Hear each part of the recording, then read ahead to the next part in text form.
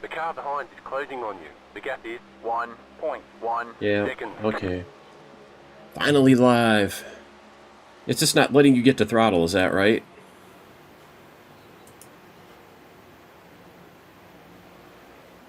Thanks, Hardiman. Yep, I see that you're fighting that.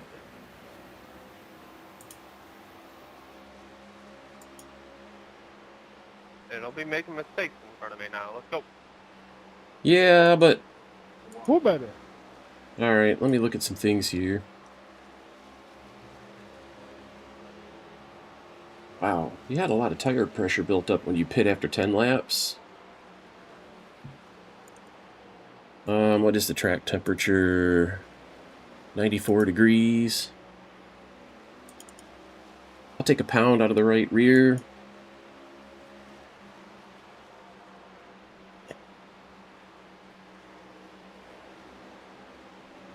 Might not get one now. This isn't nighttime iRacing. If this were nighttime iRacing, it'd have been a caution fest all along.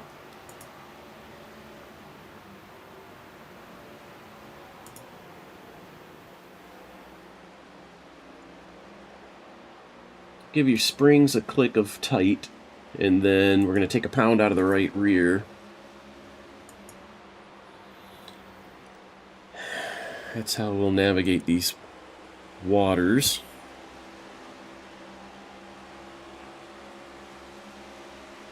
No, it's just... It is what it is, man.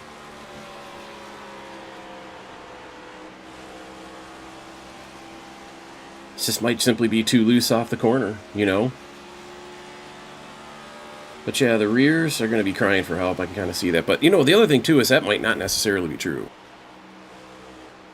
One of the things that I have noticed with iRacing is it'll just kind of get wrecking loose like that, and then you'll go look at the tires. They're 215 degrees with 92% tread left, and there's just no explanation for it. It just doesn't have grip. It's stupid.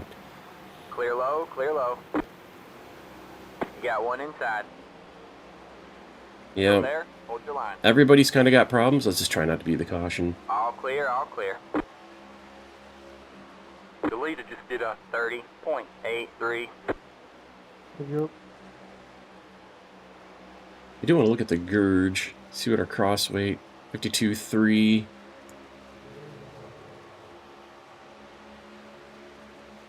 There was something weird about it. There's supposed to be some toe out the right front, but that's not a problem that there isn't. How you doing, FaZe Caden? Hello, hello.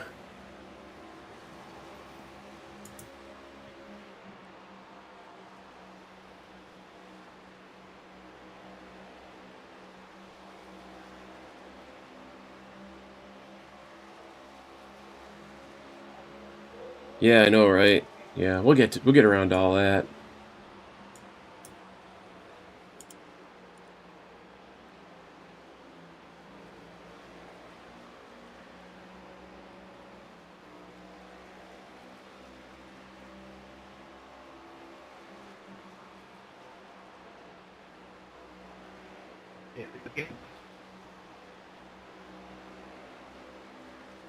Oh, don't worry, Chris. You moved me straight out of the way. And nobody's shocked. Yeah, I know it.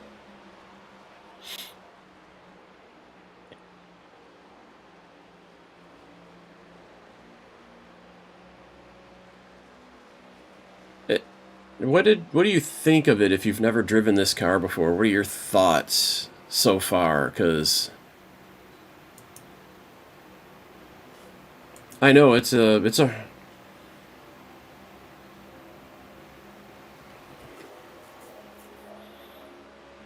Do you have crashes sounds turned up? Because if you are hitting the asphalt, you'll hear it hit. It goes... It literally makes crashing sounds. Yep.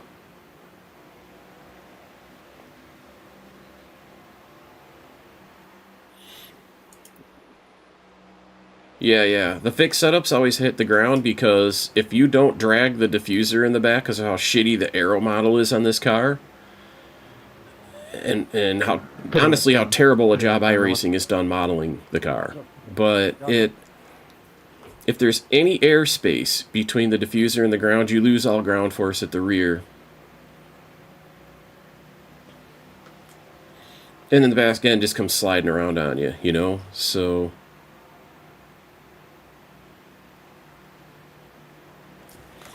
I gotta do some math here. What? What's wrong? The car behind is closing on you. The gap is 2. Yeah, it's gonna be loose on the 3-4 side of the track. So 25 pitting.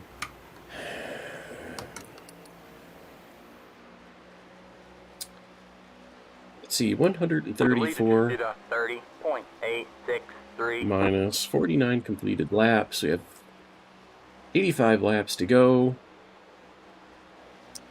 Divide it by 4 more sets of tires.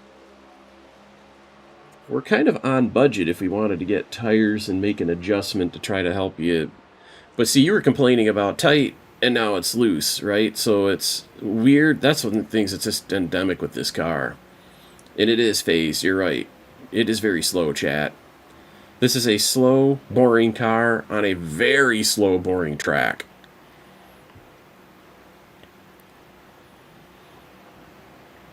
Turns 3 and 4 are pretty damn fast, but over here in turns 1 and 2, there's no banking, which is really, really nice for people who race IndyCar here. It's a good track for everything but stock car racing, let's just put it that way. See, it's so flat with the hot tires trying to get off this corner.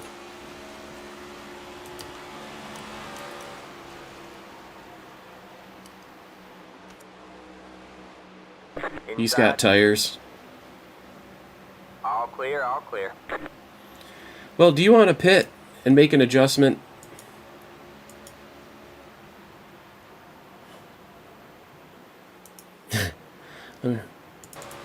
Yeah, I'm going to go look at some...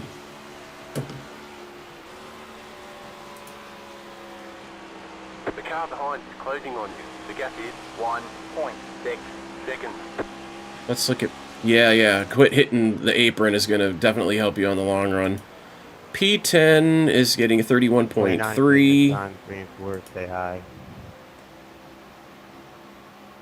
Got one outside. P20 is running 31.3. So people are basically running 31.3. And you're 3/10 off the pace. Let's go pit. Yeah, we should, anytime you're ready. Oh, no. Uh-oh, they might be wrecking. I heard someone say, oh no. Yep, I see it too. What happened, I wonder? But yeah, its top speed isn't very impressive. Even on a plate track, this car is slow phase. It's ironic. At the iRacing Super Speedway, which is a 3-mile track. Gotcha. You're gaining on the car in front. The gap is 4. Just back it up and go slow. You're good, you're good. Just straighten her out. I know it. Caution is out. Caution is out. Really? Line up Why the fuck did it caution that? You're not even on the track. You're not even on the track. 7 car. iRacing is so fucked, man. Past the 5. Past the. Yes, that was you're the caution. You were on At friggin' least the I pit. beat the leader out, so I only 1 lap down. You were way off the track. You were the caution. That's how fucked iRacing Barely beat is. by a corner, so I got lucky there. Catch the 2 car. No, you didn't even get a 2X. Is it telling you to stay behind that 2 car?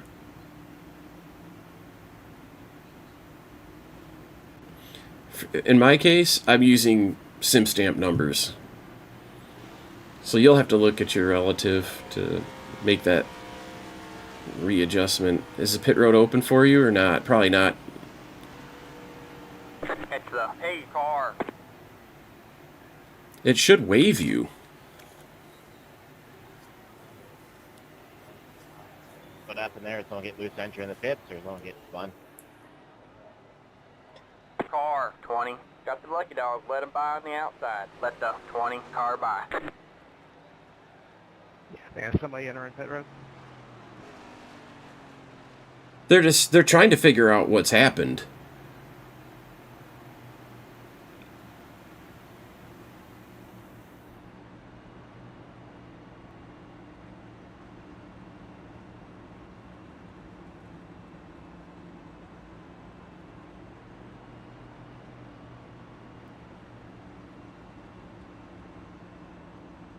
Yeah, consider Darlington. There are going to be 18,000 cars wrecked in turn 3, and a meteor crash. A meteor put a big hole in the track and turn, on the back straight, and it won't caution.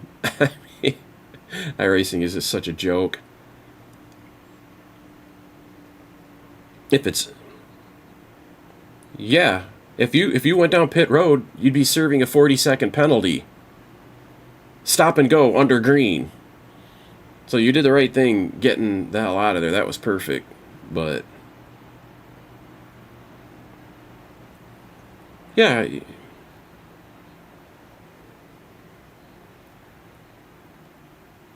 Yeah. With the hot tires, ordinarily you can do that, but 5, yeah, your adjustments are ready. 3, 2, 1. Right here.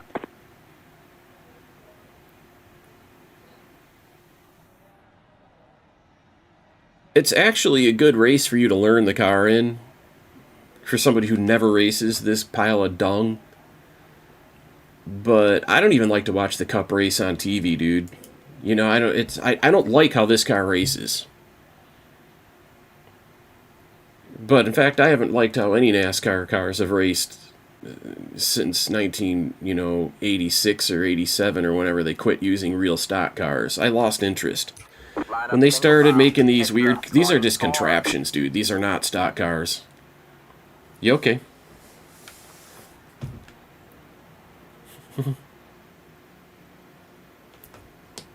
My driver's got to make a phone call.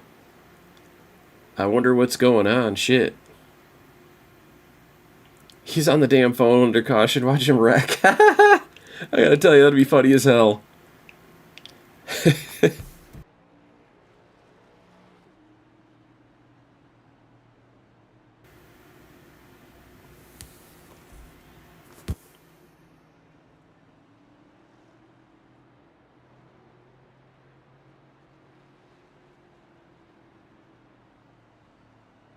Okay, chat. Right now what I'm going to do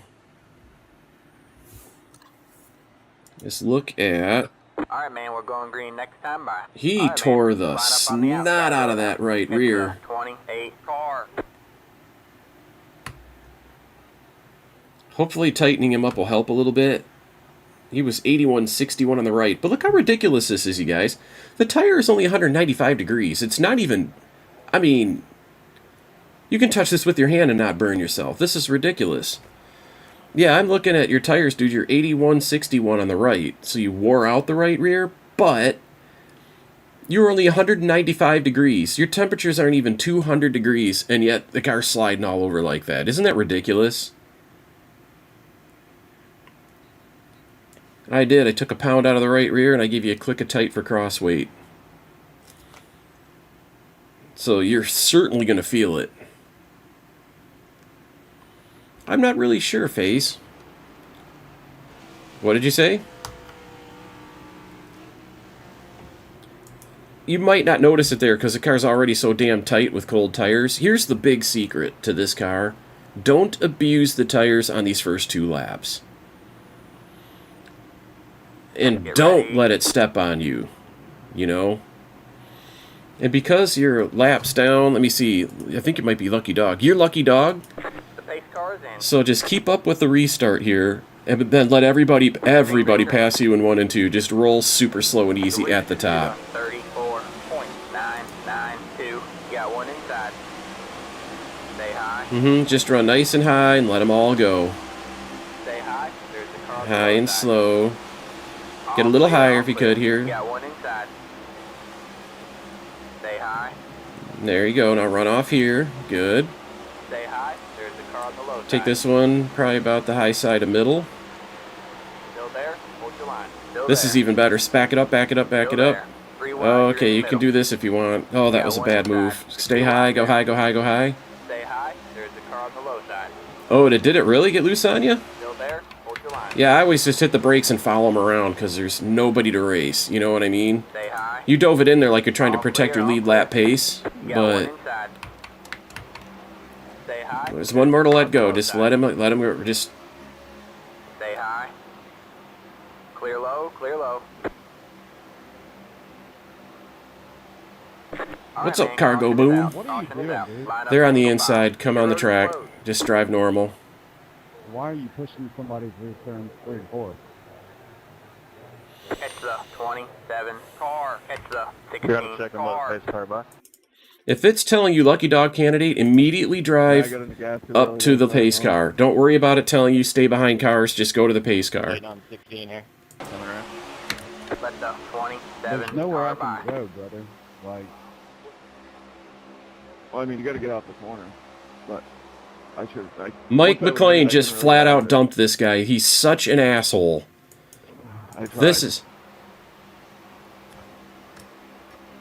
Get used to it. That's just quintessential Michael McLean. That's just how he drives.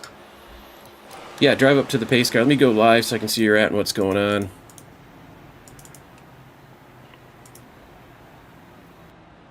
Just don't pass the pace car until he gets over the stripe that first time. Now it should tell you you're the lucky dog and to go. Get your lap back by passing the field on the outside. See, what you do is when the pace car's going to the stripe on this lap, you put your left front tire in the pace car's bumper, right? Just stay behind him and follow him to the stripe, and then you're right there. It gives us extra time on pit road. Yep. I'd say let's go down pit road and just tap the fuel. I got the tires off. Yeah, pretty bad. Catch the 1 car. All right. Cool, cool. Catch the 20. If it's open, it's showing me closed, but it might be. Pit Luckily, I had 10. one You entered a minute closed repairs. pit. Go to the end of the longest Probably line. done now. 5. Yeah, the fender's 3, sprinkled and the bumpers 2, separate 1. a little bit. Right here. See, because it showed me closed. I just didn't want to lose more laps.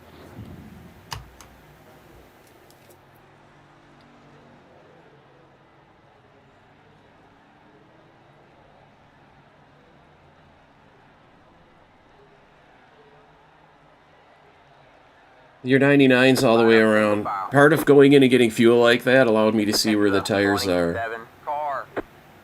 So, your tires are frosty cold, a little hot in the right rear already compared to the right front. So, Cargo Boom? Yes, it's 10:50, what is it? 27 car. Yeah, 10:54 now or whatever. So, this race is scheduled for 10 o'clock in the morning. I woke up by myself, though. I didn't set an alarm for this.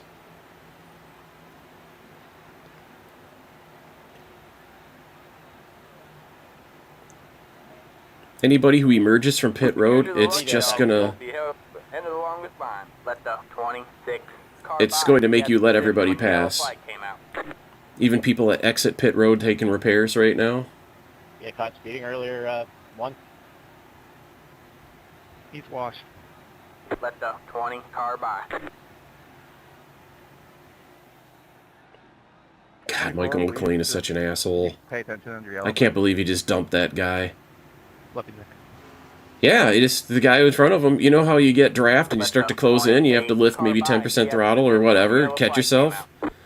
He just full throttled the guy. Just drove up to him, put his bumper into him, and pushed him around. Right from, behind on his left. He does that shit all the time, dude. I've been spotting NAS races for years. And Michael McLean ends up in splits of drivers all the time that I'm spotting. He's good for at least 2 cautions a race. Washed up. He was the asshole earlier. You know that asshole that jumped the start with like 8 laps into a 134 lap race? He's gonna jump.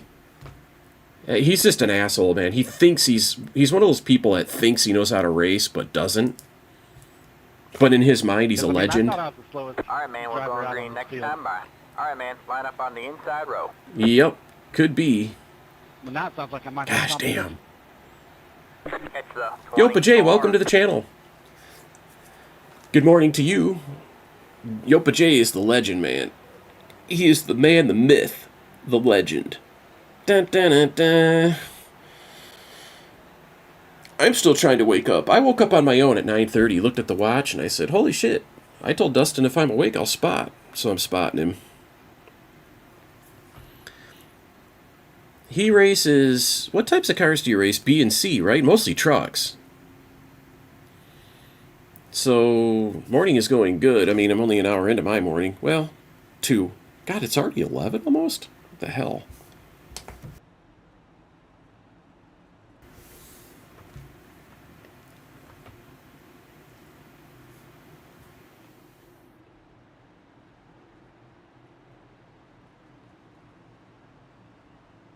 So, even though we're back on the lead lap, we're still not racing anybody. You know, until you get the feel for the car with the adjustments I made. But Ready. you have broke the tires in, so you don't have to be super gentle on them. They'll work for you now. The pace car is in. Green flag, green flag. The leader just did a 35 points. Yeah, they are. Go to the left here. Go to the left. Grass, grass, grass, grass. Follow that guy right there. I straight up missed the shift there. It went into neutral. Now you guys can come. Stay down, stay down. He's letting you in. Bottom line only. Pace at the stripe on the left. I know it, man. They can't. They're just... Neutral. I turned left to try and let everyone pass around the outside, and they just decided to rear end me. I'm sorry. Past the pace car. There's nothing really I can do once it's in neutral. I was like on the gas trying to get it to shift, and it just wouldn't. I thought. No. We don't have any laps on these tires. No, the shift from first to second. No, We're far enough back if... What position are you in? It's the 12. Yeah, no need to pit. Thank you. If you were middle of the pack... I'm sorry, everybody. That was Wow. absolutely not what I wanted to do. Yeah, just drive down pit road just to let them all pass. You know what I'm saying? To be at the back and let these people... They're not done wrecking. It's the 12 car. This guy here couldn't Hey, shift. Roy, did you get it saved? Yep. He's one of those people, he's probably got a fancy Fanatec shifter. It's always the Fanatec people, the shifter fails. It won't shift.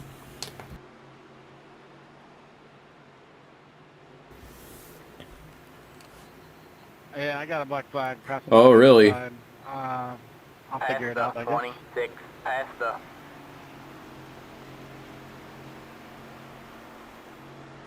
Cargo Boom says his Thrustmaster paddle shifter fails all the time. I'm kind of lucky. The shifter that I have was built for me by a guy who's kind of an electronics whiz-bang. He programmed an Arduino board, soldered in a USB cable that I can plug in. It's alright. We can handle it. You either want to be in front of the middle pack or behind it, and right now you're kind of on the leading edge of it. You know, it's not the best place to be. A little further forward would be better, but let's just stay out. A lot of us got damage. I think the fuel window's open too. Well, look what he is. He's car number 15. Let me see what region he is. Central Eastern Europe. Those people from overseas that aren't normal, didn't spend their lifetime doing NASCAR racing and watching it on a TV, they tend to not understand the culture here. Yeah, I think another caution comes out. I don't know why I came down pit road. Well, exactly. Line up. Cargo Boom is from Sweden, but he's got an advantage. I've been his mentor, so... And he also watches Oval. He watches Oval streamers, other people that are really, really good at this, and so he studied. He's a good study, because he's young. You know, young people are smart about learning, and so...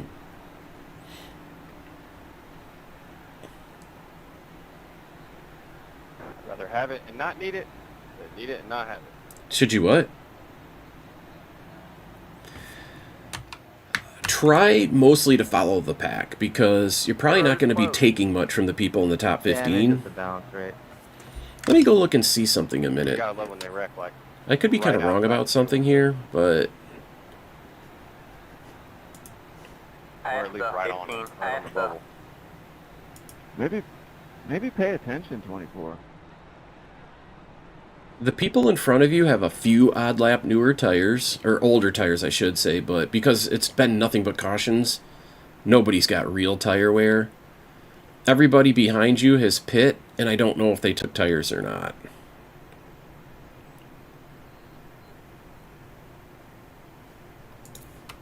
Let me look at him. Tell him he's clean, or I can do it for you.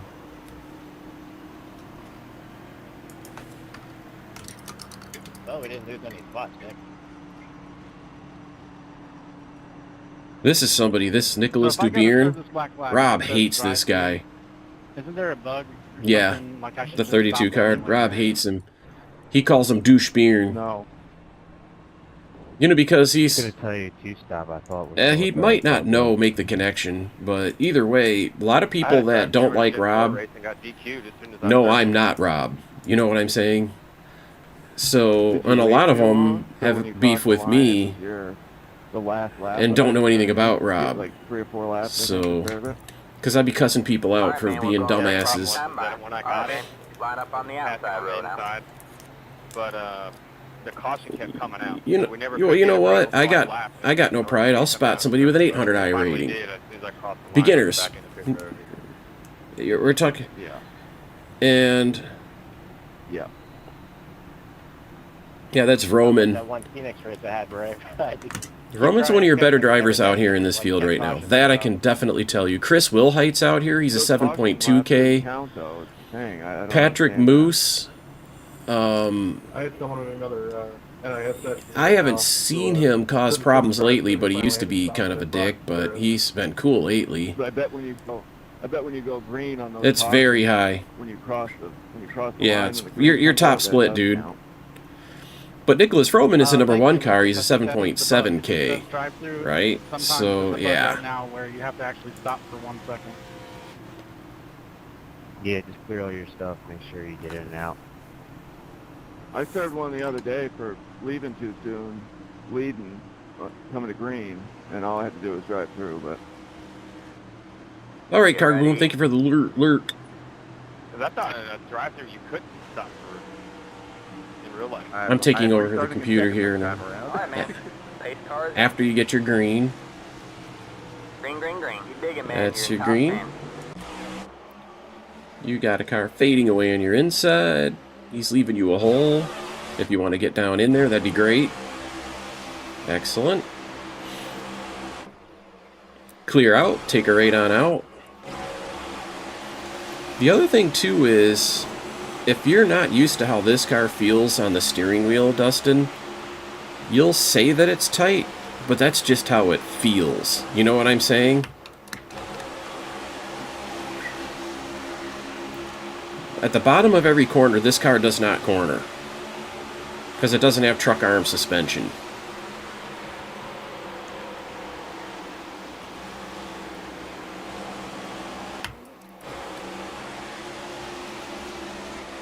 And just drive your line. Don't let any movement anywhere distract you from your line. I'll let you know if you can't get down or whatnot. So that's what you were doing. Hitting that apron. Take him on his left side. He's on your outside fading. Very good. Point early. Nice. You'll be clear your exit. There's nobody out there now. You're all clear.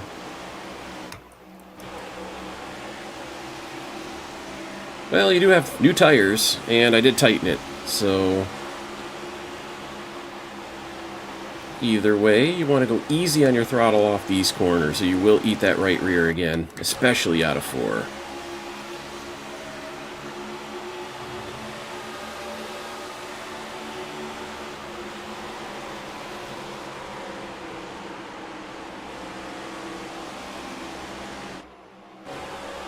And also, because you're eating up the right rear, feel free at the bottom of the corner to wheel the son of a bitch. Stay high. Oh, you're good, you're good. You can come on down.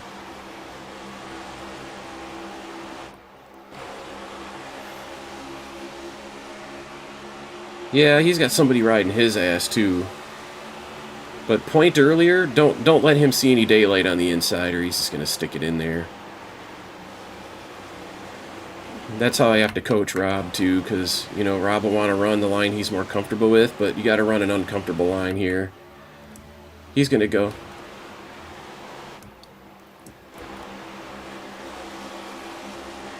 That's nice. Track out, track out.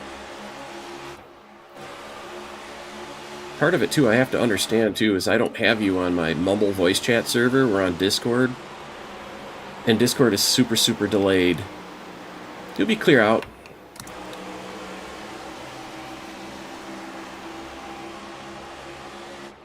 Dive it in.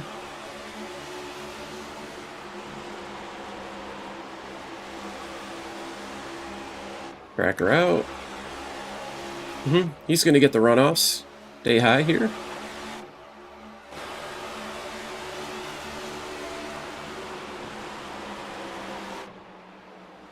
You're up to his door. About a half a lane between you. He's got plenty of room.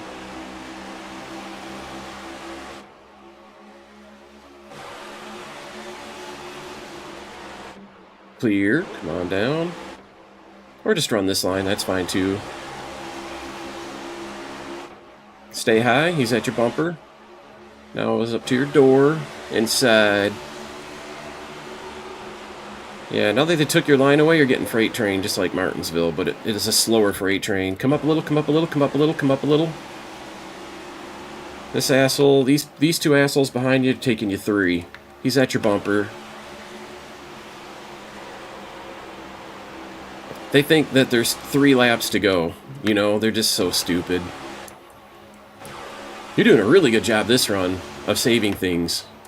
Inside now. I mean, you got all the pace you need.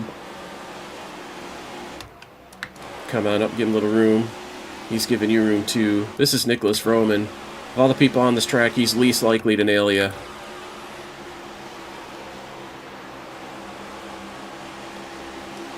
Unless you do that.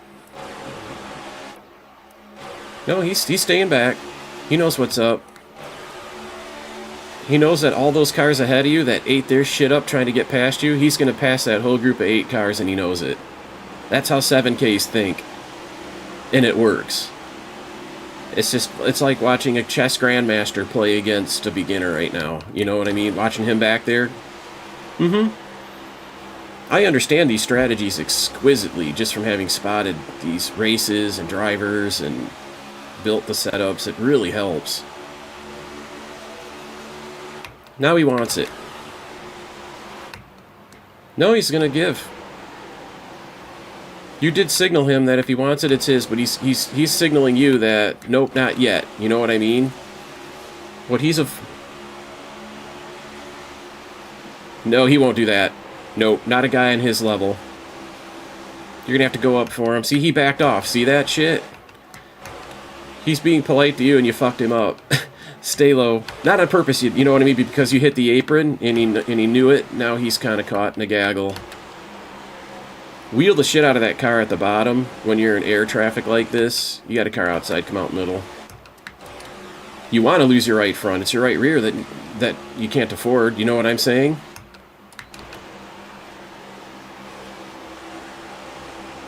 Gonna have to exit low here. The freight training you on the outside. Don't forget that these people are several laps newer on their tires too, so after 10 laps you're going to fade, a couple more laps they'll fade, but you're going to lose some positions in this transition, so it's no big deal. You'll be clear out. Take her 8 on up. That 5 is clear.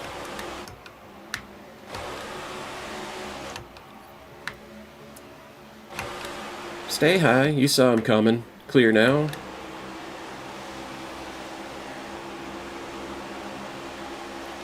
Go ahead, Nick.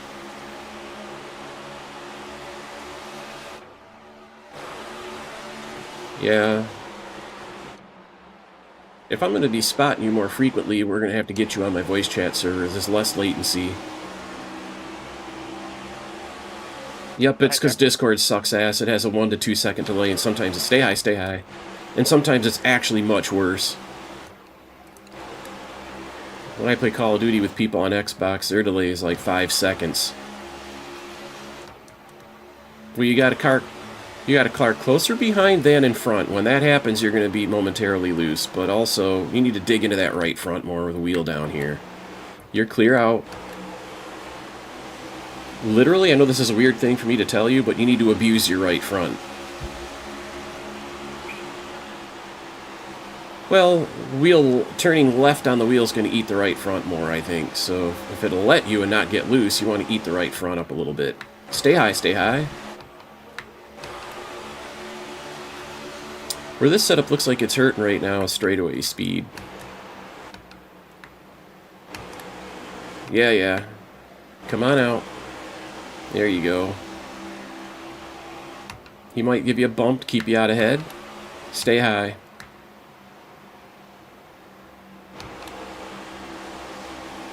His driving like that is probably why Michael McLean dumped him earlier. You are clear. Oh yeah. The only time you're getting close to people is when you hit the apron and fly out in front of them. Or slow down. Stay low. And that's the middle of the corner where you claim to be tight. Yeah, yeah, stay high. Yeah, let all these people all have tires. We're not on a good tire cycle right now, unfortunately, because of those 2 quick cautions.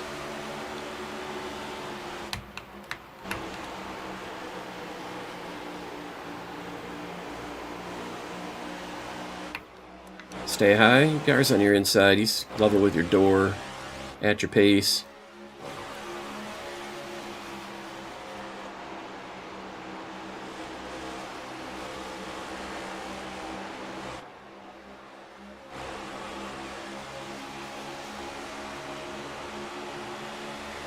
Yeah, he knows that.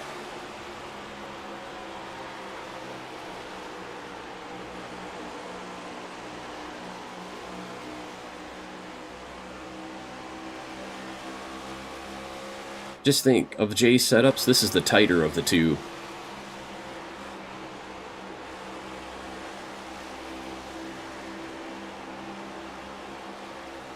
You get... No, not with this car. Stay high. The reason is the airflow under your diffuser at the back bumper. Stay high. Well, you're okay. They're okay up there. Is that diffuser in the back? If it isn't looking straight down the track, it's not getting a straight flow of air and it stalls. Stay high. You're kind of off the pace. I want to let this guy pass. Yeah. Well, I think he's got tires.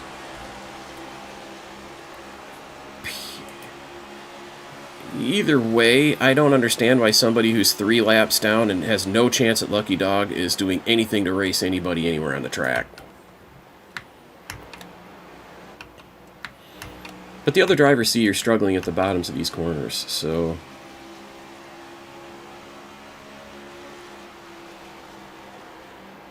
Now the car should feel a little better, because the car in front of you is closer than the one behind, so that's going to tighten you. Sorry, Austin. It looks like you got loose. I couldn't do nothing.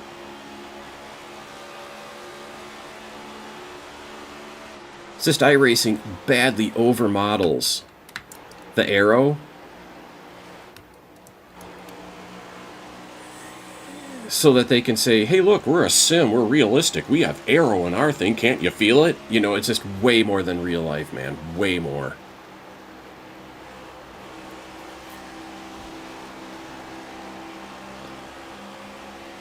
You did a good job.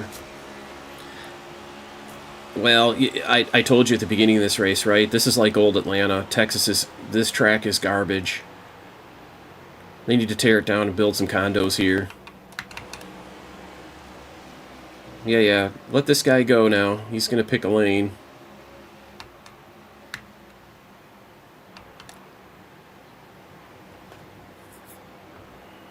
Yeah, David K. Hall is no relation. He definitely doesn't drive like a Hall. Yeah, buddy. So. Yeah, that's true. Keep screwing around, you're going to get wrecked. Yes, they are. Stay on the high side here. They saved it. Yeah, they were lead lap cars. I'm amazed it didn't caution. After all, you can't even hardly pit stop without drawing a caution on this track.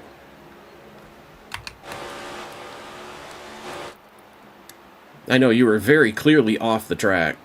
It's just didn't make any sense.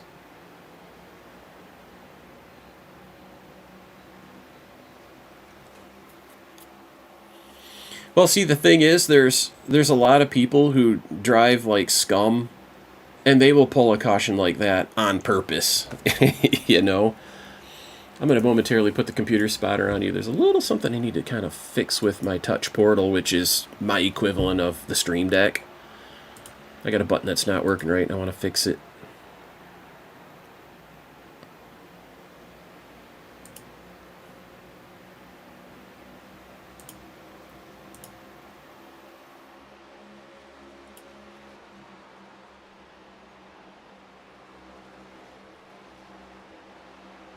That looks right.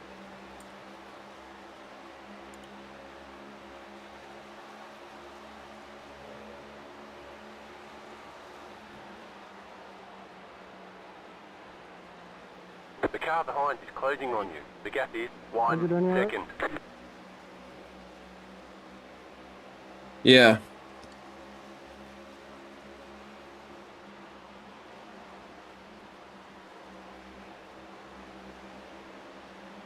You did a good job of catching it, though.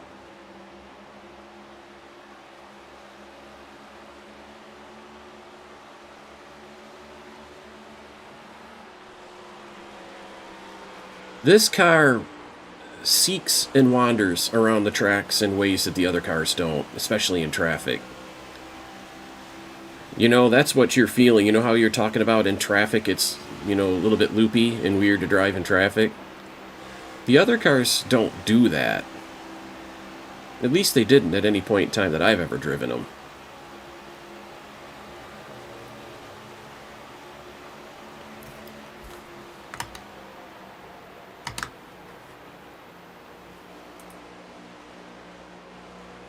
Yeah, he's got 6-lap newer tires.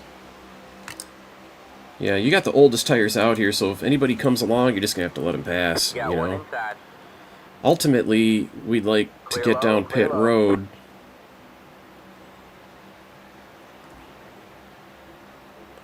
Yeah, you know, at a convenient time. I think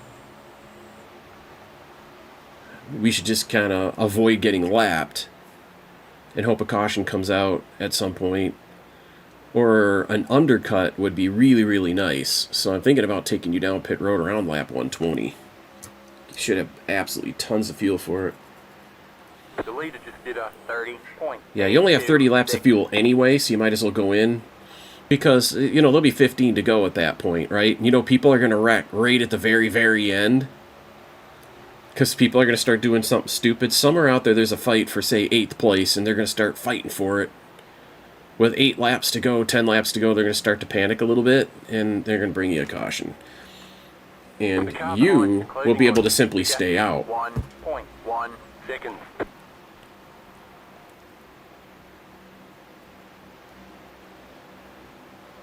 Right now, man, you're smooth as silk through 3 and 4. That was a good 3 and 4.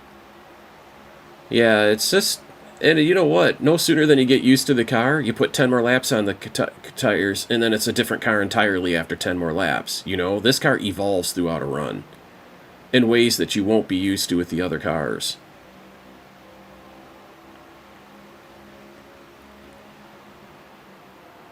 Well, the guy right in front of you is a lead lap car, and the guy in front of him ain't. That was the guy that raced his ass off to get in front of all of us, and now he's dead. Exactly. So David's trying to get by him. Got one outside. That's a beautiful line. Stay low. Careful coming out of here. You are clear? Dive in early, so... No, you don't need to. He needs to give us room. He's a lapper.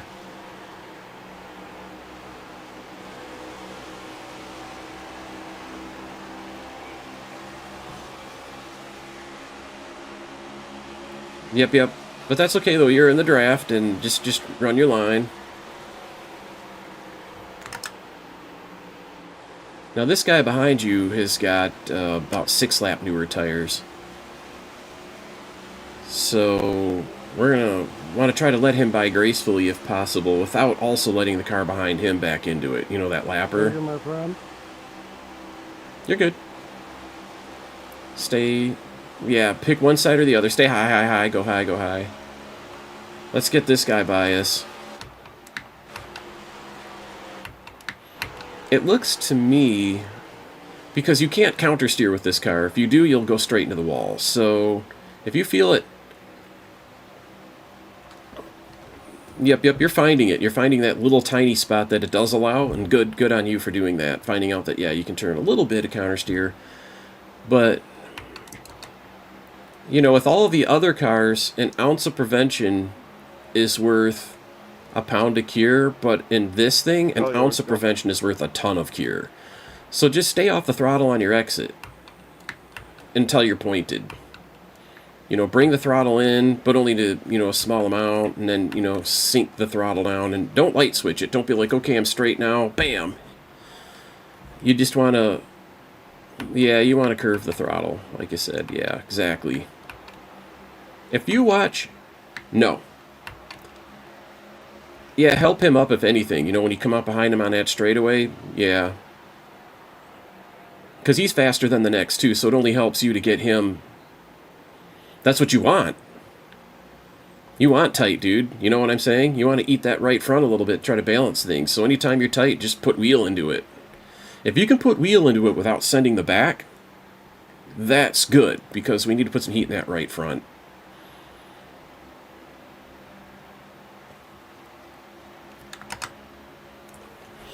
And you know, I mean, I'll coach you as best I can, but to put things in perspective, first, second, and third place actually have older tires than you do. You know, they just, there's people out there that know how to save them. And see. Yes. Do you feel like you're begging for mercy? If you want to go earlier, we can. You are, the part of the plan is getting lapped, because you're just going to take the wave. You know what I mean? Go low here, buddy. Whoa, that got loose. Sorry, 14. All good, man. We're taking an alternate strategy here, right? Because if you look at the results, there's only one more position for you on the lead lap to lose. And so we're in prime position for an undercut. I mean, it's just kind of the automatic, nothing to lose, only thing to do thing here. So you're going to come out there with new tires, and all those people that are a lap down in 15 laps, you're going to be able to eat them up.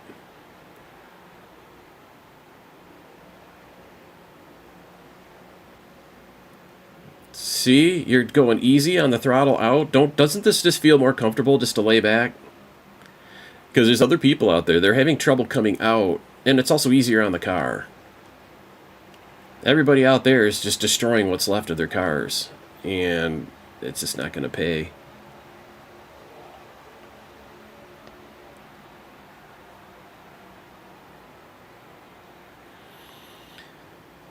Yeah, if we could pit without wrecking, that's always a plus.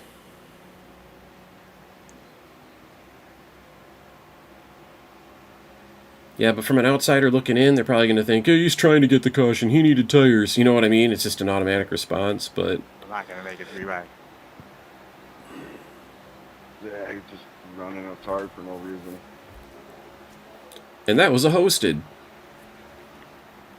You know what you might want to consider doing, Dustin? If you want to learn this car, start doing Carb Cup. Just get some wheel time where there's no consequences, and... I'm so bored of racing, I don't even do Carb Cup or Hosted. Forget about Hosted. Hosted racing is just a shit show. All people do to go there.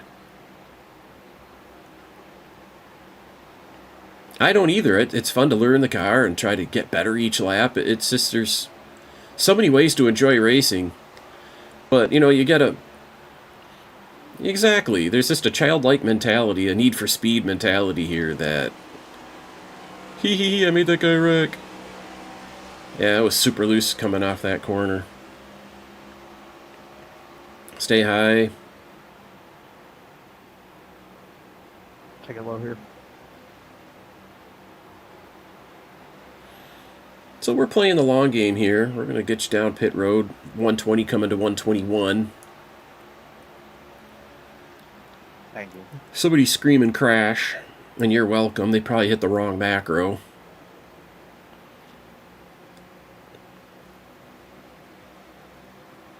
I know, just 1 through 9, like a piano. Just run your finger across them. Hit all your macros. That actually sounded like a piano.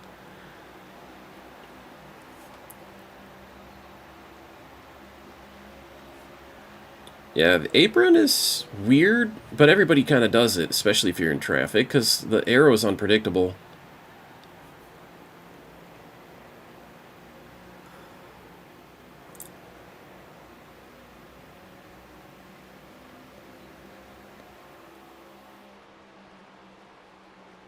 Well, you're fundamentally a good driver, so the fact that you didn't wreck does not surprise me.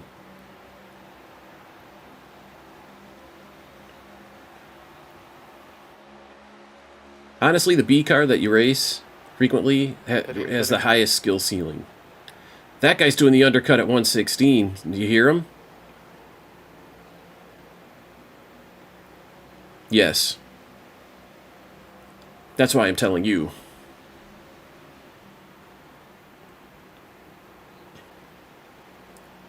Yeah, Yep. I think I'm going to wait until this next lapper. Yeah. Yep. Once he's passed. Take it low. 3. Yes, sir.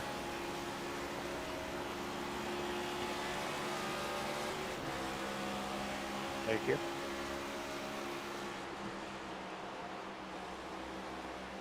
Stay low. He's going to go on the high side because he's got the tires. You're good. All clear. Uh-huh.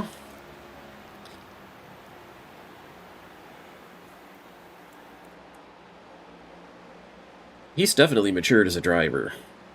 But you can't tell Rob that. All Rob remembers is getting wrecked by him 18 months ago, and Rob never forgets that. Rob never...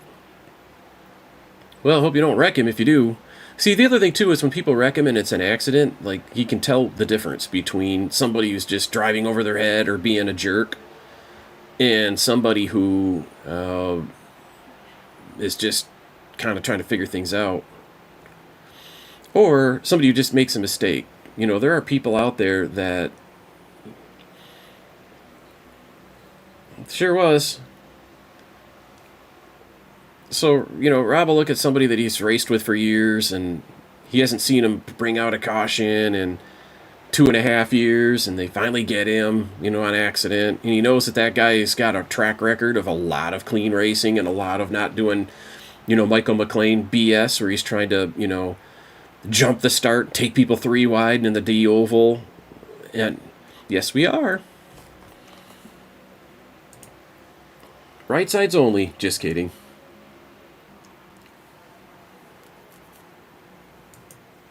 Yeah, good luck. We're going to keep these same adjustments. They seem to work. Straighten it out.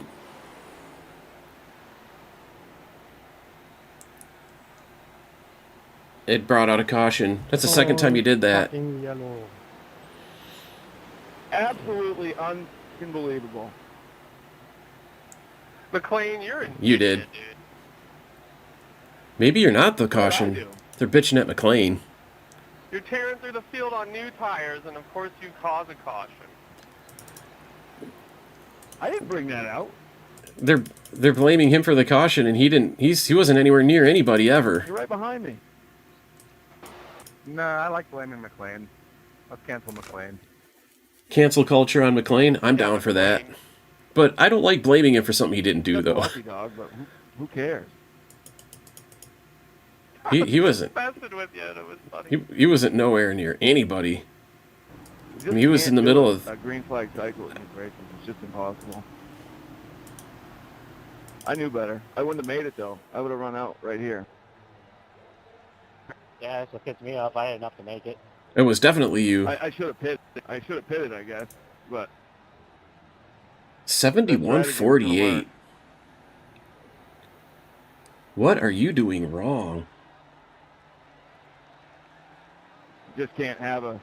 Yeah, you cycle. 48 in your right rear, dude. I know this.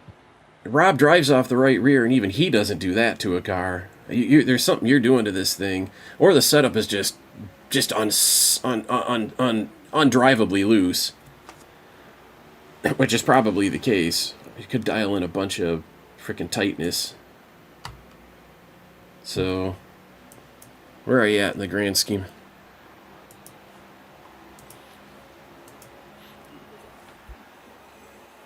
That's somebody probably, yeah.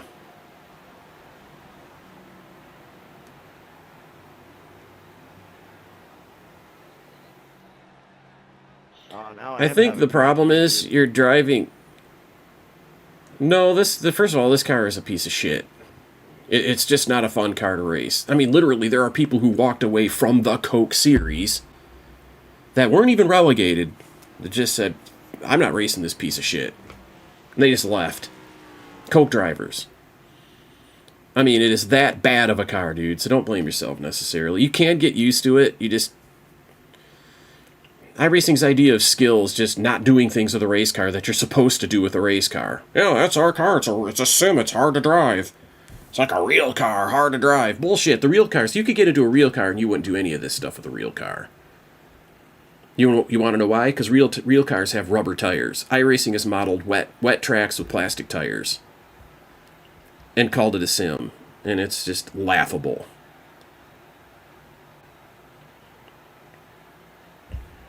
Yeah, it doesn't seem to matter what you do in these races anymore. You just gotta get lucky most of the time. Yeah, well, you just can't... You can't play Yeah, but I a think strategy. you're driving off the track onto pit road too early, and Bunch it's of making the mix-ups car enough that I had, spin. like, an extra You lap know? that would've made it.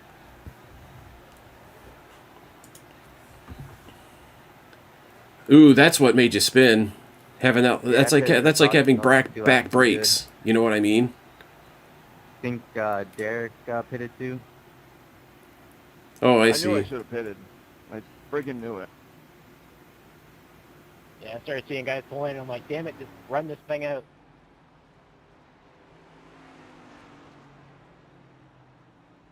Yeah, that's okay though. I mean, it's a C license race, and Yeah, I did. it's a bullshit track, and there could be just flat out something wrong with the setup too. One thing I haven't done is an AI race because I hate Texas, and in fact, I'd rather race at Darlington than Texas. Oh my, what the hell was that? And Darlington is universally Just hated. drove right into him. That's why there's I know probably they were only two slowing down, splits. but, like- This is NIS in the middle of the day, and there's Why probably did only we two all just splits. hit the fucking brake? You know, I mean, this is a disaster of a track. This is an absolute disaster of a track. Oh my god. I think something did happen. Do you get your spot back up here? I hope.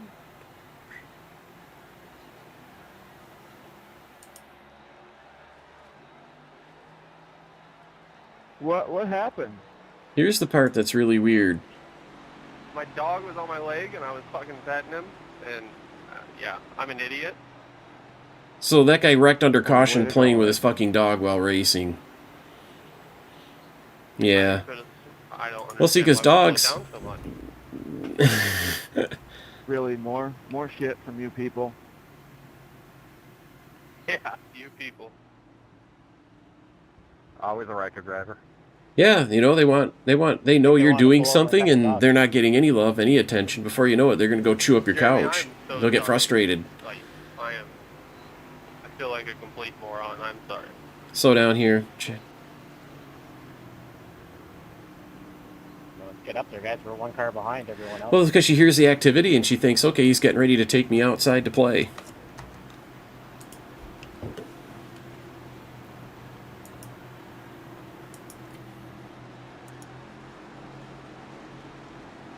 Gonna have to start slow here. Big slinky from this far back, and let McLean jump.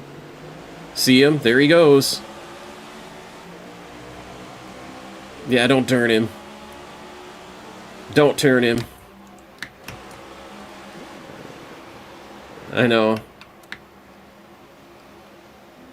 Stay out. Come out in the middle. Yeah, this setup is... I think it might just be on the throttle a little too much on the exit too early. I can't tell what's happening. You're all clear. Can you turn your telemetry on? I'd like to see what you're doing.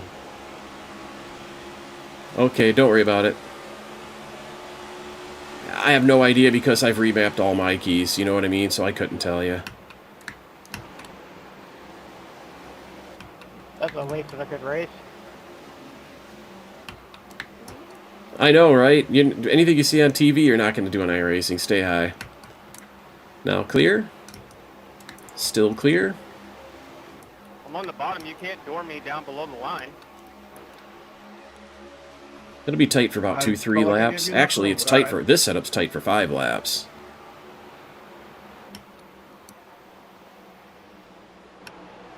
I mean, my left side tires Clear were on out? the white line. I couldn't go any further. Sorry.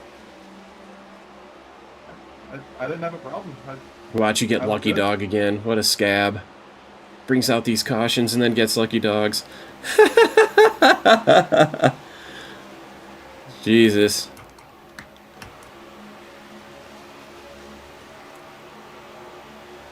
Yeah, but then your right rear will be destroyed. You know.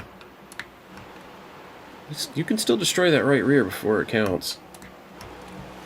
Let me see who's the current Lucky Dog. That's him on your relative. He's just he's the next car.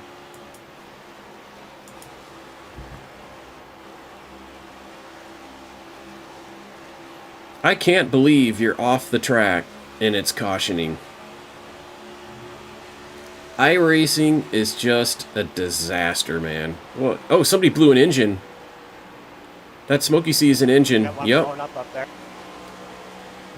You'll see it in a minute. He's down on the apron. He's letting everybody by.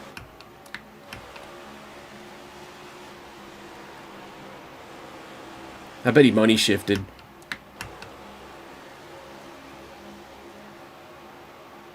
That's wild. Because I go to 4th gear in 1 and 2. No, I don't think so. Oh, yeah. I bet you if you drove out in 4th gear, it'd be better than 5th for getting loose off. Uh-huh. That's what you're doing. I didn't even know. Let's just end the race and you not be a jackass. How about that? He's probably... He's got to be talking to McLean. About it. The one retaliated and hit me in 2, man. I don't know what to tell you. God, these people are such assholes. I mean, when you side draft people, there's not much else you can do. It plows you tight. I want to see the big one. Let's go. No, you'll lose a little. Let me see where you're at, though. Honestly, what's attrition? Yeah, 29th place, you'll lose I rating.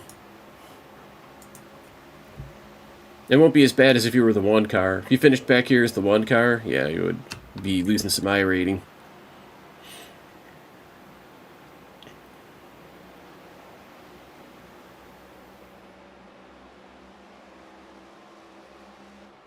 Damn, that explains a lot. No wonder you're tight as balls in the bottom in 1 and 2.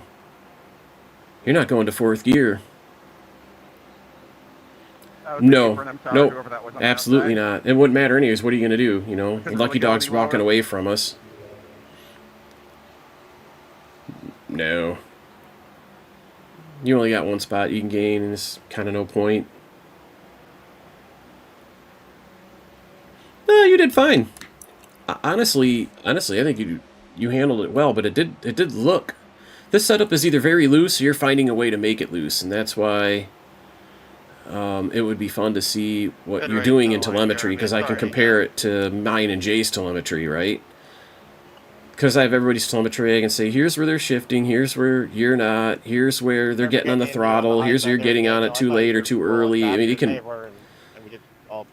You can use the telemetry to troubleshoot and see, oh, look what the setup did. You know, that kind of problems can surface. It's probably going to look pretty good. See, 96, 98, dude. What do you mean? Do you see, Dustin, the difference? Help you? You're wearing it. Yep. Whereas before you would end a stint. Hang on a minute. I got to go hit my mute key. I just don't want to listen to these people. They're visiting. Your 56.9, 56.7 tire pressure's right. I mean, that last stint there, the car was behaving very well. I don't know what happens to this car when you take it long run. So let me look at chassis. The nose weight is way the hell back. I probably want to put nose weight back in. This will make you lose long run, having the nose weight that far back. So, yeah, okie doke. The real test here is to see what Jay or Rob or somebody else would do with it. He left all this stuff correct, the brakes, and of course you don't really use the brakes with this setup.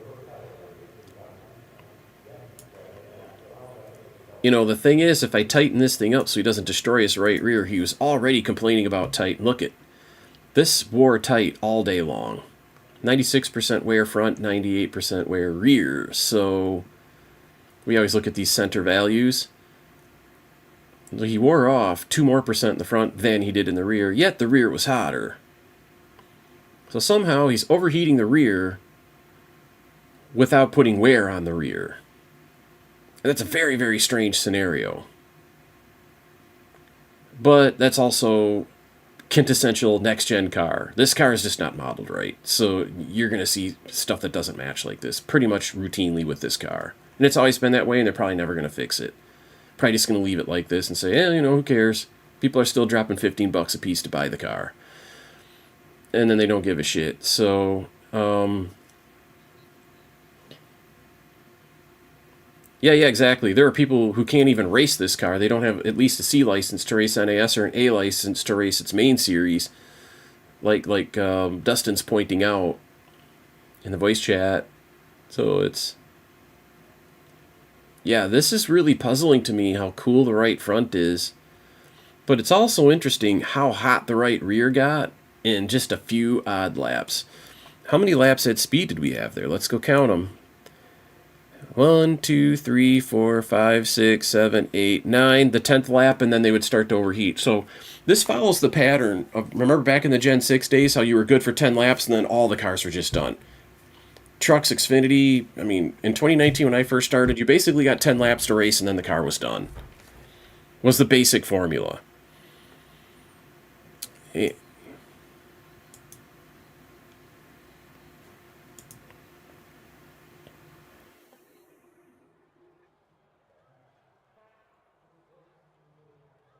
Oh, you're talking about when you're practicing? Mm-hmm. And you're a half a second faster when you're doing that. How are you going about your practice laps, though? Because what are you clicking to go into your practice laps, Dustin?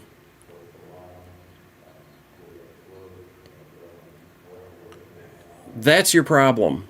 This track is 84 degrees. The track is probably... well, this is NIS, though, right? This is a whole different series, so the time of day is way different. This is sunset. If you look right now, see how it's 5:20 p.m. and it's starting to get, you know, long shadows on the track. The track right now is 84 degrees. I guarantee you it's probably 72 to 76 degrees on an A open.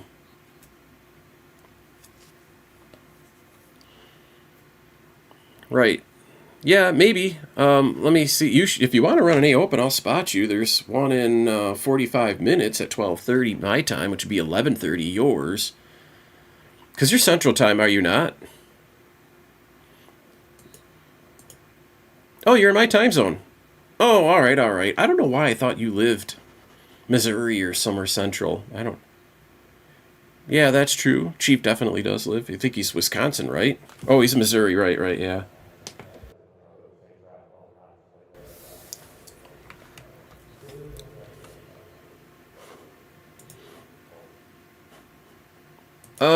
If the track is hot or what? Well, no, here's generally how that works. If the track is cold, in general, just this is just a general statement. If the track is cold, the car will run tighter than designed. If the track is hot, the car will run looser than designed. Now, Well, the car doesn't stick as well, and so the car's going to spin easier. And, well, it's not because, well, it is also because where the power is, but the biggest thing is it gets the car to over-rotate. The car will literally over-rotate when the track gets hot.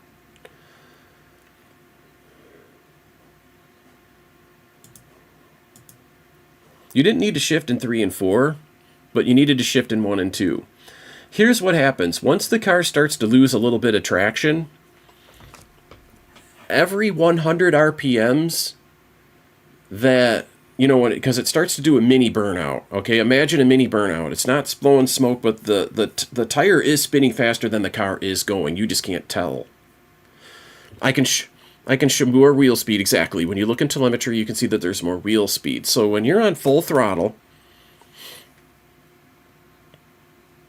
that's exactly how this is, too. So your right rear, for every 100 engine RPMs that you pick up, that wheel will pick up, let's just say, 3.4 miles per hour if you're in 5th gear. But if you're in 4th gear, every 100 RPMs of overspeed might only be 2.7 miles per hour. Are you following me on this? Your overspeed at the wheel will be worse in 5th gear than it is in 4th or especially 3rd. So the way iRacing models this is if it looks at the gear you're in for wheel speed, and when it breaks away, the wheel is going much, much faster and developing much more speed than if you were in 4th gear. And secondly, if you're in 4th gear, you can actually feel it better. The car, you feel it in the wheel more, like the car starts to step. So your body as a driver, your brain gets a signal that, you know what, you're overspeeding the rears, you need to do something about it. You do have to turn the wheel to the right. It's the sad reality. You either have to hit the brake or turn the wheel right. And turning the wheel right risks an overcorrection. But either lifting or tapping the brake means the 2 cars that are neck and neck behind you, now suddenly you're getting freight trained. So it's fatal. It's fatal to let the car do that. So a 5th gear takeoff out of turn 2 is kind of suicide.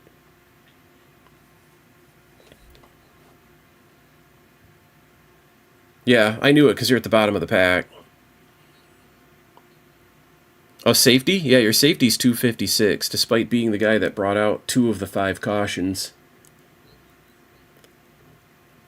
I know, isn't that... You brought out 2 cautions and then you didn't even lose control. Didn't even get a 2x loss of control. And it...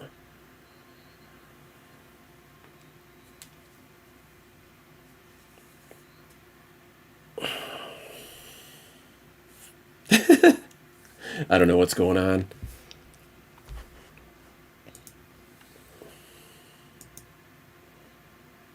Why don't you go into... Oh, by the way, 100 Proof Guy, check you out on Kick. You might recognize me, 100 Proof Guy, on iRacing and on Twitch. I used to be Michael Hall 15. I don't know how old that chat message is. Not too old. But that's cool. Appreciate you in the chat, Mr. 100 Proof Guy. A lot of people know who 100 Proof Guy is. The guy's a legend. I haven't seen him stream in forever, though. Maybe it's because of the times, or maybe he doesn't stream anymore. Where did he go?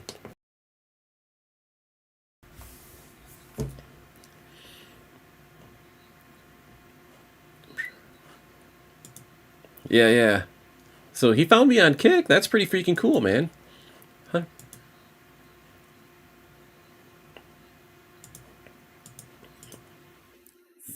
That's... Yeah. Unbroken has been back, though. I've seen him stream, not as often as he used to, but, you know, kids are back in school. Right, with school starting up and all that. He's one of my favorite people.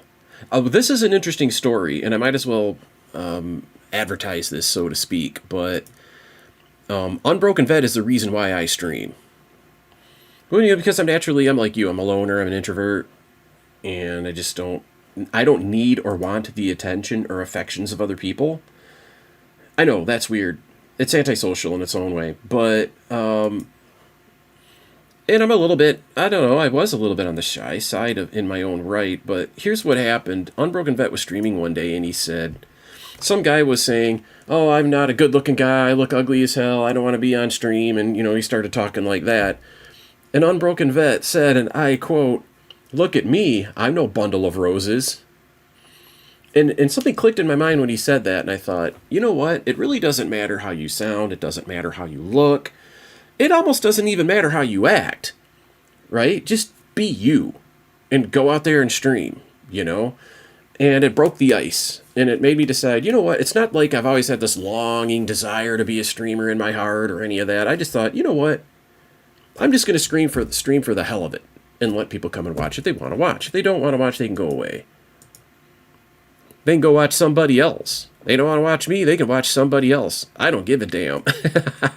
Well, I'm a multi-streamer too, because my viewers will go from 50, let's just say I caught a big rate and I got 50 viewers and they stick around and they're watching me play DMZ in Call of Duty or whatever. And then I decide to go, spot a race or go play World of Warships. Suddenly I got 8 viewers. They all left. Because I changed a game, they don't want to watch that game. That's fine with me. Like I said, I don't need their affections. I'm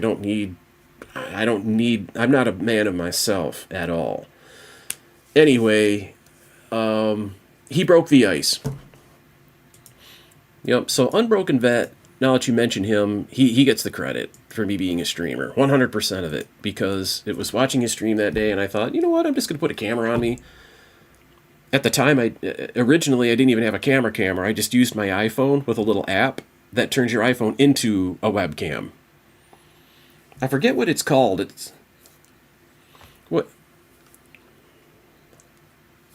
John Novak told me about it initially. Is that app even on this phone anymore? No, it's not, but I didn't know that, but that's pretty cool. There's an OBS app that, that's too cool. Yeah. So anyway,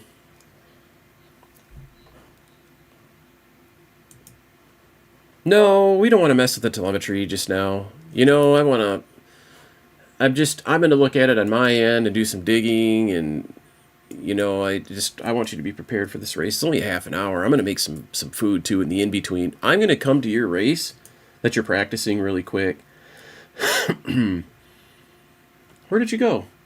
No, I'm going to come in as a spotter. I'm going to come as a spotter crew chief. I'm not going to come and actually drive it. I can't. I'm actually on my gaming rig, not my racing rig.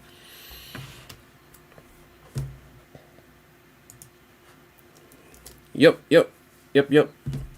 I decided I got sick of playing shooters with a keyboard on my lap. So my main computer, and I don't race myself. And when I go to build, in fact, I might put an Amazon wish list out there for people. If they want, they can buy me a camera for that rig and whatever. But, see if the community wants it. But other than that, I'm going to stream off camera from that computer. It's it's the computer that I actually used when I started streaming. With a 1080 graphics card, the older one. And I have been building setups. No, 3080. Call of Duty is played from my desk, or what I call my gaming rig, my streaming rig, my main computer. Right, that's the one that's that's kind of tied into the cockpit. So if I decide to race, or if I decide to build a setup, I can sit down and have a whole separate computer for it, and not have to, turn monitors from the desk that's next to the rig. You know what I'm saying? I don't have to do any rigmarole.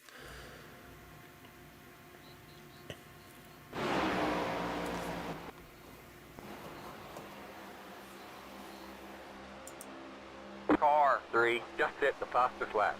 29.378.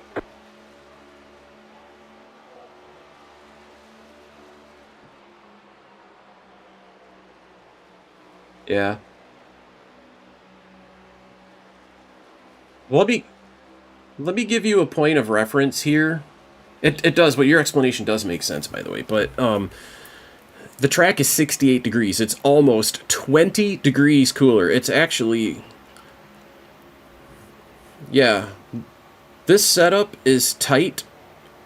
That was your fastest And lap of the session. it's more appropriate for an A Open than an NAS Open, that's for sure. But the good news is NAS Open is done for Texas. So this setup is going to be just fine in an A Open scenario. In fact, it's super fast here. To make it tighter for NAS Open, there's a really...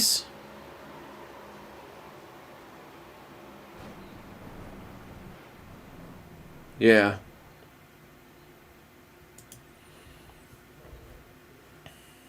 Pit boxing right here. Yeah, 98, 98 on the rights. I'm looking at the chassis just to explain to you and to Twitch chat, well, also Kick chat, and 100 Proof Guy was there momentarily. I got to get a little thing that gives me an overlay that shows all the different chats. But, yeah.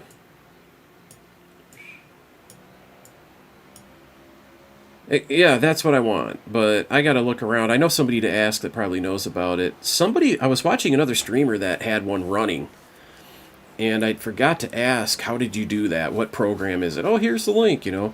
Anyway, the diameter in the back of the rear roll bar is 2 inches, and it's on P5 stiff right now, which is the loosest setting. So if you're on a hot track, what you would do is move that to P4 or P3. You know, use less roll bar in the back, and then instantly this setup will probably run just perfect on a hot track. Well, no, that's actually not true, because this is what Jay runs this setup. A looser version of this is what he races at NIS, believe it or not. There are just drivers that are friendly towards loose setups, Dustin. You're new to the car, you will eventually want a setup that loose. But you don't for right now because you're just learning this car. That's why all the iRacing setups have 60% cross weight in the garage. This is 49.4. This is as far back as I think I've ever seen. Normally you want it at 50 to 52% nose weight. That was your fastest lap of the session. Yeah, there's people out there with, you know, Q sets, and they're going to drop the 29 threes and the 20. I've seen as low as 29 flat in A Open.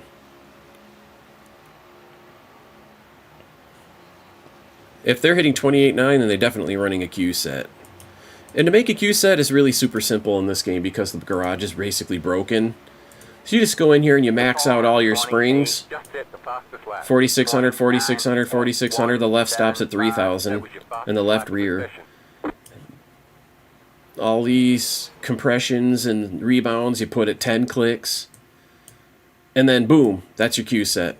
You drop a 28.9 in an instant. You might have to, you'll have to go from there to the shot collar offsets to get the ride height down to the track.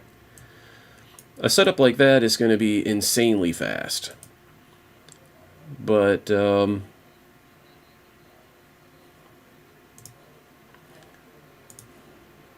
yep. A lot of extra tire pressure in the right rear is going to trend you loose, though, especially with that extra heat. Yeah, this thing right here probably needs more cross weight and certainly more nose weight, but I don't want to make any changes now. I mean, we could work on the setup, so to speak, but it's really tricky. Go ahead and stop for a minute. I will make some quick adjustments that you can test drive, but you have 229 saved, right? So what I'm going to do is go to 50% nose weight, and yeah, that's true. I can even just reload it for you. I'm here as your crew chief. So the front is 1796 by 2058. Those are just notes about the ride height. Because when you add nose weight, it's, I can't edit while the driver's in the car, so you're going to have to go to the garage and exit vehicle. Okay, so we'll do a little setup building. 3, 4, 5, 6 clicks should do it. Not quite. There's 50.0. I'm going to go to 50.2. There it is. And the ride heights in front need to be 1796 by 2058. One click of that put me too high, but I'm going to go with that. That'll be fine. Let me make sure it didn't do anything. About a half an hour. Exactly a half an hour.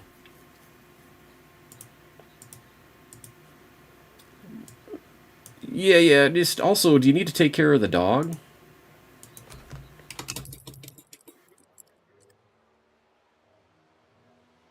Texas. Yeah, go ahead. Go do your thing.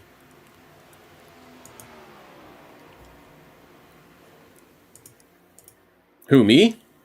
Oh, yeah, Texas.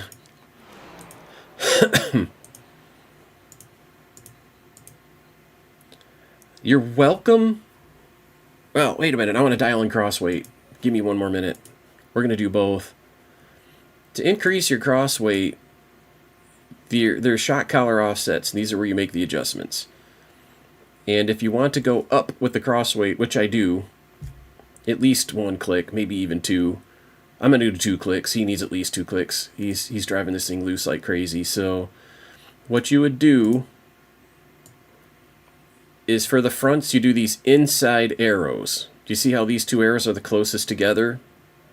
By contrast, these are your outside arrows that I'm mousing over. So to raise your cross weight, evenly click these inside arrows for the fronts, and then evenly click these outside arrows for the shock collars in the rear. And I'm going 2 clicks all the way around. That brought us up to 53.5. That's a lot of extra tightness. It's going to screw with the ARB preload, so we're going to zero those back out. Oops, this one's the opposite. Okay. That's probably good. That's close enough to zero front and back. So we've got 55.2% cross weight. This is going to be an absolute granny helper. Let me save it. So we added nose weight. We added cross weight. This is going to feel super, super, super tight. Yeah, yeah, you are slow. You're a slow poke, Dustin. Here's the thing. Let me explain to you why I'm doing this for this setup. You're new to the car, and you're driving off the right rear too much, so I need to tighten it for you. Rob and Jay, they would drive it the way it is, if not loosen it for this cold of a track. So every driver's a little bit different. Now, you're going to eventually get really, really good at this thing and know, hey, man, when I do this corner like this, it saves my right rear, blah, blah, blah, blah, blah. Go ahead and drive, by the way. I'm done doing what I'm doing. And wouldn't you know it, but a shithole just showed up in my chat. Can you believe it? Now I got my very own shithole. Shithole, thank you for the follow, man. Welcome to the channel.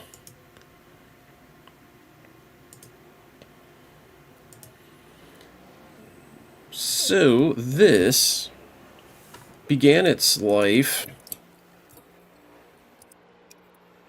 as Race 0229, which is available for free on the Discord.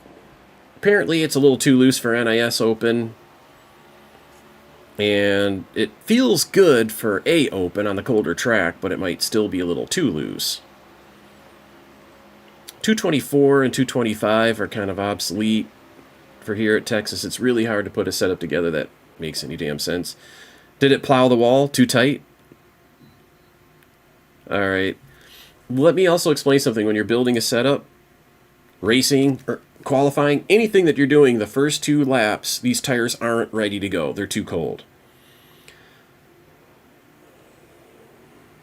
Yep. 1 warm-up lap, the tires will start to stick. But with the next-gen car, these plastic tires, you got to heat up the plastic before these plastic tires start to grip. A lot of people complain about iRacing as if they have too much grip and they get faster lap times in real life. That's not a grip issue. The grip issue that I'm talking about is more in terms of the breakaway stability and what the car does when you exceed available grip. It just doesn't react naturally like a real car. It just helicopters. It spins way too easy, and that's ridiculous.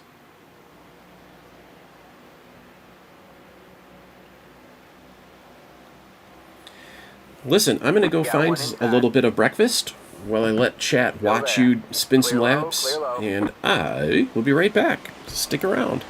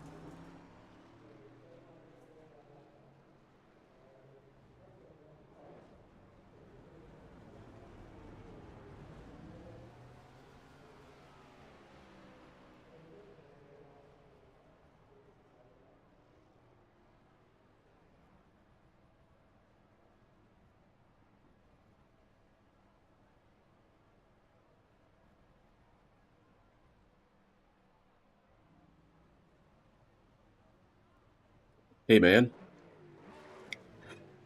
Okay, what did you think? Let's go look at the tires.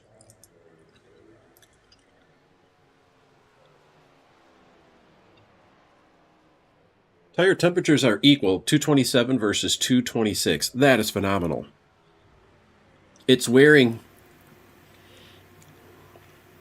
It does. It will do that to you. See, that's what the difference is. You know how they say loose is fast? So it doesn't surprise me it slowed you 2/10. Let me see something here, though. Let me look at your lap history.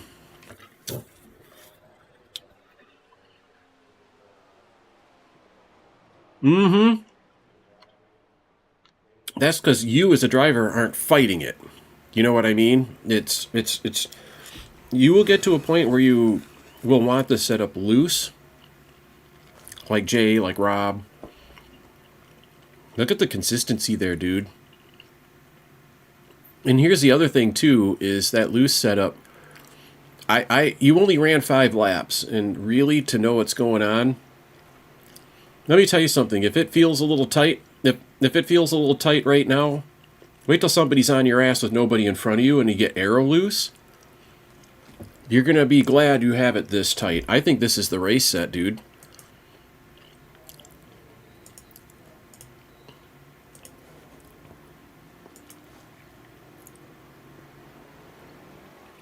Well, tight in the middle is a next-gen thing. There's no way to make this car rotate a corner. You can't make it yaw like the other cars to get that back end to come around. Let me look at this. There is something that we can do, actually. No, just do your thing while I think. I need to think. I need to eat.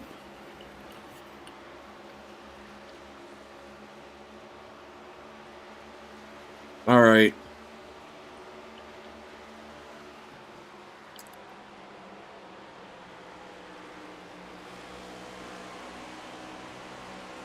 I have an idea to take this pound out of the left rear. No. I'm just ID-aiding.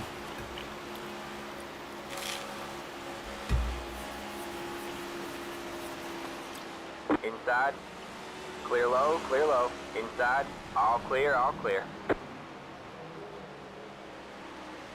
What kind of lap times are these guys getting that they're eating you up out of that corner that bad?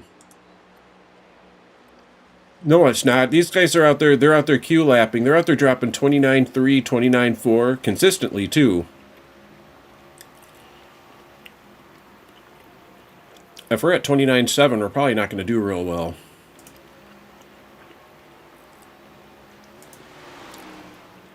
Yeah, he's pitting. That guy's doing something different. That's that guy again. You know, that's probably Q sets. You know how people go out there and they'll run 10 laps of their Q set and say, hey, look at me, I'm dropping a 29.8 or whatever. Yeah. Sean Conklin, he's probably got the Coke set from Ryko.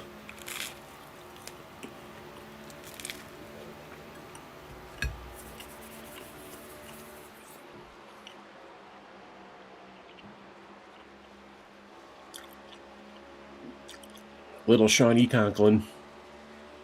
My second friend ever on iRacing. Mm-hmm. Yeah. He's not on track right now. Car 54. Just hit the Oh, somebody else is? Yeah. 28.923. Go high.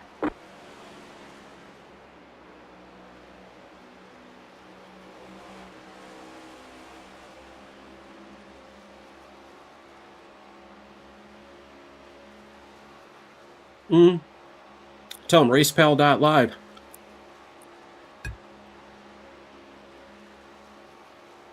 Who is it? Because I can talk to the drivers. Yeah. I'll tell him.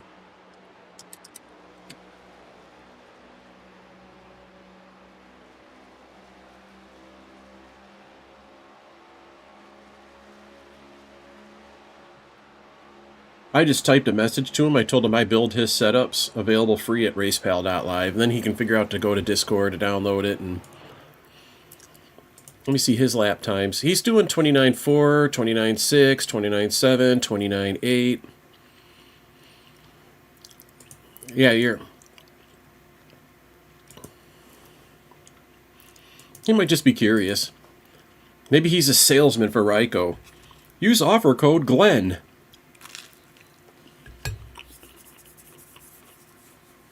I hear you.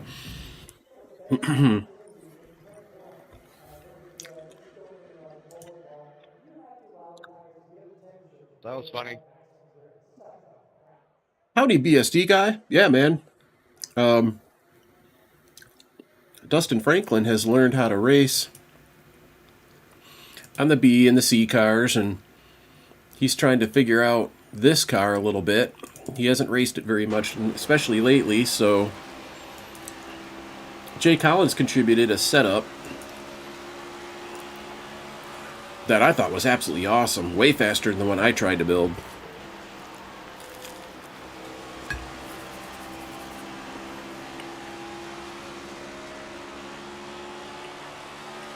It didn't work for him for NIS very well at all, as he just pointed out.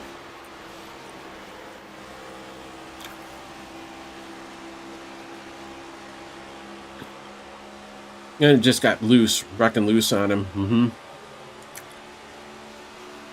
We don't know if it's something about how we're driving it.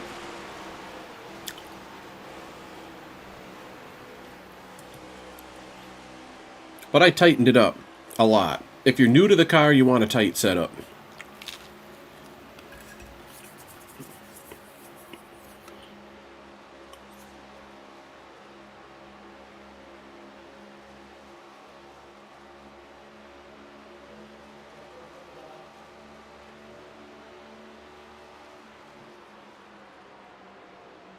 I love it when I have a setup to the point where I go 29.7, 29.7, 29.7, 20, and it never falls off. Are you stopping? Okay. No. Yeah, it's 20 after. You should start thinking about that.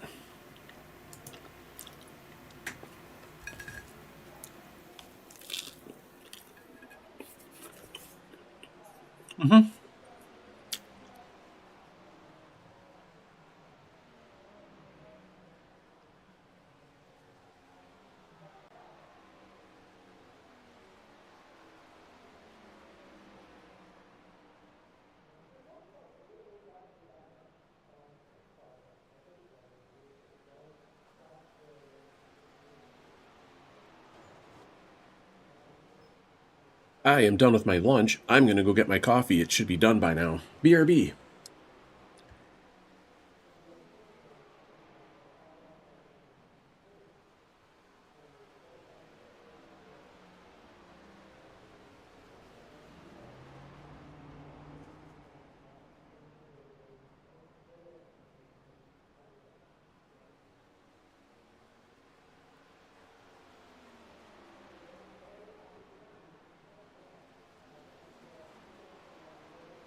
Sorry, I brushed you a little bit there, Nine. Sorry? Yeah, I said I bumped you a little bit. Sorry. We're just here racing, messing around. I ain't worried about it. You're good. Just trying to find speed and seeing how long I can keep it up. Looks like you had it there. I mean, I thought I was going to come away from you, but you kind of pulled back. I think I might have hit the wall, though.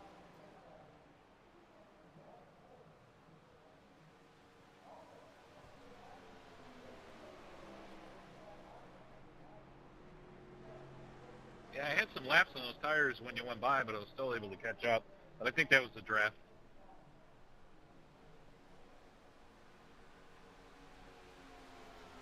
Yeah, I think on my fifth lap, I cracked the wall coming out of two or going into one before I cut down, and that kind of messed my arrow up a little bit. Okay, so I am back. Oh yeah, that's fun.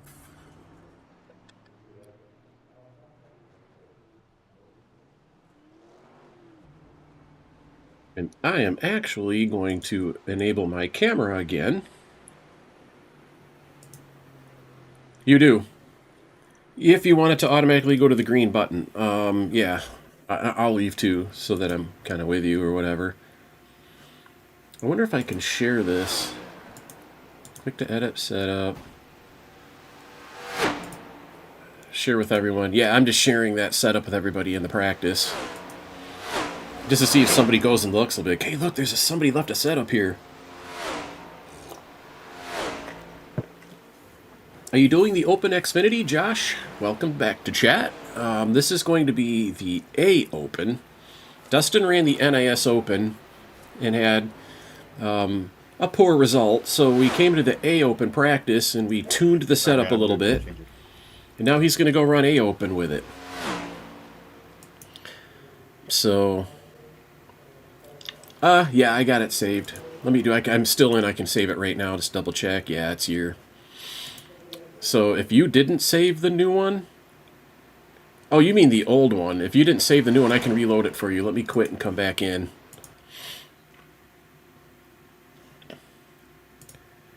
I did rename it to Test 230.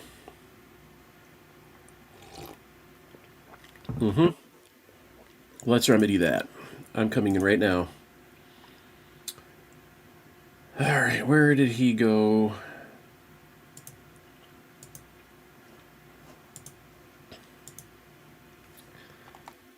Loading him up. Sipping my coffee.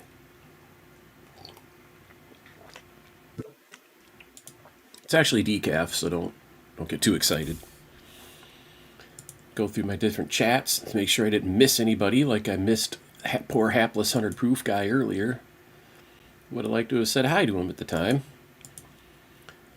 So we are going to do A Open, the modified version of the setup that we published in favor of NIS Open. Here's the difference. A Open is a lot colder of a track, so it'll be tighter.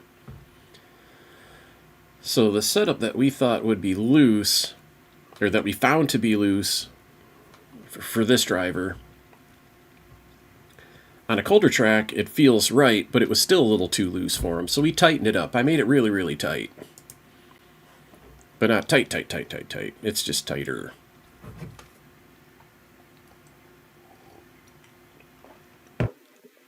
And we were the 10th fastest in practice with it. As you guys can see in the overlay, it's still there. Yep.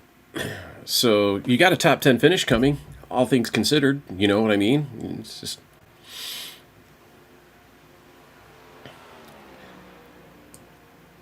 You know, Dustin, the thing that I was going to tell you, I was thinking about this while I was getting my coffee going, but you, when you're working with these setup builds and making changes and tweaks or doing stuff like that, don't just pull over and stop. Go down pit road, practice a pit stop.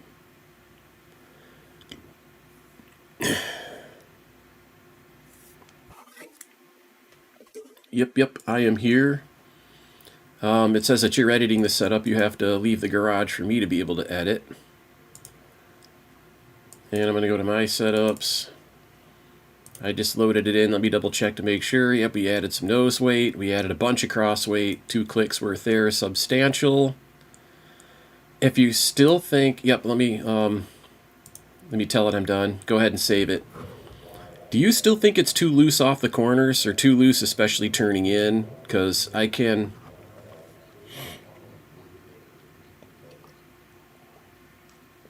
Well, I know for a fact. Did you notice when people are coming up behind you in NIS, your car would get extra loose? If you're set up right now, if we've dialed in a little bit of a tight setup, if you're in a traffic situation where you're trying to navigate the corner with a car hot on your tail and there's nobody in front of you to counterbalance it aerodynamically, the car behind you is going to render you loose. And so if your setup's already a little on the plowy tight side, it's going to neutralize or maybe even still get loose, but more controllably loose, right? And that's going to allow you to run off the corner with somebody on your tail without, doing that little sideways thing and letting him pass you on the outside. So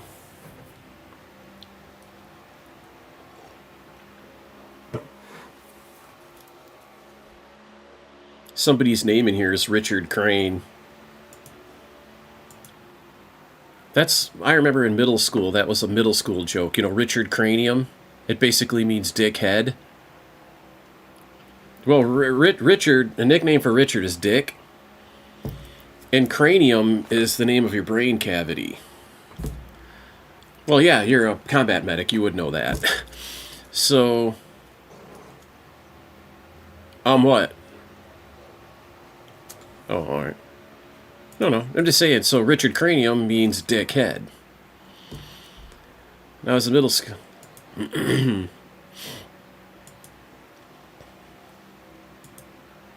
Yeah, could be. Track is still 68 degrees. Frosty cold, man.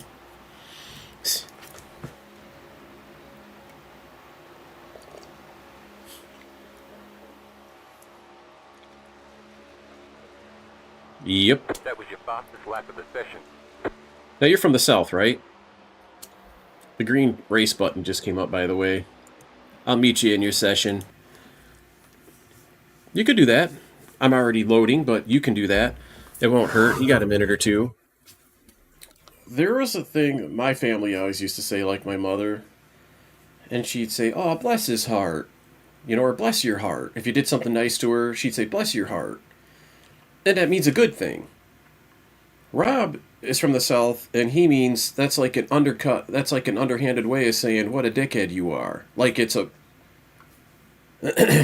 Oh, okay.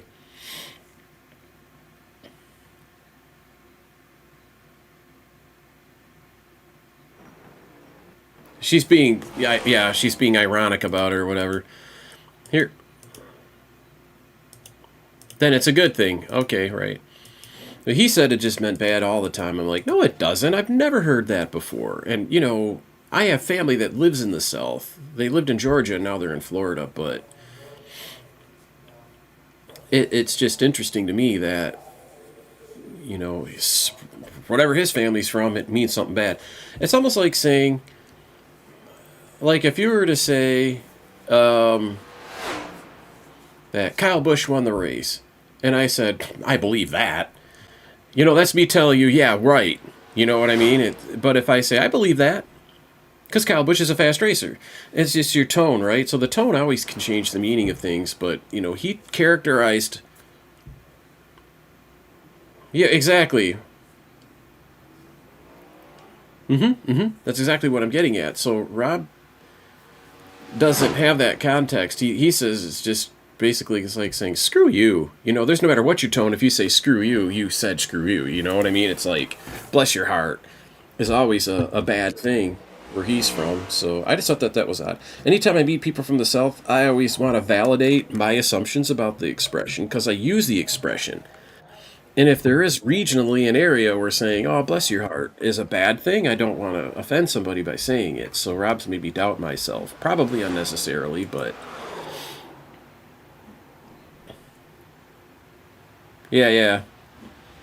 Don't you always want to check your tone, though? Right? When you're talking to people? I mean, I speak in measured tones unless somebody's being an idiot on iRacing, and then I give them...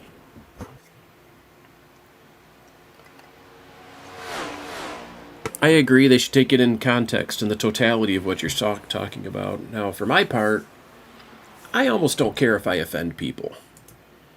Okay, I definitely don't care if I offend people. But I do, I'm mostly I'm careful. Yeah, good luck.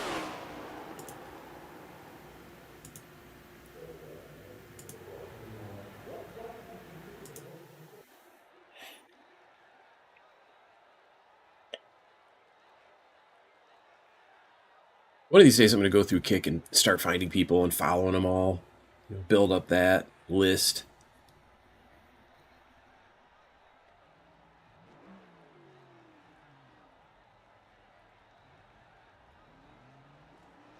Sure. Yeah.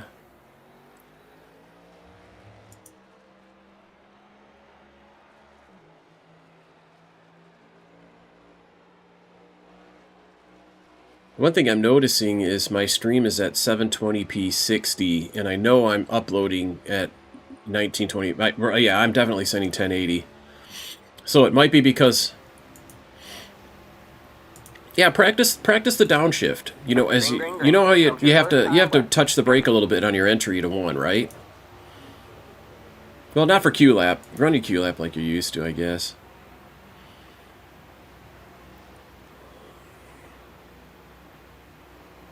That's where 4th gear will help you. Yeah, I forgot to get on you about that. We're just out of time now, though.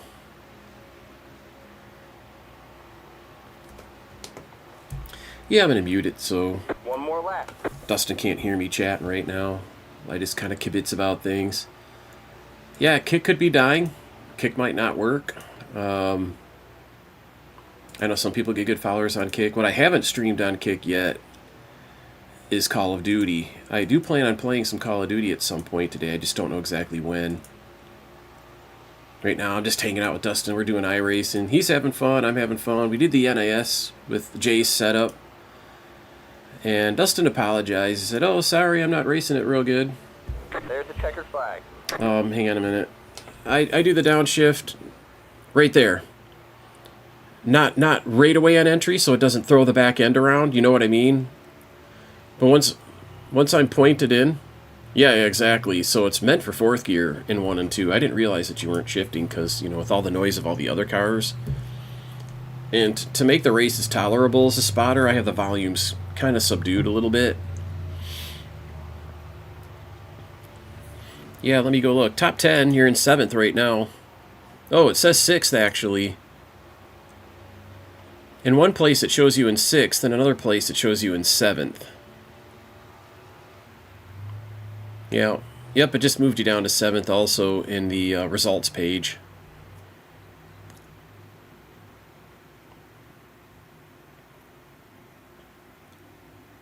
Ironically, if you had hot lapped the race setup, you still would have been in the top 10, I think.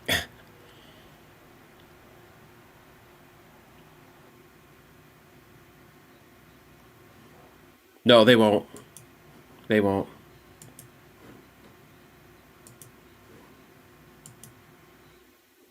Not really, because tighter setups are faster early run and slower late run as a trade-off. But my setup, I think, is just going to plain old be consistent all the way through. That's probably what we're looking at. Yeah, 68-degree track temp maintains itself as we roll through the remainder. 90 seconds left of qualifying.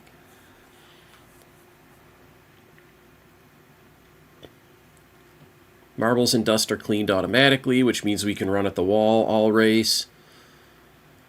Practice has high usage, which means the track will have a little, you know, kind of a gummy stickiness to it that actually slows you down once you get to the high usage. Somewhere in the middle is best. Yeah. Well, the low... Well, yeah, well, here's the thing. When you rubber up a track, the track has pores, like your skin does. And the racing slicks kind of need a little bit of roughness there. But when it's clean, there's no rubber in those grooves. When there's a little bit of rubber in those grooves, the rubber sticks to the rubber a little bit. It gives it a little bit of a better grip. But once it starts to, rubber accumulates with high usage, now instead of having rubber in the pores helping the concrete grip the tire, the rubber, it forms a layer, exactly. It forms a slick layer. The layer itself moves. You know, there's a little give there. So there's going to be movement between your rubber tires and then that layer in the concrete. So you got, it acts like a bearing. I mean, it's slippery as hell. So too much rubber is a little like having, it'll be like a wet track in a way. And chunks of it'll stick to the tire and form... Yeah, exactly. Right.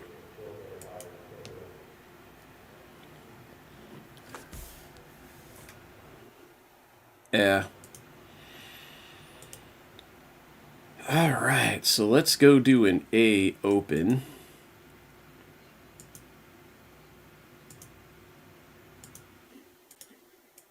Canadian Say it isn't so.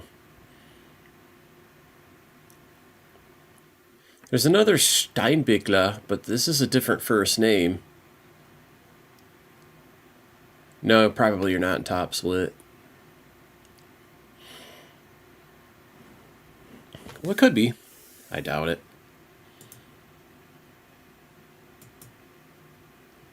What's next week? It's plate tracks, right? Yeah. I'm glad it's Talladega because now I don't have to build a set. I got a good set for Dega. A really good set. My Dega set is really, really, very, very good this year. So, all right, let's go look here. All right, man, we're going green next time by. All right, man. Line up on the outside road. On the grid.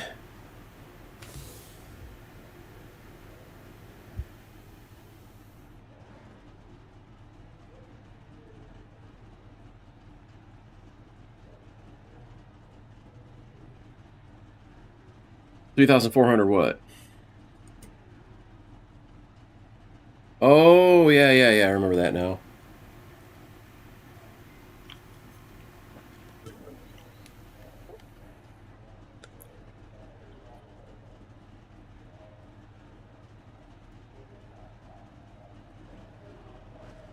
Oh, yeah. I think it's the F key for me. And it... Oh, that's Control D. That's Control D. Yeah. As a spotter, I can't pull it up and see any of that, but I can hit my F key and see my frames and quality and, you know, all that. Let's see if we can get you down Sunoco Victory Lane. You know, actually, come to think of it, Sean Conklin is in the split, so it's got to be top split. Nicholas Vroman is here. He's a 7K. 24 car. So this...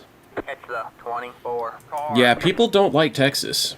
And first of all, iRacing is kind of dying in general in terms of, you know, the number of people that participate, especially in officials. But there's certain tracks people don't like, and this is one of them. I don't mind it that much, but it's bad. This track is ass. It's really bad.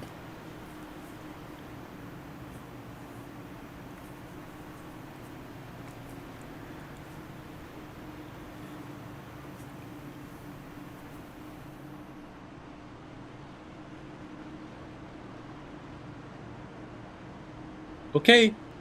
We're gonna be fine. 17, you're on the inside here, I think. We qual toward the front. Get a top 5, top 10. Be happy. In top split, that's a good result. Get ready. Okay, find your gear. The black number 9 car of Dustin Franklin is ready to race. The pace car is going down. All right, man. 8 cars. First gear restart. Get ready. And go. The inside got the better start. Yeah, I know it.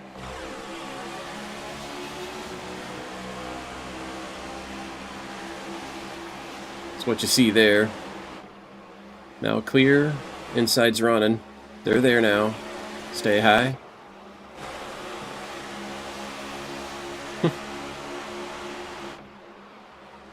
It's super slow.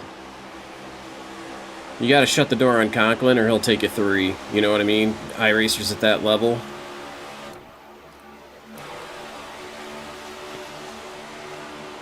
You want to stay high.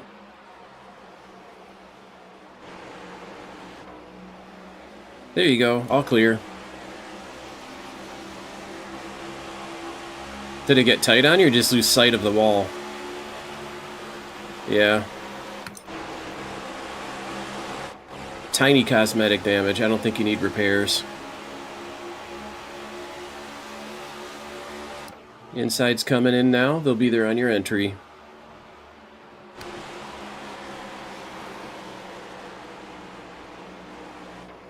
Stay high.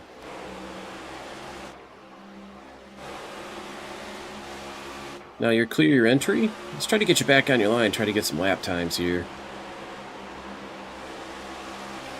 You keep being too nice for too long, you're going to end up in last place. So it's loose down there, isn't it?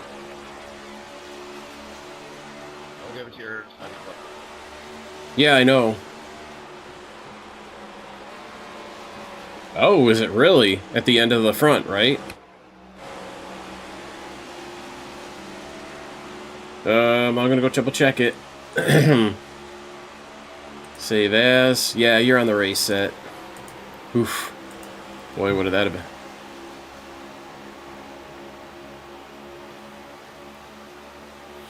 Well, you would just fall off really bad. You probably would be faster. You'd probably be in the top 5 with a Q set.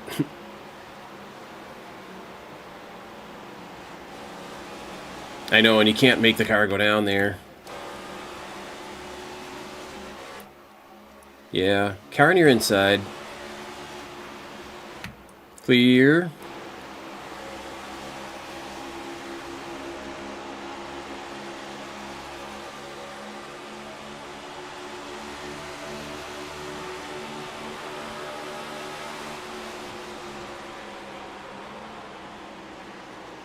Is that you downshifting? Okay, copy. The reason I ask is I did hear somebody downshift on that entry. You just don't think about downshifting at any other mile and a half besides slow-ass Texas 1 and 2. You know what I mean? It's just... Say hi here, Glenn.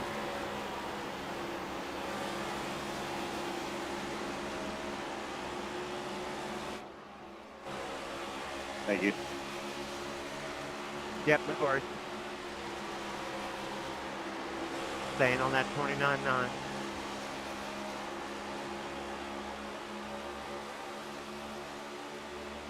Yeah. Tightening it up, helping it around that corner.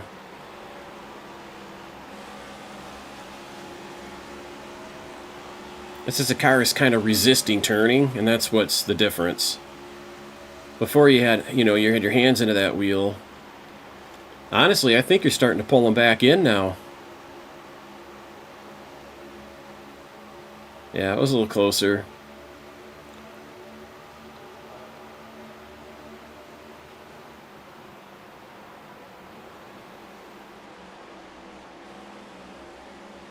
That's because I think you apexed a little early that time. By apex, I mean you came off the bottom too early in 1 and 2, but you know what the problem is? It's hard to make the car stay down there, you know? It's really hard. 1 and 2 is super technical, right?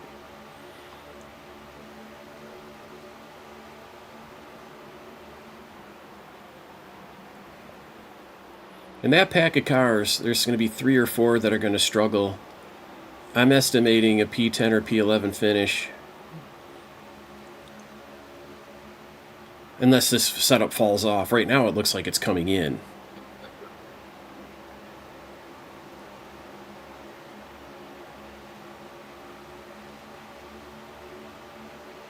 Yeah, you have to find a way to keep up without overdriving. That's the magic of it. When you watch people like Eric Royce stream, he's a little bit of a master of that, especially once he starts to get used to a car track combo. And the secret... Oh, yeah.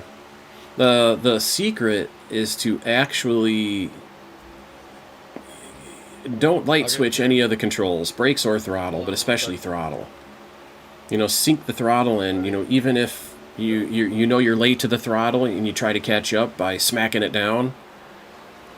If you're just super disciplined about the throttle and you just, come into it at a reasonable pace, right? And that's going to allow the weight transfer of the car to be more predictable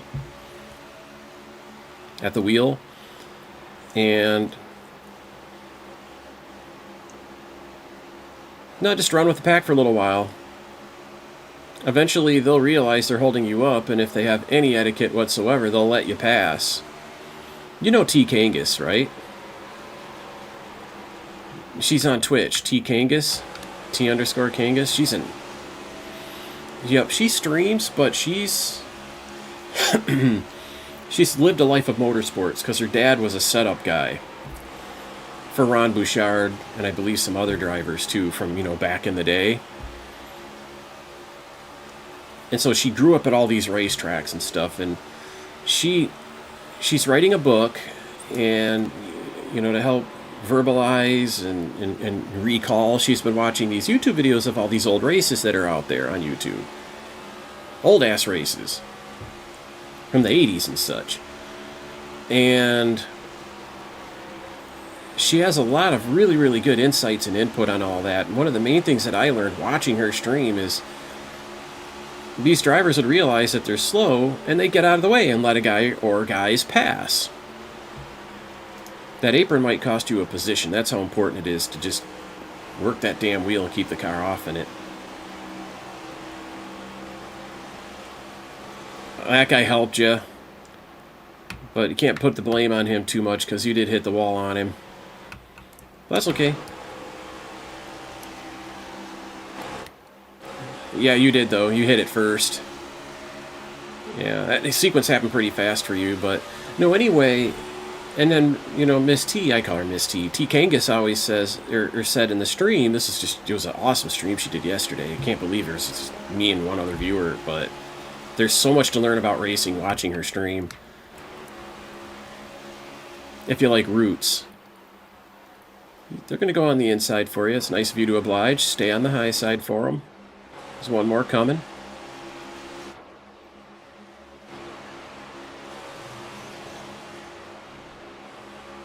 I know that is tricky, dude. You're in a tough racing situation here at this track. Well handled. Your inside's going to be clear on your exit. You got to run on him. You're going to take it somewhere. There you go. All clear.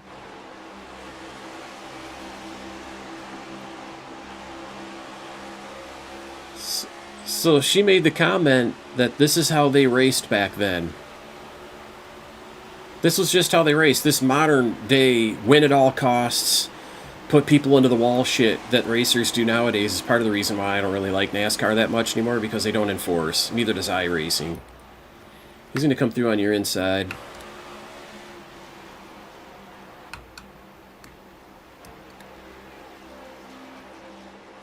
Well, you know, it's also been a lot of laps. It's no big deal, but it'll be interesting to see what we learn in the pit stop about what the setup is doing.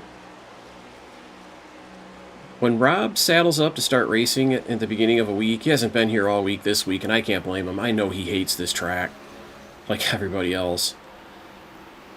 But he runs a couple A opens quite often, and then he just throws them away. You know what I mean? He's just trying to figure out what the car and the setup are like at the track, and he just goes ahead and he is one person that just does not care. You could give him a 1,000 I rating, he doesn't give a shit. He just wants to race, you know? Racing Mechanic School sounds cool, Cargo Boom. I wish you well there, man. Keep me posted on all that. You know, you gotta apply to get in, probably. There's probably an application process.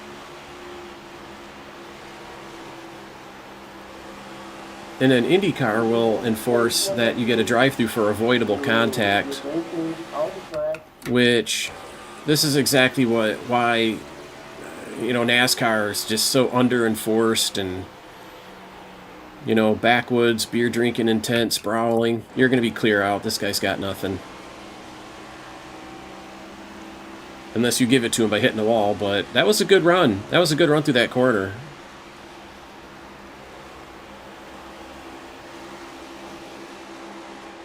That was perfect.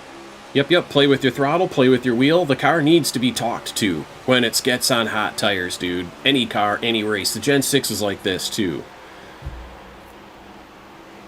It's something you should be super comfortable with, because a B car is a very active car on the track in terms of, you know, needing to be input to keep it where you want it.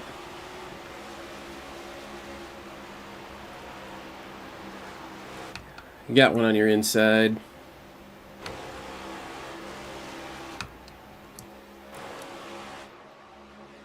You got his pace. You guys are pretty equal out here in this big bad top split world. All clear. I bet you my camera's shaking.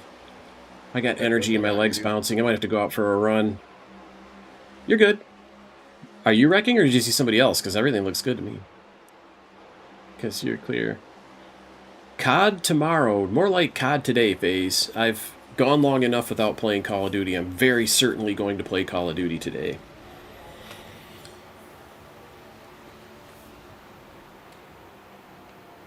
This is true. For you to start racing on a Sunday, you don't have a feel for the car track combo yet, you know, or your setup. So just bear that in mind.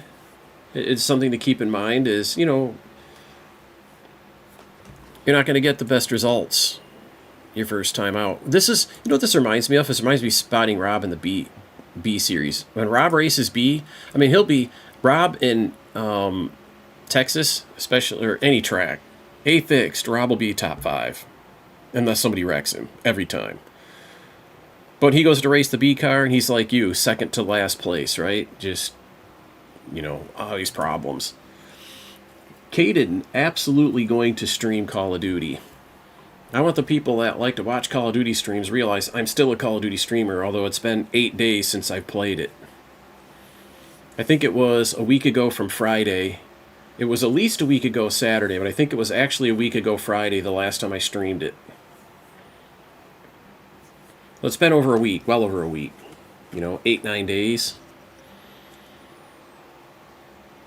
And a lot of that had to do with last week I was sick between probably about Sunday through Wednesday. Probably DMZ. Plunder is out there, but I don't like Plunder anymore. Plunder's not fun. Yeah, and Jay's got family stuff. I think his son's getting married this weekend or whatever. The setup looks definitely more handleable, though.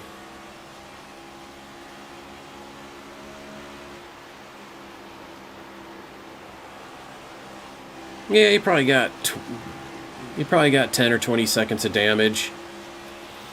It did fold up. Your hood is folded up right now, you know, to kind of show you that there's damage. What time will I play? What time is it now? Dustin, are you going to run the 2:30 race? Yeah, okay. I will probably end stream after this race, because I'm an outdoorsy guy and the weather's good. Winter is coming. I live in Michigan, so winter comes earlier here than elsewhere. Outside now, coming through.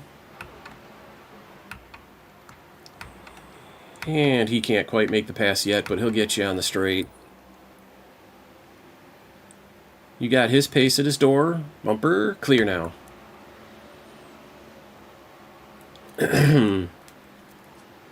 Cargo boom. Tell me your temperature in Fahrenheit. Make a conversion. So if I go out and get my exercise, let's just say, how many laps? We're on lap 30 of 100. Maybe 2 o'clock. 2:30 I'll be outside. And then 60 to 90 minutes I usually run for. So 4 o'clock, 5 maybe. Certainly by 6 or 7 p.m. tonight Eastern Time, I'm definitely going to be on. Streaming and playing Call of Duty. There's no more iRacing tonight. 55 is cold. There's no question about it. Let me pull it up on my phone so I can keep watching that. I'm going to see what our outside temperature is right now.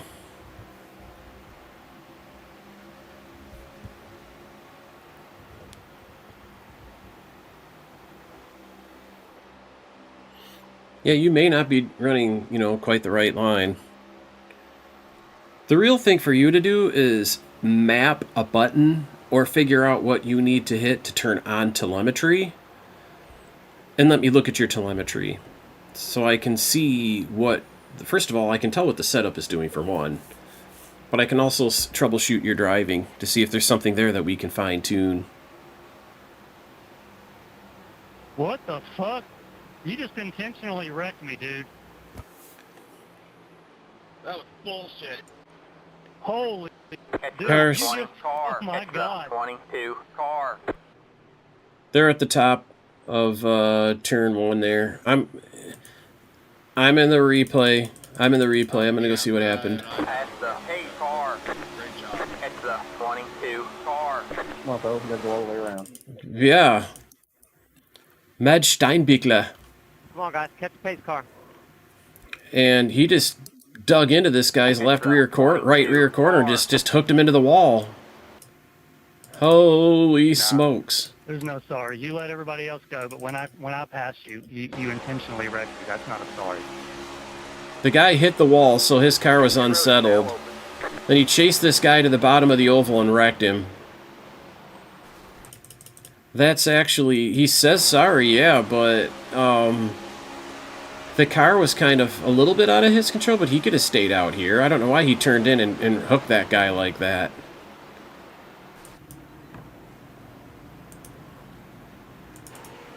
That's not going in for. My God.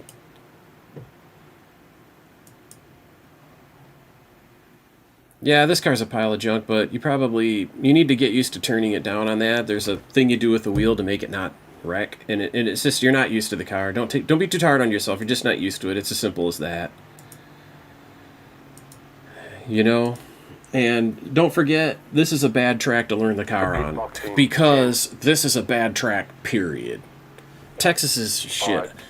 I haven't watched 1 minute of racing all weekend at Texas. Or all last year, or the year before that. I don't watch races at Texas. I look at the results on Monday, and, you know... You might as well take as much as you can, stay put.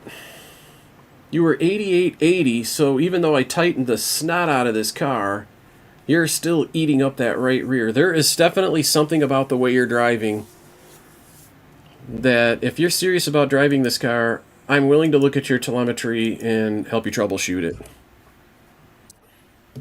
I think it's T.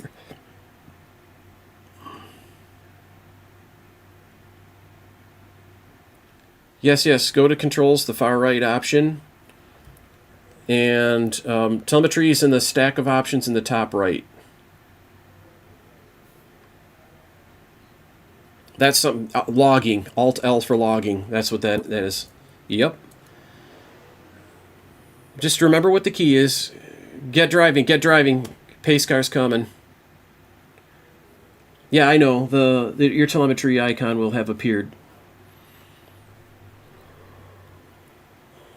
People just can't handle getting past. I mean, they just can't handle it. I don't know what it is. They definitely can't handle it when I pass them. For sure. He's... 23 car. I do, because you smacked the wall and hard the one time. I thought you were going to wreck. He knows what he You know did. the time when you couldn't see the wall and you were behind the car? Big sorry, nothing. You just basically drove into the wall. I mean, it wasn't like you pancaked it. You drove into the wall. I was able to beat you all week, come past you on the long run, and then you just get mad this time and wreck me. Nah, dude. You did it. You know you did 11, past the... Nicholas Isaacs is really, really pissed off right now, and he's 100% right. That was an intent wreck. 23 car. Past the 24, past the... But Rob raced like this with this car too, Dustin. You know, right at first. But it's the only car he raced. Now, when you log, obviously, yeah, you just need seat time.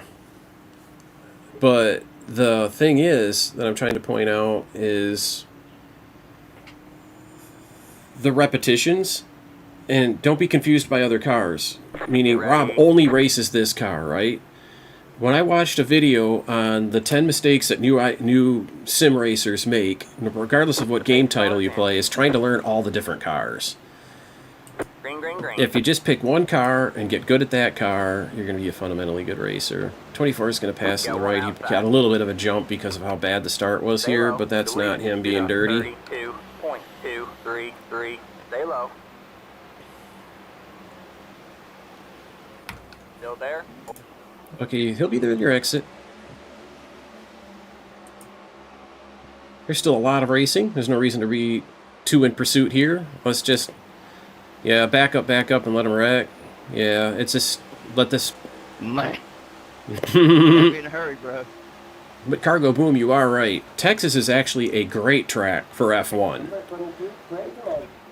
They didn't build it for NASCAR. This is a terrible NASCAR track and a great F1 track. Is really what it comes down to. Do you know how Mass and physics work? Like where two atoms can't go through each other?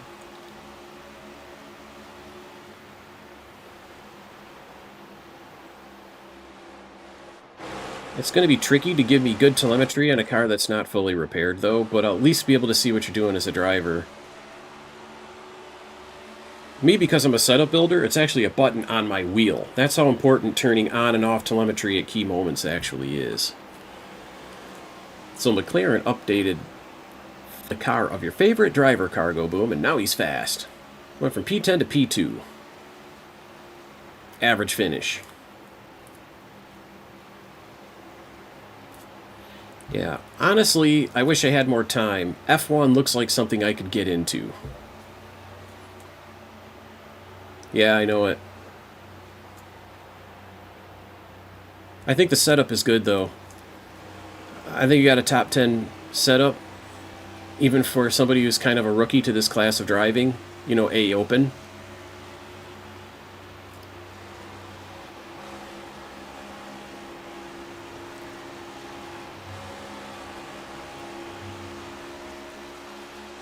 Maybe tomorrow in the daytime, Go ahead. Dustin, I should do some hosted racing with the RPL setup for Talladega.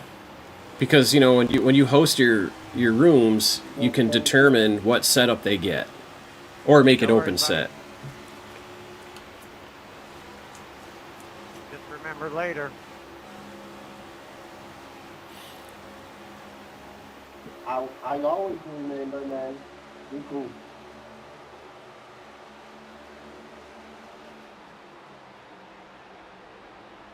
I do have work to do, though. I don't know if and when I'm ever going to work. I wish I was a full-time streamer. I wish I had a Right call, Steve. That you guy's know, working 1,000 right. subs a month. Yeah, I've raced with him for a while. He'll go hard for 10 laps, and he'll be slow. No doubt.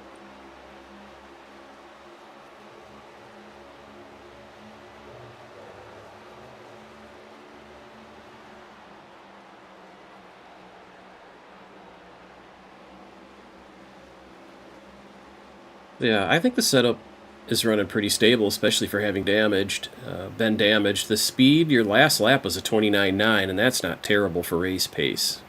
This far into a set of tires. So, yeah.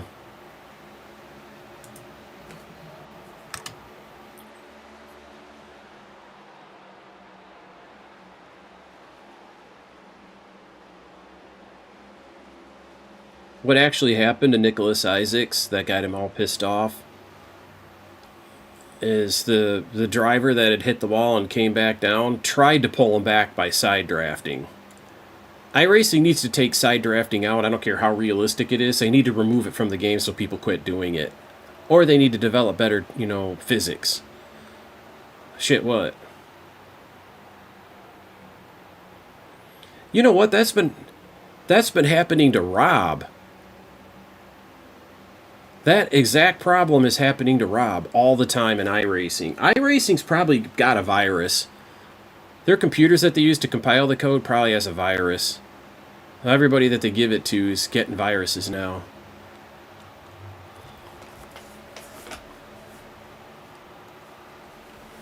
Yeah. It hasn't happened to me.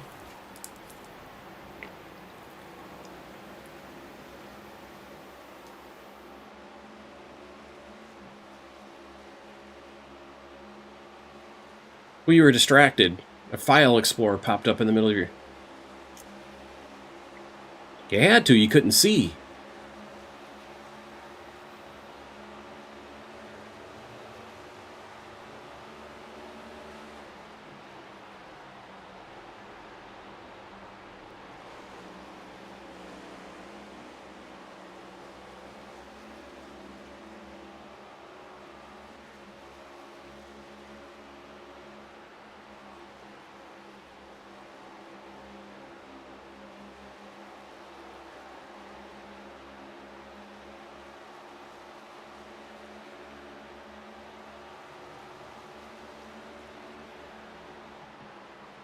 That's one of the reasons why I like to do hosted races, because a bunch of people will show up and they'll certainly be drafting.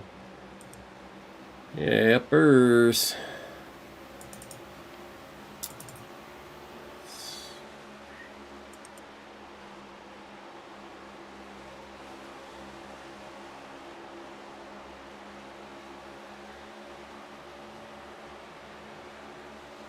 Yeah, only by about a tenth, and you do have extra laps on it now, so it's not that bad.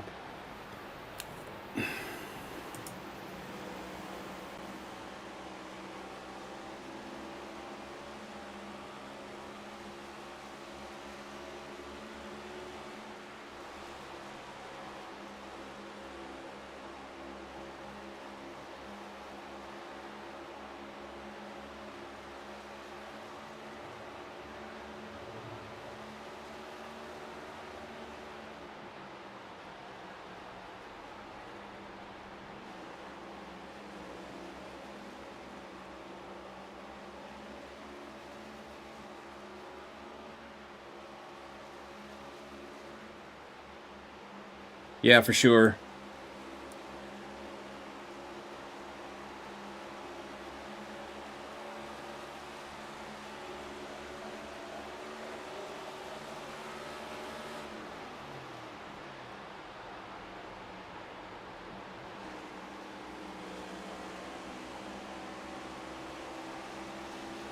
So yeah.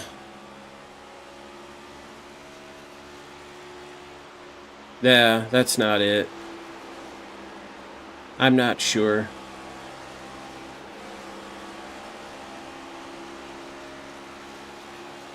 Yeah, I wish I knew. You know, until I look at your telemetry and compare yours with, say, mine. And I'll look and see if I have any of Jay's telemetry, which I think I do. And then we can kind of see how you're attacking the track versus how they're attacking the track.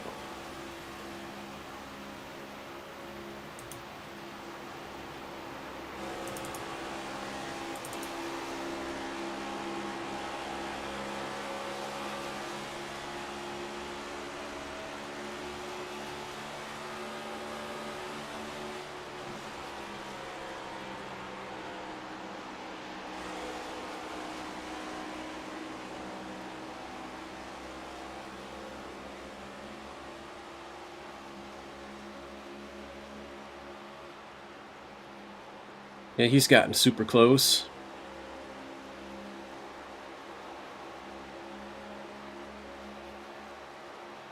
He's going to have the arrow run, so he's slingshotting right on by, plus your damage. And clear. Last place, man. Not good, but, you know, there was damage and not enough time to repair it all. You did get some repair, though, right?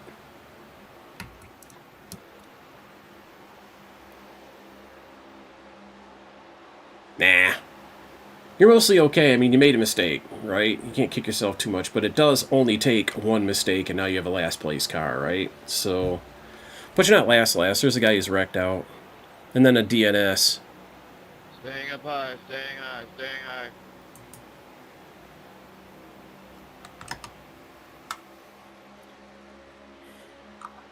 Super slow up high, super slow up high.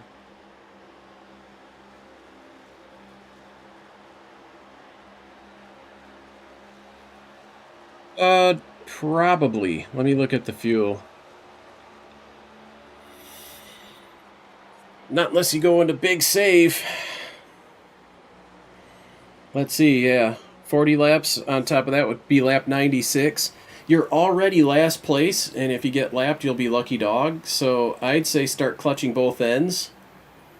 Are you good at turning the engine off and on again? Because that's even better, but I do, but you have to practice it. Yep. When I'm building a setup, I always practice that technique, though, just to stay fresh with it. Even though I don't race anymore, I still keep the skills sharp. And then quit shifting. Use fifth all the way around. Thanks, Jeff. This one, just 1 and 2. On this end of the track, you probably just want to drive it, because you know this end of the track, it's just a lift. Yeah.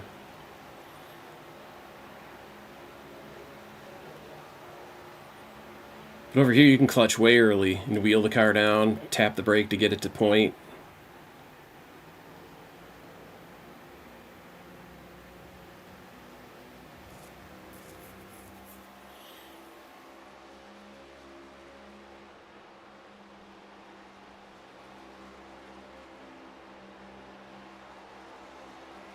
Hey, Glenn, take the inside here. I'll give it to you, man.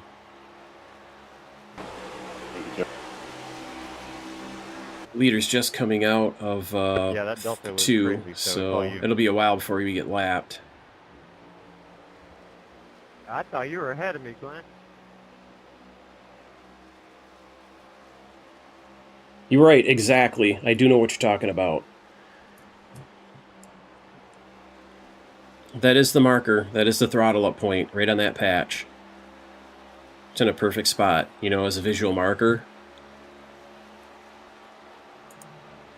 That's even where you pick it back up with the very first B-Open car that I built way back in the day, a couple years ago, you know, it's...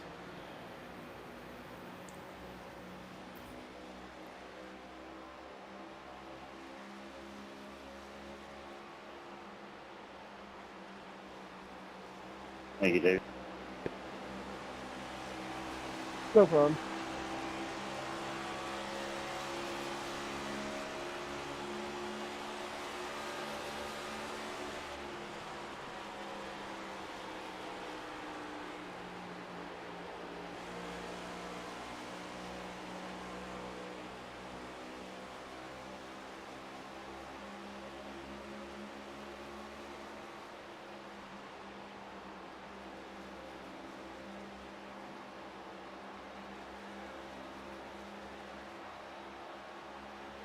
Weird.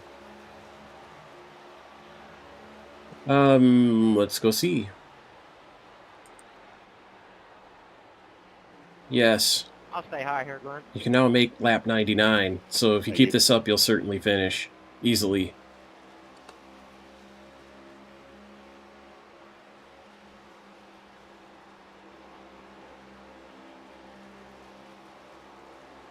Anybody else only have 2 laps of fuel left? That guy just Got asked, 38 laps. does anybody else have only 2 laps of fuel left? It'll be dirty. He forgot to take fuel on that pit stop.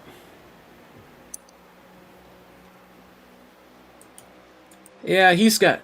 No, he's gonna... If he pits... If everybody were to pit now, which is the ideal thing to do, halfway through, right? They'll have plenty of time to repass you. But because nobody's pitting, Like the auto fuel, fuel like, saving it is counts the as strat. base, fuel.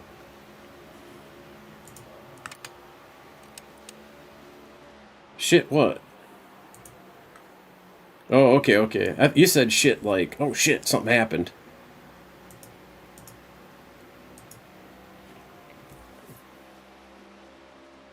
So that guy asked to pit. Oh, okay.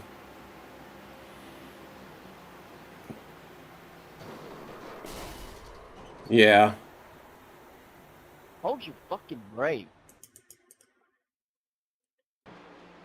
You didn't go in yet, did you? Mackenzie Rune, my god. Oh, that was me that caused it, man. I am so sorry. That pace car's right behind me there, guys. Gotta go all the way around. What he did is he wiped out, I just trying locked to up and I was going down for the pit. and he flew up, hit the wall, and then never touched his brake, just drove down the track and nailed I don't know you. who yelled at me, but I am so sorry, man. Totally my fault. I am so... What was the caution for? Somebody lost it on entry on pit road. Oh, that's why he ain't answering me. Hell, you... Yeah, that was me, guys. Whoever hit me, I am so sorry, man. Yeah, he was trying to pit. He went down to the pit wall, he hit the pit wall, went up the track, hit the outside wall, and came back down the track and hit you. He zigzagged the whole field 3-4 times. Never touched his brake. Never touched his brake the whole time. This is why I don't really enjoy iRacing, is these idiots.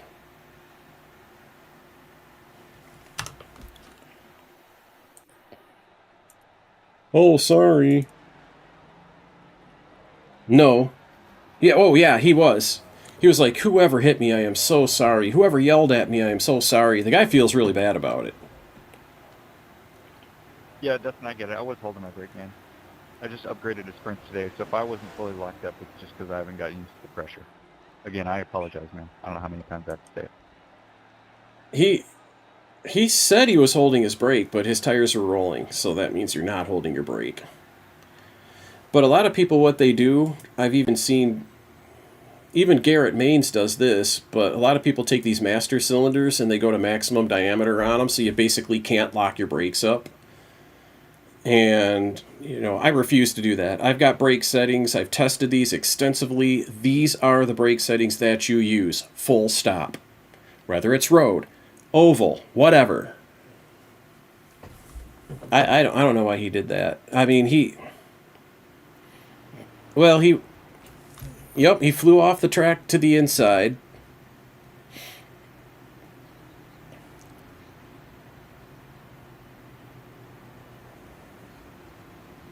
I know he didn't plant the brakes at all. He says he was braking, but I guarantee you he wasn't. His wheels, he just rolled up.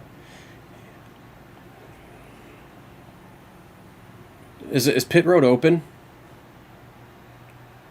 Second up going in four.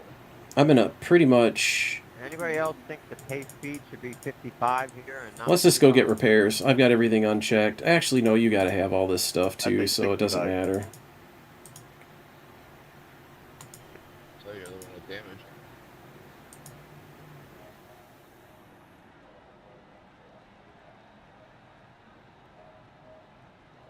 Dude, you were 85 on the tires on the right. Look at this tire wear, you guys. Holy cow. Let me get my touch portal up. So yeah, it's 70 degrees out, man. I'm definitely going to take a break and go outside and run. Summer's pretty much over. Another week. Yeah.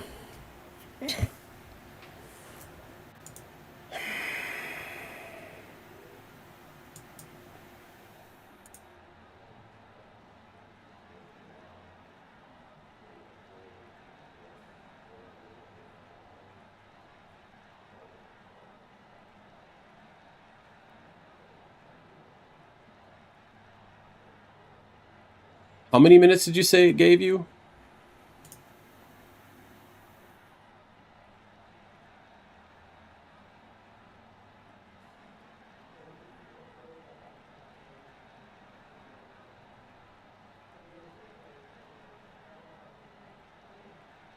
Man, I can't hardly believe it, dude.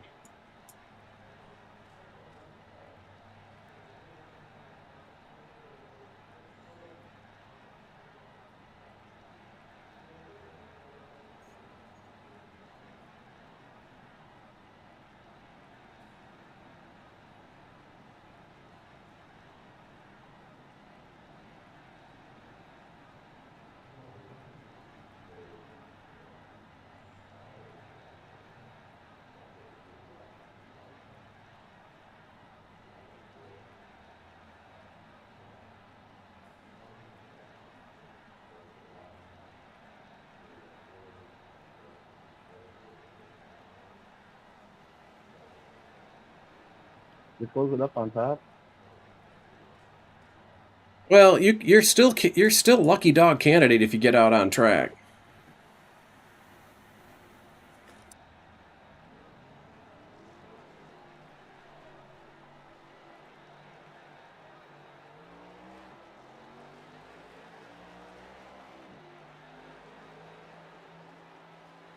So I'm hearing myself in an echo. Can you hear me in an echo?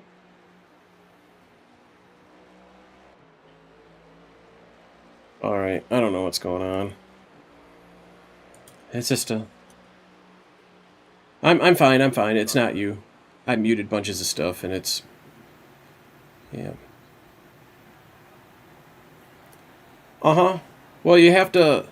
The way that I have the brakes set up on it, you can't just slam the brakes. You have to push the pedal down, you know, and it will lock up the left front. He's going left, go left, go left. What was that checkup, bro? Oh my god, I got a black flag for that. Because you passed me on the outside. You can't pass me on the inside. I'm sorry, man. They checked up, and I tried to not run into the back. So I just put the draft.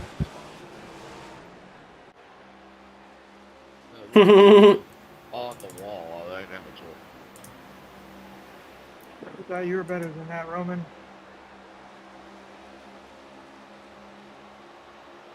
Yes. Yeah, I did full service on it. Because why not? You were going to be down there for, I thought, several minutes, but it turns out you got your required, and it's running good, 85, but the tire saving strat, or the fuel saving strat, went right out the window.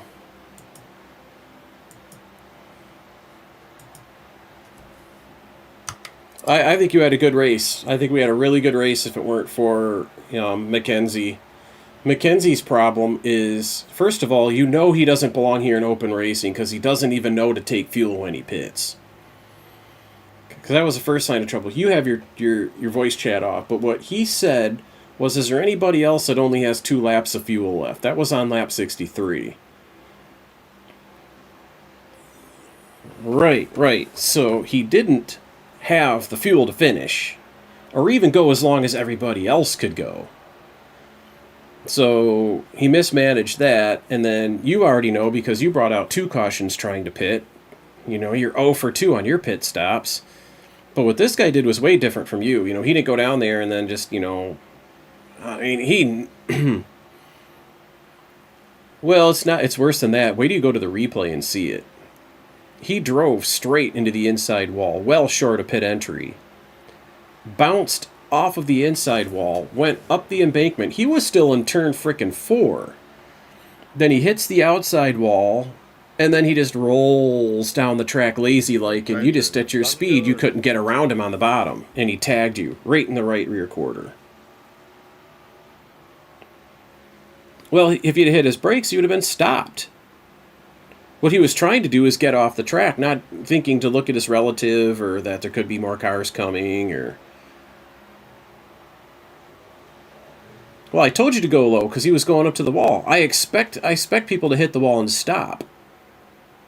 I don't expect him to point down the track and lay off the brake and just let it coast down the embankment, which is what he did. He wasn't under power or anything. He just let it coast. And all he had to do was plant the brake pedal and, take a look around, see what's out there, but...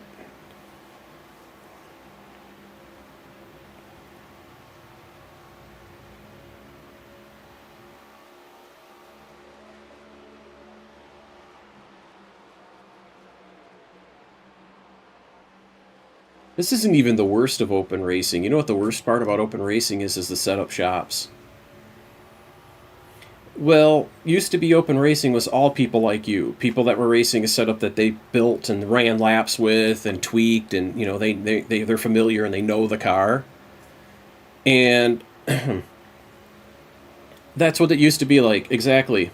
It used to be a group of 4 or 5 guys who'd get together as a hobby, they'd build a setup, and then be a whole bunch of people like that racing, a setup that they built with some friends. But now... That's exactly right. That's exactly what I'm getting at. Dustin, you said it first. Now they can't complete, so they don't put the effort in. And so the setups that I build tend to be fairly competitive. They're really good for top 10 and usually even top 5. But there's always 1 or 2 people that are farming that week, right? They got a hold of a Coke setup from a friend who knows a friend who knows a friend on the build team or whatever. And... that guy will be out there all day long racing, every 2 hours. He'll get 3-4 races in between, the 10:30, 12:30, 2:30, and 4:30, and about 4:30 he'll quit, so they'll farm 4 races a day for 5 days during the week. And so you'll see that a lot of that, the same 1 or 2 people, just their first and second place every race, because they got, this Coke set. And now, that's the way it kind of always used to be a little bit that way. I used to never win races when I raced in the open, but I always had a good result. 2nd through 5th place was very typical. When I first started to get the Gen 6 car and started getting good at the setup building. This was before I used to offer them, to the community through RacePal. And then, yes. I take that back. You're 2 laps down. Yeah. He's also 2 laps down. And then there's another guy who's 1 lap down. So... No lucky dog. All we're waiting for now is to see if anybody else gets wrecked out, which probably not in top split with this few of cars. It should race pretty clean. This should have gone green to the end. Yeah, Mackenzie's new. You know, he felt terrible. I could hear his speech, but you couldn't. He was beside himself. He was grief stricken. He felt really, really terrible. He legitimately. I do not question the sincerity of his apology. He was very, and he's just a 2.1K. And I hate to say it, but the 2.1K is the new 1K. Okay, 2K is still a beginner driver, really. And it's really, if you don't get wrecked out. You know, it's a lottery. But you're right, Super Speedway, that's why everybody races Super Speedway Week, because I see them in Twitch chat talking to this streamer and that streamer, and they always say, hey man, I picked up 800 iRating this week.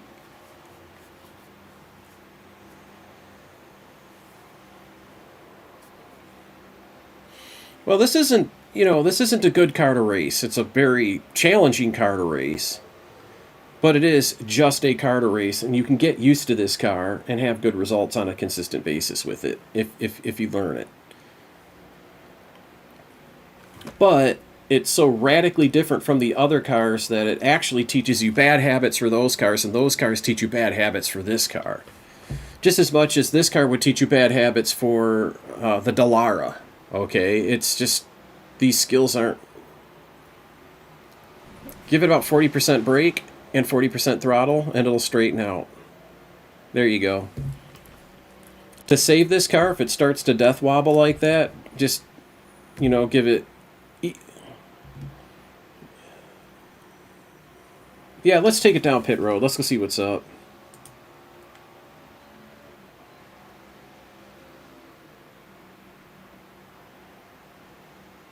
No, it's probably somebody hammering a macro. It means nothing. What the fuck, you king? Are you nuts, man? What are you doing, Yellow? Yeah. The next guy back is 4 seconds, and it's the leader. I'll let him in. I'll let him in on that you're going to pit.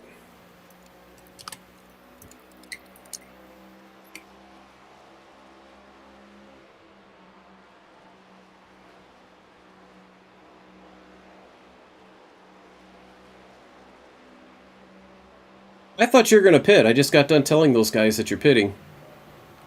What made you decide not to pit this time?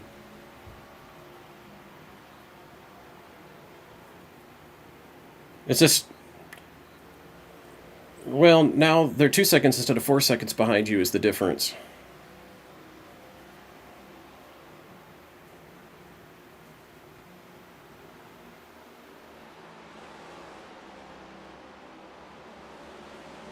This thing is really trying to turn, even at this speed, dude. I'm watching your back end from the spotter view.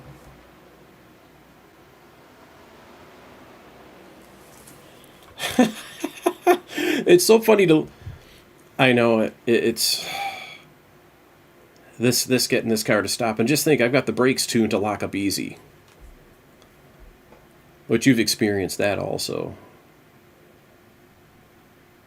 God, I forgot to turn this off. I'm sleeping on the job. Of optional, right? Yeah, your tires are only 88, 84. Yeah, you can go if you want. It's better not to abuse the tires like that. I mean, you just laid a black patch, dude. This is one car that you want to baby on new tires. You should do it with all of them, actually, but...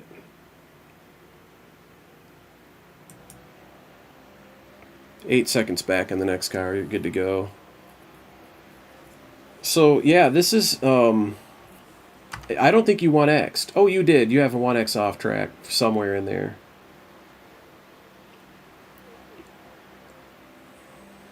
That was a 4X, so you're up to 5.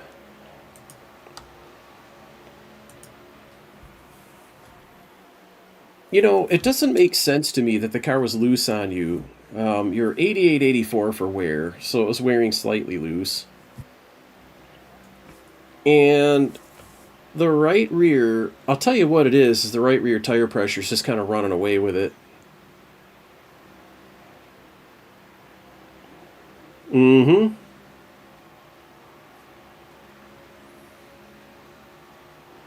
You can turn... Yeah, you can turn off the telemetry, by the way. You have plenty of it that you can send to me through the link that I gave you. You know, to my Google Drive. I'm going to go look. Yeah, Alt-L will turn it off. You don't need it on at this point, because the last run's going to... Yeah, you don't have to worry about it. You can let it keep recording. It's just going to be a bigger file, that's all. Who cares?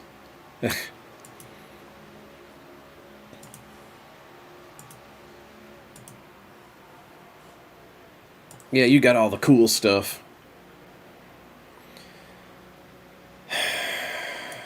The leader just did a 30.017. No, I mean, what? No, it's okay, though. I mean, the outcome is different every time. I don't spot just to watch people win. I could watch any streamer to do that, right? But, I mean... But we're learning about the car. You're learning about the car more than me. And then I'm learning about the different setups and the different ways different drivers interact with it. That only helps me build. And my mind right now is actually the cogs are turning, the gears are engaged. I'm thinking of different things that we can do with the setup. And the truth is, there's kind of nothing you can do with this car. But it's... You got to learn to drive it, but also there is some stuff you can do with the setup. But that goes out the window when a guy on pit road entry hits two walls and then other cars, including you, especially you. So how do you build a setup to withstand an accident? You can't, you know what I mean?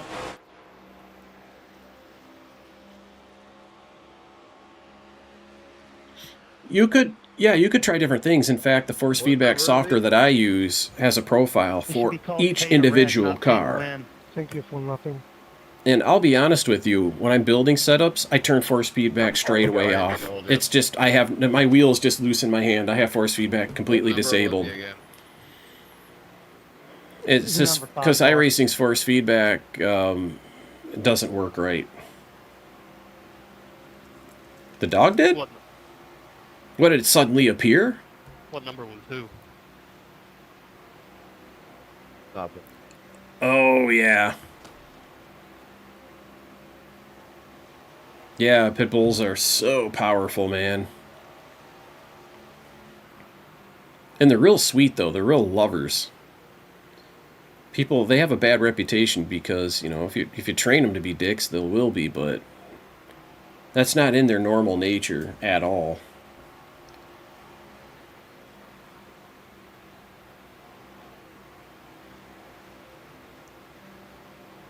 Oh, no.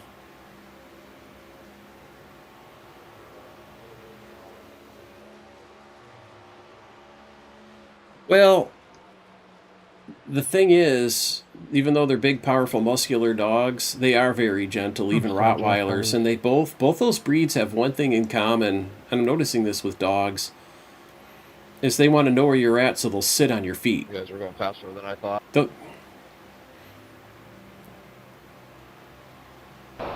Sorry if I almost got into you. I gotta go. Yeah, that's a nice dog. He sent me a picture of it. It's... Oh, you're good, dude. Yeah.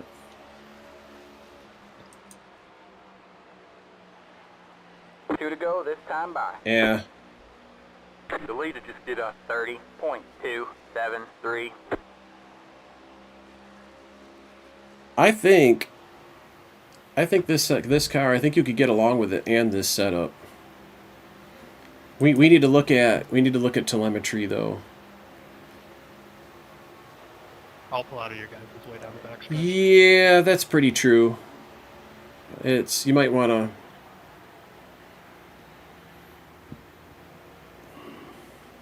And most of what your driving behavior is going to be defined by just handling a broken car. So maybe what you need to do is just...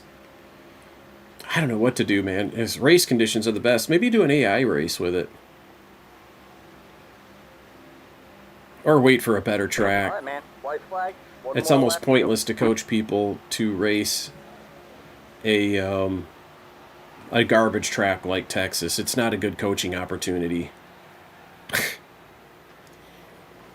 This track is in every respect a throwaway on the schedule. Sean and Jeremy, sorry if I fucked you guys up a little bit there in 1 and 2. after the restart. I had Was that this from version of the Texas, or mid-fight. was this Legacy Texas before they changed it? Yeah, good. I think that 3 years ago Got would have Ryko, 1, been 2, 3. this version of it. No, Legacy, I can't. It's over. We'll get them next time. Yep, Ryko 1, 2, 3. I'll tell you what, I'd rather lose every race for the rest of my racing career than advertise for a setup shop. Exactly, dude. Hey, Gunther, what are you so mad about? Use offer code Conklin for your Ryko setup. At the end, no, send me the telemetry anyway, because you have telemetry for these last laps, right? I mean, you managed 94, 93 on the tire wear, so I don't know, man.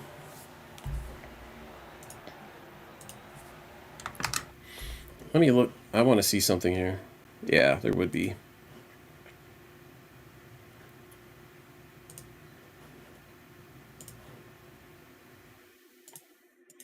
The, no, it should have only made one file, and it should have the date and the time on the file name, and it should end with an IBT. Do you want a screen share, and I can talk you through this? Because, yeah, I want to make sure that you get it right so you don't send me a bunch of shit that I don't need.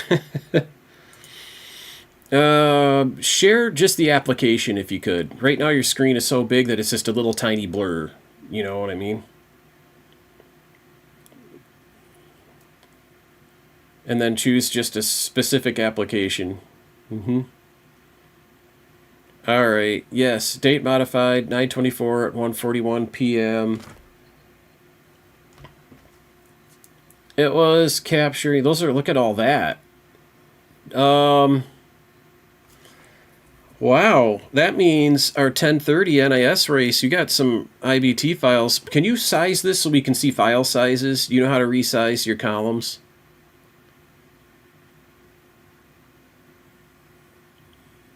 Or do you not have it? Maybe right-click at the top of a column and do select columns and add the file size.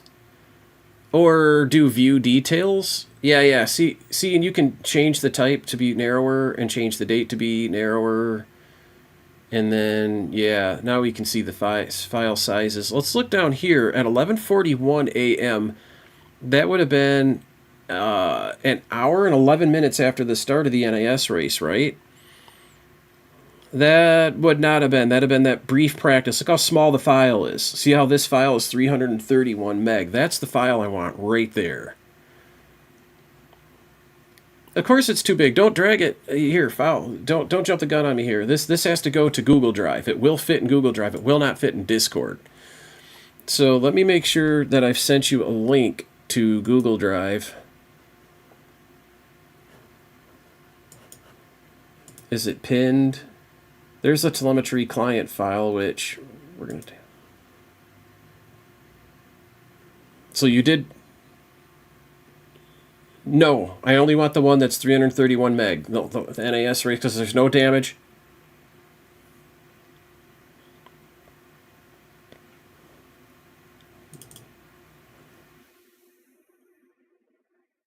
It's the file whose file timestamp is 1141. Yeah, okay, good. Yeah, Dustin, that's it. That's what I do. I called the shared folder Dustin, that's it. And unfortunately, all my other telemetry is on the other computer, but I could look at this one here. That would be kind of fun to do. Let me do this. While you're uploading it, I'm going to go look and see what telemetry files I have. The other thing that would be fun to do, we're not going to do now, though, because I want to, go out in the sun. I want to go touch the grass. I don't, people see me as a streamer. I don't hang around a computer that often, actually. I mean, I do spend a lot of time out of the house. So...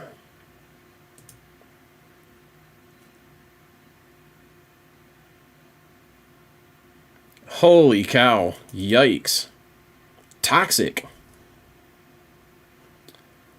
Let me look under telemetry. There's a bunch of Texas telemetry. I do have a bunch of Texas telemetry here. Did I copy a bunch over? Well, this will be kind of cool. Yeah, you'll... Alrighty, goody. Let me go look at it. Because I can actually show this to the stream, actually. Look at your telemetry on stream. No, just to kind of... People like to learn how telemetry works. And I can...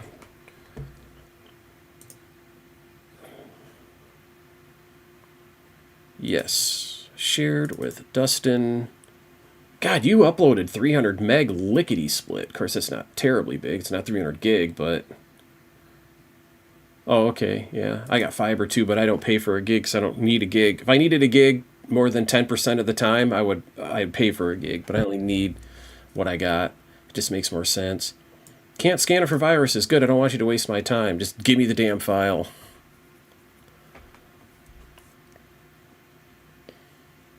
Are you with Yogi Bear in your little profile picture on Google?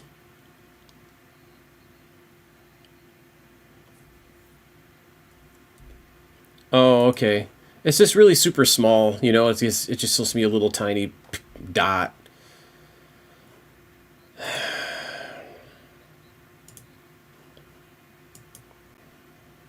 And then he hit that other wall.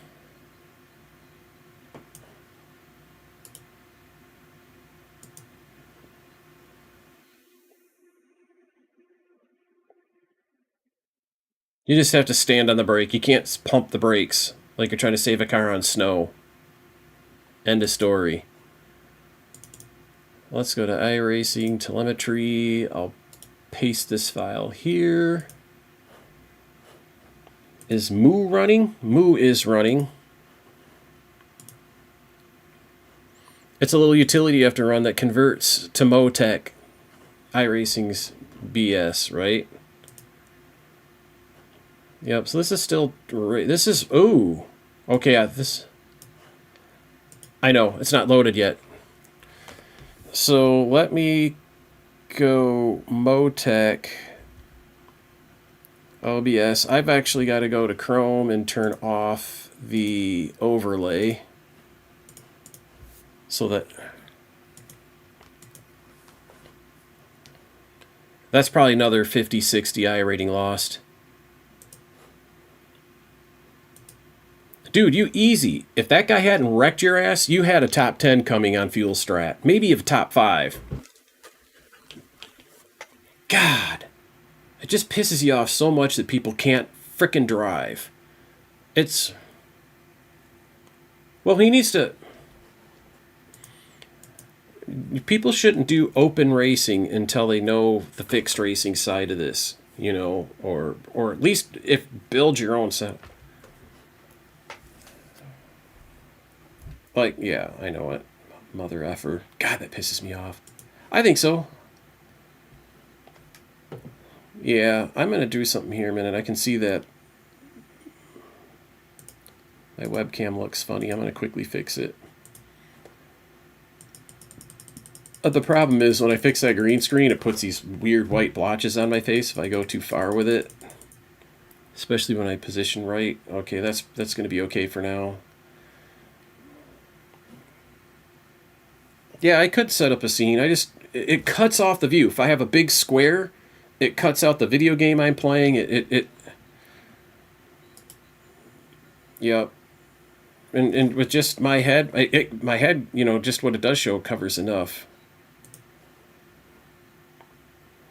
Yep. And I'm going to fix this chroma key again. It's still doing too much.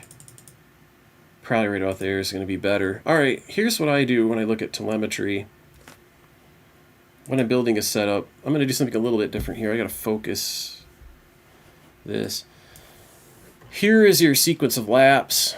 You had some laps. I'm trying to remember, did you take damage at any point in that race? I don't think you did you?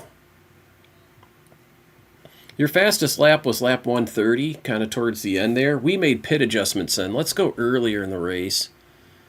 Lap 1 was a minute 14. That's because they wrecked right at the beginning, didn't they?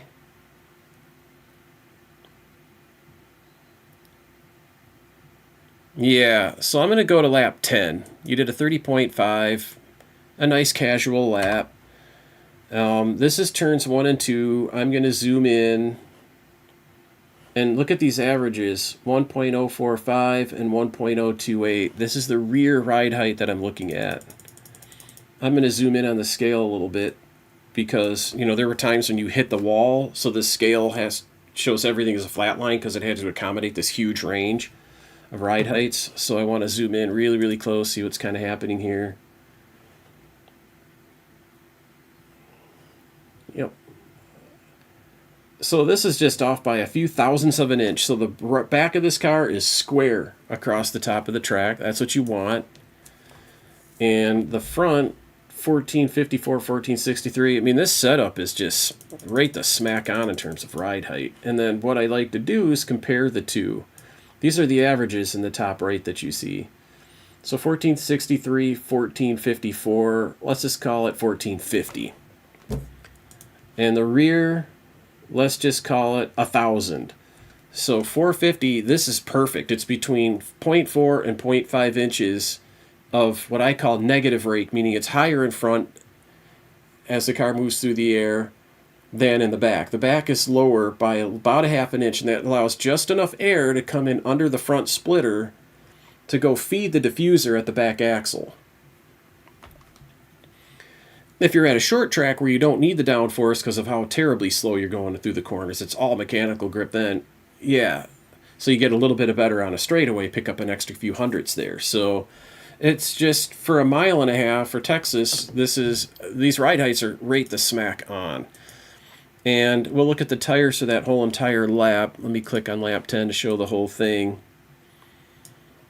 And again, at the hottest point for the two, this is right front, it's left front up on top, the next row down is the right front. 10 laps in, you're already pushing the tires past 240 degrees, which is smoking hot. And on the exit, once the backs get into it, I'm seeing where, you know, that's the backs, you're not even abusing the backs hardly over here. The backs take their abuse down on this end of the track, and that's still not bad. But one of the things I want to look at here is, let me do this. Right here, if we look at the center temperature of the right rear, I'm going to zoom in and scale this so that you can see what's going on. You can see that the center tire temperature and the outer tire temperature on the left rear, this is your inside drive tire, are roughly the same, with the center being slightly cooler than the outer, which is what you want because the wheel's cambered like this. You know, there's a tilt to it because of the camber. And the troublesome thing there is the left rear inner temperature is ice cold. So what that means is that's a third of the tire that's not being loaded. It's not working. There's a third of a tire here that we can make contact the track better and do something in the corner on the exit. So, but this is also not very bad. If you look at what's happening, for example, up front, the left front, the red line, never moves. It just hovers around 130 degrees the whole time around the track. It's just that left front tires turn so much camber that really only the little corner of that tire that's down low to the ground on the inside of the track as you turn around that corner, only that inside third of the tires even touching the ground, and in the center a little bit too. So there's a whole there's a third of that tire that's not touching the track too. However, the wheel that's got the least loading on it is the left front, so it doesn't even have enough weight on it usually to push that corner down. Right, so this is everyday stuff to see the left like this, and if you were to square it up so that these tires have a bigger contact patch, a couple of things happen. First of all 3/3 of the tires are taking an equal share of the load, so theoretically, this is what real race car engineers do. This doesn't work on iRacing. I'm just explaining what it's like in the real world first. Then we'll talk iRacing. So the inner, if you get all 3/3 of those cars cambered right, where they're sharing an equal load, then the heat is going to be more evenly dispersed across the tire instead of forming a hot spot on that inside ring of the tire, that inner third. And two, the tread wear will, because you're loading the whole tire now, will be more equal through all 3/3, you're basically adding 50% to the width of the tire, basically. Because if you're only using 2/3 of the tire, adding another third is 50% increase, right? So you have a bigger friction patch. That helps you grip. And grip is always a good thing, except it's bad for speed, because with all of that friction, you know what friction is? It's like drag on an aircraft. It's like an airplane flying with its flaps down. That's a perfect analogy. And what happens is you lose speed. Remember how I made some adjustments and you said, well, you know what, that made me slower. That's because I put more weight of the car, adding cross weight on the right front tire, which is cambered to have better contact with the road, as you can see in this second graph here. I'll even zoom in on it. You know, do you see how the red line of the inner, or what would be the outer, if it's a right front tire, it'll be the outer third that's red. You know, the high side of the track basically is what the red means. So the that right front tire has a very, very high friction because you want that to push the front of the car over when you turn the wheel, right? So you want a good contact patch there. You want it cambered, yay so. At least that's how I build them. And if you put weight on that wheel, now you got a tire with a lot of contact patch taking a lot of weight. That's a lot more friction there. That's going to slow you down. What you really need is all 4 tires carrying as equal a weight as possible, and then the car will just glide around a corner.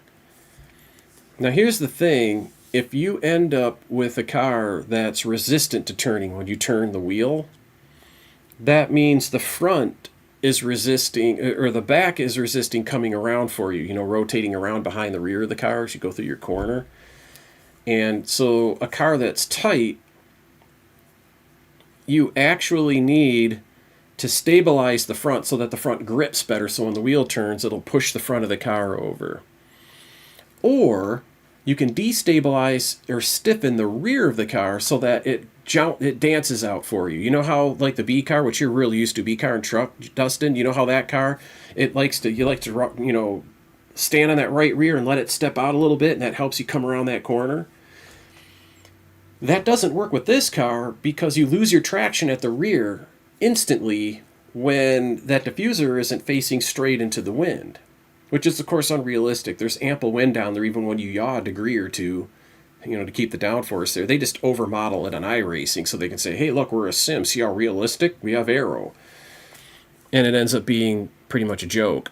So anyway, that's kind of what's going on there. So anyway, the car setup is looking good. Now here's what I want to do, and here's where things get interesting. And figuring out what a driver's doing. I go to this tight loose graph.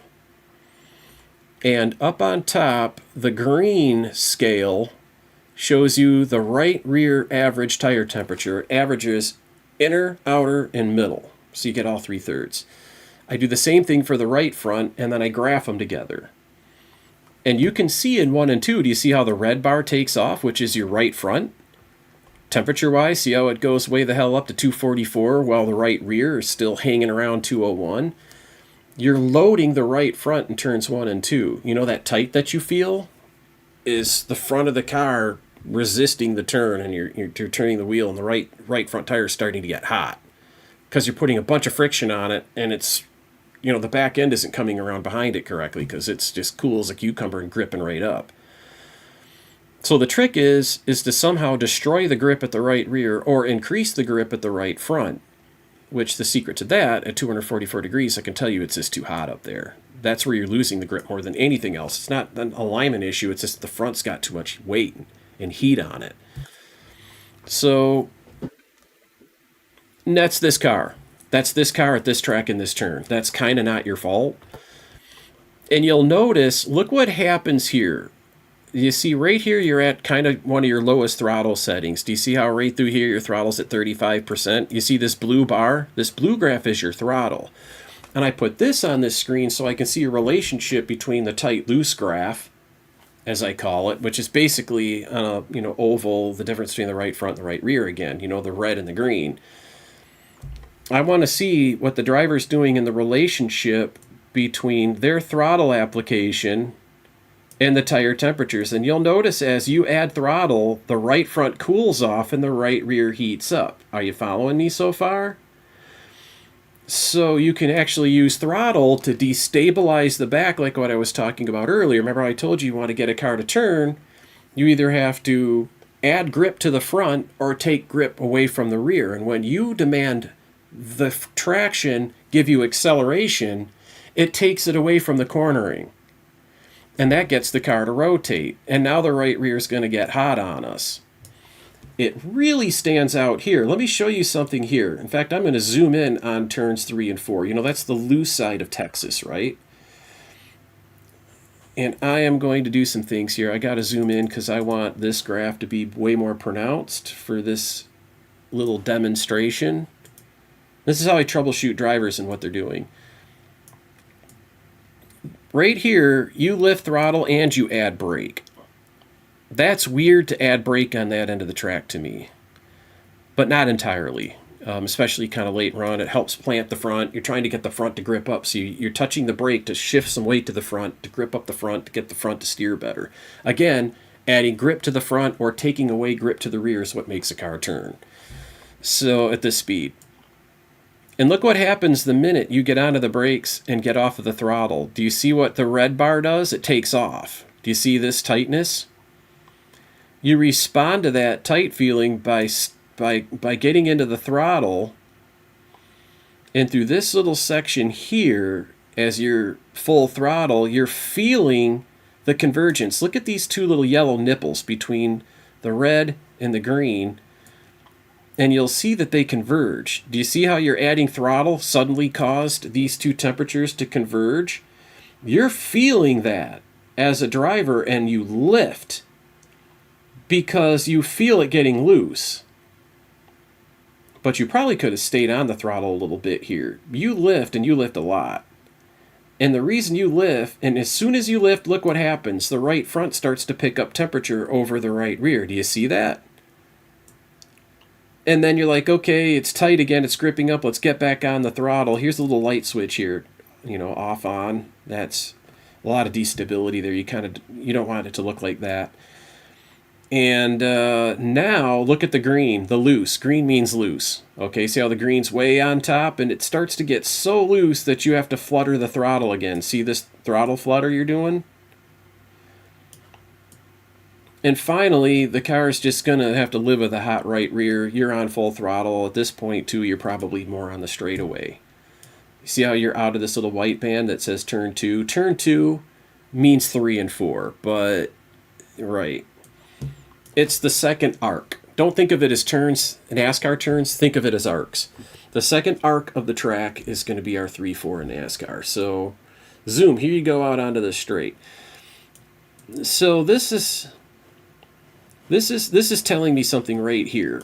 And what I'm going to do, you're not going to be able to see me do this, but I'm going to go open another test session. Let's look at Jay when he was running setup number 23, which we never posted.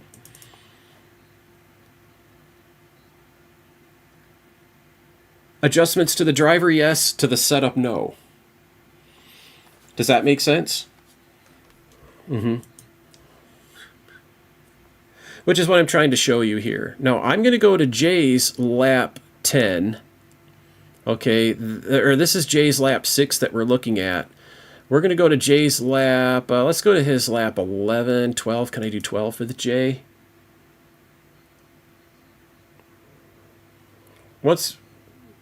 If you say you have to go, then and it's only for a couple minutes, right? I'll wait for you.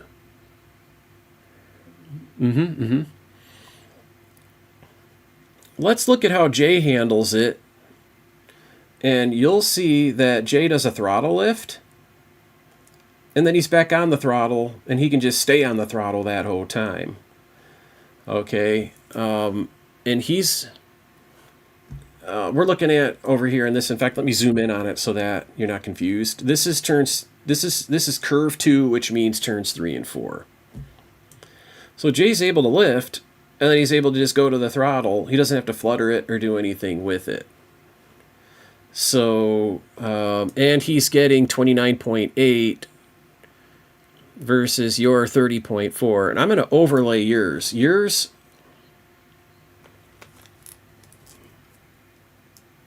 Yeah, exactly. And you can see here, do you see yours is the white line now?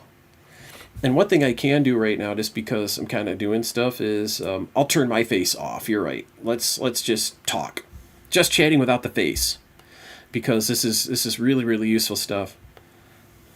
Right, and it works good for things like World of Warships and Call of Duty or whatnot. So you're dancing on the throttle a little bit, whereas Jay lifts with no brake. And look at Jay's temperatures. You're keeping the tires very cool compared to Jay, which tells me you're leaving a lot on the table.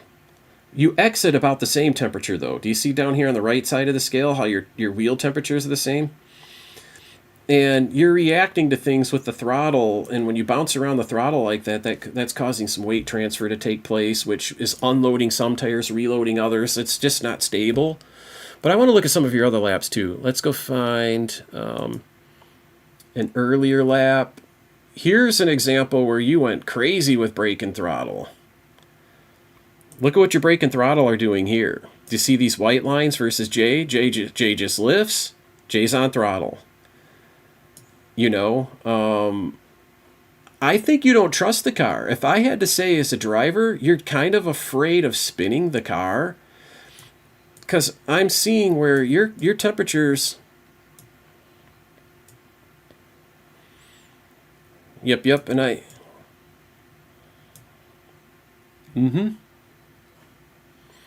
Yeah. Let's go look how active this is. We're also in a race with yours and he's not. So you could be reacting to other cars here too. So it's really tricky. One of the things that I like to do is just kind of look at, next lap. You're doing it every lap. This is just how you're handling it. You see how I'm very quickly zipping through the laps? You're super active on the throttle, especially in the 3 and 4 side. And Jay, by comparison, let's look at all 10 of Jay's laps. These are his early couple laps here, and here's where he settles in. Look there's a lift application, lift application, lift application. Do you see how much smoother Jay's use of the pedals are? And just for reference, Jay used to be a test driver for low line racing. They built Coke sets.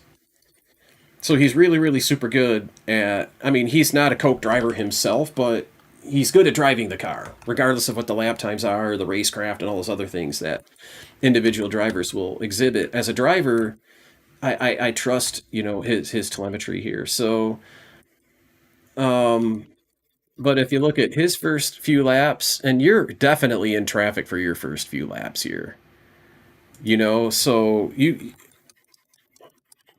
let's go through a bunch of these. Here's where you're under caution. Look how busy you are on the throttle under caution. See it? Look at that little blue line. It's like a sawtooth. You could cut pipe with that. Anyway, you're a little more active on the throttle. And that's smoothness on throttle is probably your problem. I've never seen your telemetry before. This is my first time with it, and it's just really super interesting to see how this could this is looking a little more like Jay's curve down here on the right side. If I were to center it and zoom in a little bit. And yeah, 31 second, a leisurely lap. 31 is a slower lap, and it's just managing the car. But you can also see something critically here. That right rear, even when your reason you're doing this on the throttle is because look where the green line went. The right rear is super hot, around 240. 240 is super hot, especially when you see it here. When you see 240 in the garage as an average temperature, iRacing's giving you bogus data anyways, and it's artificially high. When you see 240 here, you got a hot tire, dude. This is a point in the race where we're starting to think, hey, man, you just want to pit under green and save ourselves? Yeah. Right. And so this is a situation where this isn't the driver needing to be smoother on throttle. This is a setup, and that right rear is cooked. Rather it's... Well, the way you're handling an overheated right rear was good. Yeah, if you go back here before things got really super hot, I'm seeing temperatures. It just looks like Well, in this turn here, there's still a little lift because it got loose. This setup is not treating you well to begin with. You're not comfortable with it because it... And we tightened it, but definitely let's get past this caution. Before the caution came out... Oh, this is the beginning. Yeah. Yeah, up right about here. It's just because you're not at full throttle on straightaways, you know, you're sawing the throttle, just trying to, you know, keep your distance. And I can tell by lap times over here on the left. These lap times tell me that this is caution driving. So no, yeah, caution driving doesn't hurt the tires anyways. You know, the use of throttle, right? The one thing that I want to look at, and Jay never, you know, he's hot lapping here, but let's pick a slower lap for Jay. Maybe the cold tires without wear there. Let's try his lap 11. And I want to look at under driver. This is a little harder to interpret, except graphically you can see where the steering wheel is at any point in a corner. And here's the steering wheel angle, this middle blue line. This top blue line is your speed, you know, kind of up here. But down here, that's the wheel. And when the wheel is low, that's turning the wheel, you know, to the right. And when you see the line high, it's turning the wheel left. Yep, and interesting through the corner, he's... Yeah, and also, this doesn't take into account wheel offset, so this wheel looks kind of constantly... It's weird that this graphic is showing it to the right when it's actually a little bit to the left. This isn't calibrated right. That's weird. I don't think I've ever seen this do this before. This, it looks clearly to the left. You know, 1 and 2, man, you got to wheel it. See how much you have to wheel it to get through 1 and 2? But this is 1 and 2 on the left side.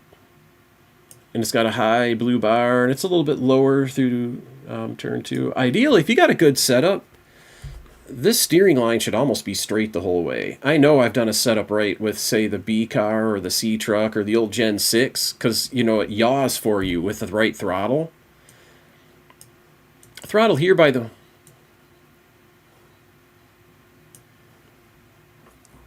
Yeah, exactly. Especially the high line. When you see this line go...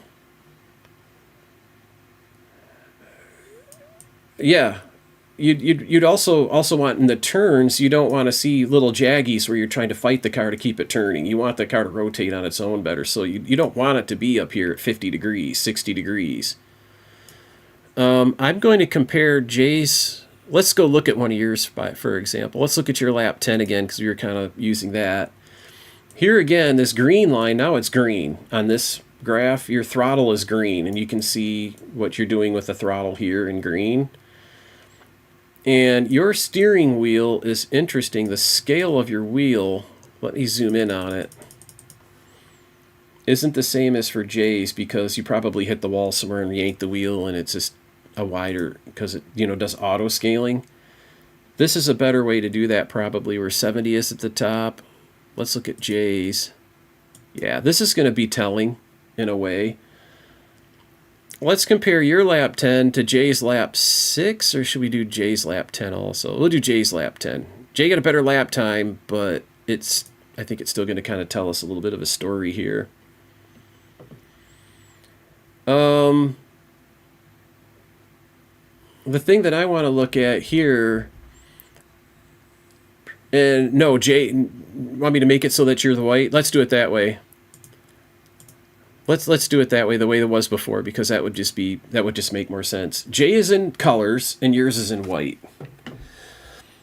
And let's go look over here at turns 3 and 4 again, because that's the one we kind of analyzed more closely, you know, a little bit earlier. And you can see where Jay eases off the throttle earlier than you. Do you see how Jay's throttle drop is earlier? And it's not as severe, where you wait later and you use brake. You're using brake and you're slowing it down more. Look at the speed that you're slowing it down to, you know, because you've used brake probably. You're taking this corner, and that's not to say this lap you could have been on the high side with the car on your inside. It's really hard to tell because you were in a race. But just comparing these two, that's the B car. The B car requires that little brake, dude. You know what I'm saying? Right. It starts to plow because it grips up the front too much. Because this... Right, so he's able to carry what looks like about 60% throttle while you're still on the brake. And he's not only off the throttle sooner, but he's back into it sooner and at a faster speed. If you look at right here where this yellow bar is, his speed, you're right, no, so his speed is 176 and you're 165. He's got 9 more mile an hour than you coming out of the corner. I think it's easy to see where your 9/10 of a second went, you know, when you compare these lap times. So if you go further down here, you had to lift, and he's still on throttle, and he full throttles it through 3 and 4. He just straight full throttles it.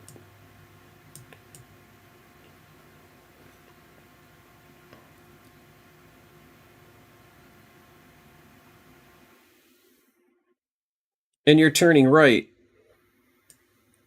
You do, but you also have to have the setup set right for the right temperature too. You know, I mean, the setup is different because this is, I think my setup is slightly tighter, which should actually alleviate most of these problems, not make it worse. But it's, anyway, your work on the wheel is important to look at on that lap, also in 1 and 2. Let's look at 1 and 2. We haven't really done too much analysis here. You're lifting a little earlier than Jay. Okay, do you see this throttle lift? You're on a throttle lift here, and Jay lifts much later, you know, down the lap. He's going a little deeper than you, and what I want to watch for too is the wheels. I'm looking at the wheels. You're turning in to the corner too early, and you're lifting too early.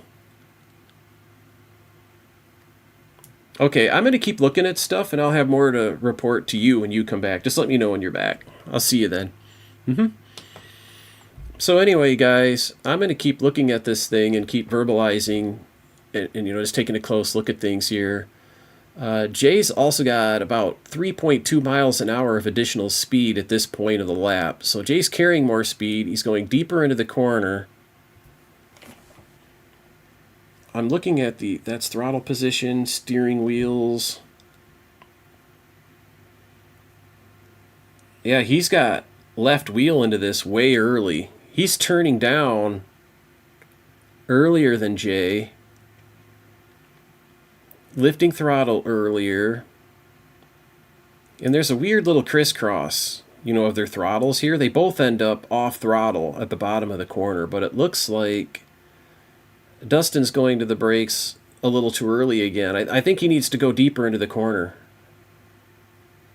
you know, to match what Jay's doing anyway. And theoretically, that should put more of the workload on the right front. Okay, where are we at here? I want to go look at something. What effect does this have on his temperature compared to Jay at about this point of the corner? Let's go look at that. So we'll go to tire temperatures. The tight loose graph would actually work. Jay's tires at this point of the turn are equal, 157 degrees, whereas, and that's 10 much faster laps than Dustin was racing. But Dustin's got 167, almost 168 degrees for something. It's about 3 degrees hotter on the right rear, and fully more than 10 degrees hotter on average. That's interesting, man. What is the environmental, man? Let me look at that. What's the track temp? So there's a big difference here, man. There's a huge difference here. Look at this, you guys. Track temp was 75 degrees for Jay and 90 degrees for Dustin. That sheds new light on everything. I'm glad I checked this. That is a 15 degree delta. That is a 15-degree track temp. That's enormous. This track is much more loose. See, Jay built this setup. I see the problem. Jay built this setup for A open. Those are A open track temperatures. Actually, there might even be a little warmer than A open track temps. Problem solved. I see why this setup was so frickin' loose. Jay made the same mistake that Dustin was making, where when he was going into practice sessions, he was going into A open practice sessions and not NAS open practice sessions. The track temperature is 15 degrees off. So this setup, which is the tighter of Jay's two setups, are for, a colder track. You go to a hotter track with that degree of looseness, and it's going to be just out of control loose. Super loose. Yeah, that explains that. I'm going to go back to the driver tile, though. So basically everything that Dustin is doing here, and I'll explain this to him when he gets back. He's got a friend stopping by. He's dropping something off, handing something off. I wonder if he's a drug dealer. He better not be. He's probably selling weed. Dustin's probably gets medical weed and his buddy needs some. Anyway, yeah, all this stuff lifting to save the car, the whole thing, it just explains it. Jay ran this thing at too cold of a track temperature for NAS. And setup's going to be loose as a goose. And I tightened the snot out of it, but it needs to be tightened up some more. It's really that simple. I'm going to get a bottle of water. I'll be right back. And one thing I am going to do before I leave, so I'm going to put my camera back on. Alright, guys. The camera's back on. That's just so if he comes back while I'm gone, he'll see an empty chair and know that I'm not here. Sit tight. We'll be right back for more driver analysis. I'm going to load in my setup, or my telemetry from me driving, and compare them when I get back.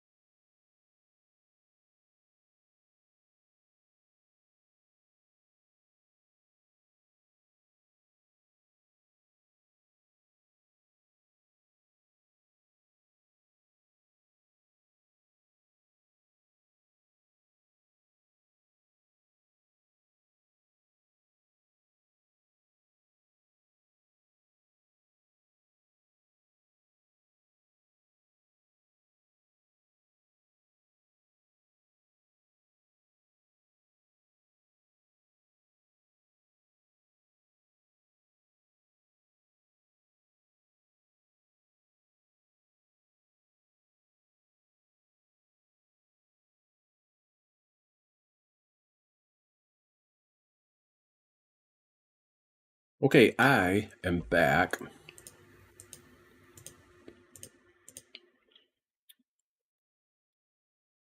What am I doing? Asks Space Caden. I'm looking at telemetry and analyzing driver data between the way that Justin was driving and the way that Jay drove when he built that setup. I'm eating some trail mix. My God, that looks weird. Look how freaked out. I got too close to the screen. The green screen solver is making my face look all freaked out. And hello, Fox Motorsport. It's really not quite morning. I got 2:25 p.m. And this program is called Motec. i2 Pro. Real race car engineers put data loggers on cars to remember the state of all the metrics of the car while the driver drives it. You can load it into this program and use it. And there's a little conversion utility. There's a way to use this program to look at data straight from iRacing. So this is data that was recorded while Dustin was racing earlier today. That was the 10:30 a.m. race. I always eat a little trail mix for energy before I go on my run. So excuse me for eating on stream. I'm just trying to make good use of time.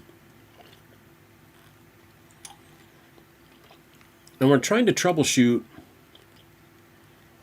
Jay's driving. One of the things I'm going to do right now, I'm going to go open one of my test sessions.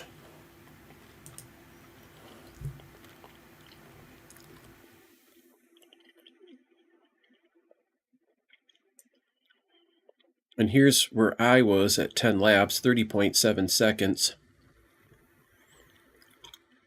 Dustin in the race was 30.4, so he was in draft. He was keeping up with the pack.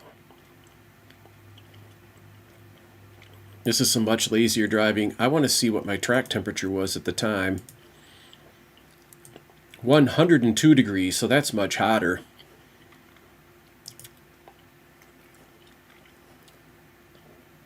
I was 17 degrees hotter when I ran those laps.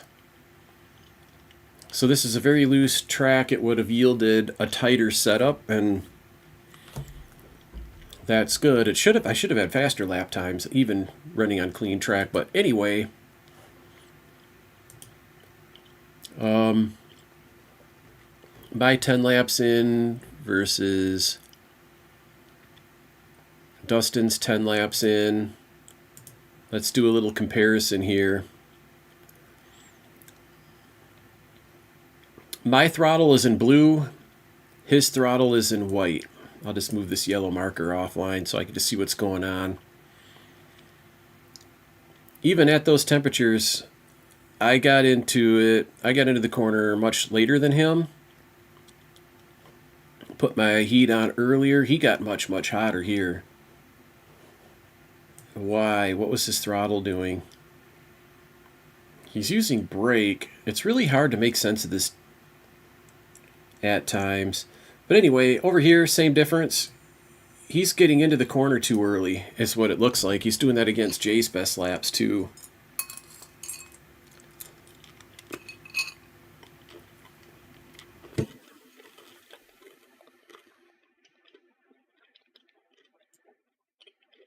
About a half a second at each end, it looks like. Almost a full second in 1 and 2, and about a half a second in 3 and 4.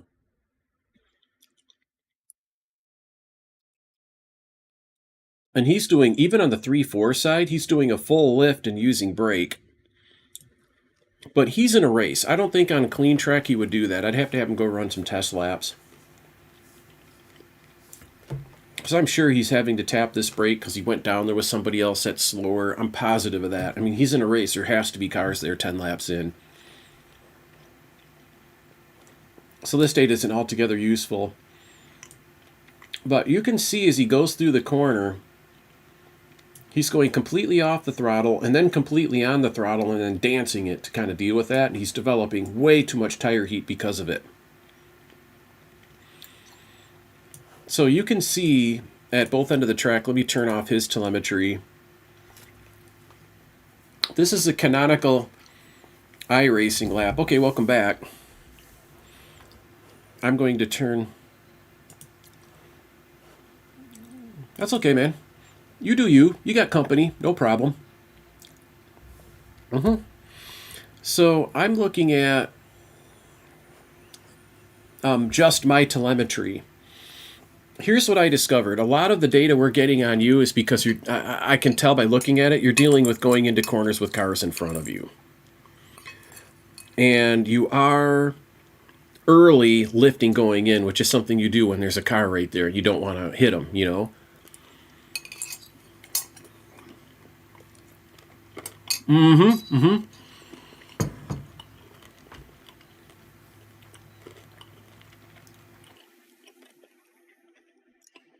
But when you do that, there's a couple things I want you to look at here. Before you go, and you're watching on stream, are you able to see this on stream pretty well, or should I share it on Discord so it's more real time with my voice? Okay. Pay attention to this blue throttle line. And what I want to point out is, number one, I'm going to actually turn on your lap 10.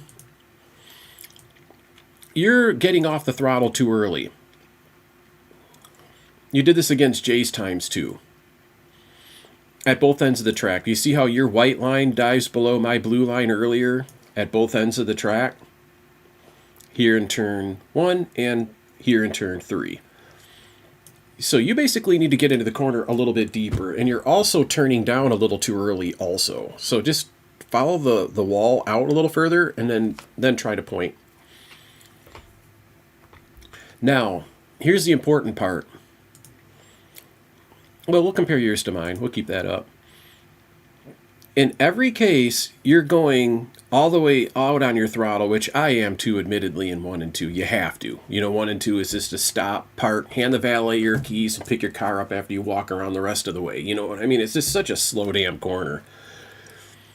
But the most important thing that you need to notice is you're getting back on your throttle much earlier than me all the way along. Look how much sooner you're back on full throttle here. And over here in 3 and 4, you're not even hardly into turn 3, and you're back to full throttle and having to keep lifting to keep it from going around as you roll the bottom of the corner. So what you need to do, and unfortunately I'm not on my racing rig where I could actually go out there and stream it and show you, but I'll switch if you want me to. But the important takeaway here is when you go to get back into the throttle, look at 1 and 2. See how I went to about 80% throttle and then I rolled it? I even did a little bit of a lift here to get it to settle at the wall. Do you see how there's a little dish shape right here? So hold through. That is something that you're going to need to do. We'll look at shifting in a second, but I'm just trying to... The takeaway here is don't go all the way out of the throttle, then all the way into the throttle. Look at me bringing the throttle in gradually in steps. See these little steps? This step was too big, so I stepped out, but, you know, you get the point. Right here, 32% throttle. Up here, you know, maybe 75%. Over here, same thing. When I get out of the throttle, I'm maybe 35% again. You know, I roll for a little bit, I get back into the throttle, and then I roll the rest of the corner. This is track out. I'm almost on the straightaway here. And I'm still only 70% throttle. Do you see? See that? By the time I ease, and look at this slope. Instead of being a straight up blink, it's just a little slope. And just step into that throttle. I did the same thing over here. See how there's a slope? You want to step into the throttle. I think you're doing mainly the same thing. No, it's kind of light switchy. You know, you're hunting with the throttle. You're really super busy with the throttle, but that's I can tell you what that is. That's not how you normally drive, dude. This is traffic. You know what I'm saying? You're clearly in traffic on lap 10 of yours, but even with the traffic, just ignore the fact that they're there and plateau right here. You know, 70% throttle. You can see this number in the top left, the blue number, 70%. Track out, track out, track out. We're almost to the wall. We're at the wall. Right about here, we're probably actually at the wall before I even go to full. Are you following me on this? And look at these tire temperatures. The right rear is 196 degrees at this stage of this lap. Your right rear is 213 degrees at that stage. It's 17 degrees hotter because of your throttle, dude. But that's not the only reason. I'm going to show you something else that's kind of important too. My track is 102 degrees, which is actually hotter than yours. You're actually on a cooler, tighter track by 12 degrees in your race. So I've come to the conclusion, with respect to your use of throttle, that you're trying to full throttle it all the way through and out of a corner when 70% would probably be enough, or maybe even 80 or 90%, but not full. Are you following me on this? So imagine these arcs, see them in your head. You know, you have to lift completely in 1 and 2, and you can even see where I touch the brake here. You see how I'm into the brake, on the brake? I'm dragging the brake this whole time, nice and uniformly. See how I'm smooth into the brake? I'm coming smooth out of it, and then here I release it. Okay, so ease into your controls and ease out of your controls so they look more like these steps. And especially this is like a sideways, this is like an upside down chair. You see how this thing's kind of an upside down chair shape at both ends? The seat of the chair is just me carrying throttle until I'm out on the straightaway and pointed. This is going to save you so much tire temperature. If you don't believe me, I'm on a hotter track than you, and yet look how much hotter your tires are, especially the right front. Actually, I take that back. It's the right front on this side. On each end of the track, you're making one tire super hot. It's the right front 1 and 2. You're cooking the shit out of that on a 20-degree cooler track. And your right rear, and it's all because of the throttle more than anything, but also you're not going into the corner deep enough. So focus on going into those corners. I mean, just almost immeasurably deeper. You know what I mean? Just a small, tiny amount. Just go in a little bit deeper and go be softer in and out of your throttle. And on the 3/4 side, you know, just kind of lift enough to get the car to point. Once you feel it pointing, bring it in a little bit, but not all the way with the throttle. Roll the corner, get out on the straight. Right about here, when I go from this throttle to this throttle, is right when I can see the Texas sign on the front stretch. You know how there's that D oval and it says Texas across from pit entry? That starts to come into view. You'll see what I mean. That starts to come into view as you come out of 4. And once I can see down that straightaway, I won't go to full throttle until I can see my straightaway. And now I want to go look at driver, because I think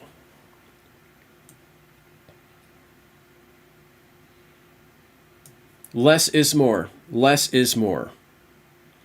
This is definitely a situation where less is more. You're going to be faster and have a lot more tire left mid to late run. And instead, you're begging for mercy and falling all the way back to last place, you know, because your tires are burnt off. You know what I mean? It's not worth it. You'd rather be the guy passing you. You know what I'm saying? So 1 and 2, this is interesting because I'm in gear 5 here. I didn't shift in this stretch. Am I looking at me? Yeah, this is me with test setup number 24. And I'm not shifting either, dude. This says gear 5. Let's let me do this. 1, 2, 3, 4, 5. Let's go to lap 1. Lap 1, please. Thank you. Yes, I am shifting. And look at, I'm on the straight before I even, see how far down the straight I am before I shift to 5th gear?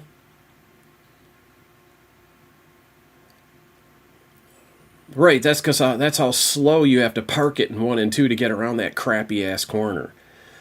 So I'm shifting it there. Not shifting here. I can see my gears this bottom one now. I actually quit shifting. Once I got into 5th gear, I left it into 5th gear. But that's just for this drive. I assure you, fourth gear will help you, and it's a little bit faster. But if you want, you can, because this test drive was in fifth gear, you can go to fifth gear and just run fifth gear for 10 laps. So hop to it. Get me some. There's one more thing I got to show you. I was comparing you to Jay earlier, remember? And here's one of Jay's laps. Let's just look at his lap 10. Look at his tire and track temperature. Where is it? Environmental factors. He's on a 75-degree track. Whereas you are on a 90-degree track. Way different. The concept is still there. You need to roll that throttle. If I have to, I'll switch computers and fire up my stream to show you how to ride a low throttle all the way out of turn 4 until you're up on that straightaway. You will lose next to nothing for time, but save a ton of tire heat. A ton.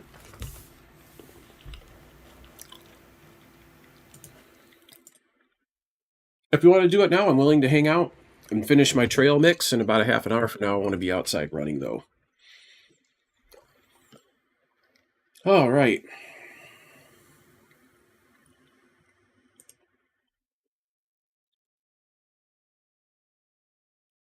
We'll just do these 10 laps, take a quick look, see if you're on the right track.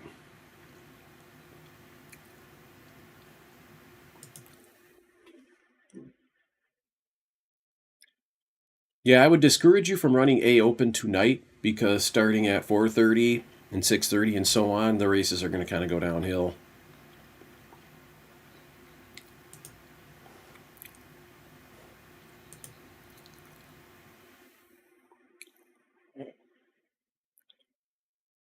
I do not know why my chat overlay is not working right now.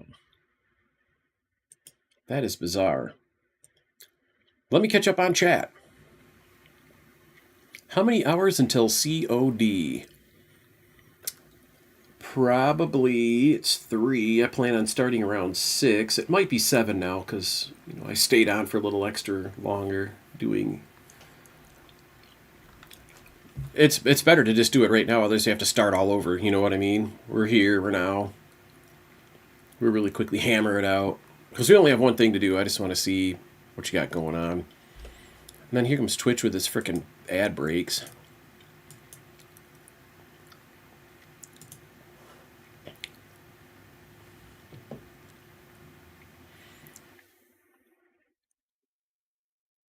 Why does the white line go over itself? I'd have to go see. This is kind of old chat. Caden's eating Doritos. Oh my god, that sounds so good. RDC Ducky, welcome. You have got some cool emotes for the holidays. A pumpkin? I think I'm going to copy you. No, just upload that when you're done. You know, the telemetry.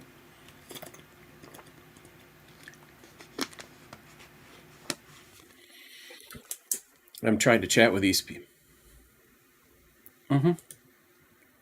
You better get out of that habit quickly. Because that's adding 10 degrees of tire temperature right from the start. That's like a lap and a half's worth,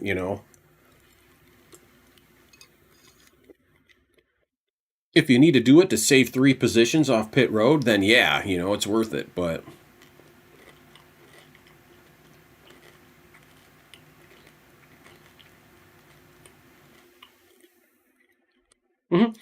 just don't try to be fast. Just try to be good. Try to find the throttle points and try to find the shift point. But you can skip the shifting because I didn't shift. I experimented with it both ways. And I think shifting eats up a little bit of tire in the rear.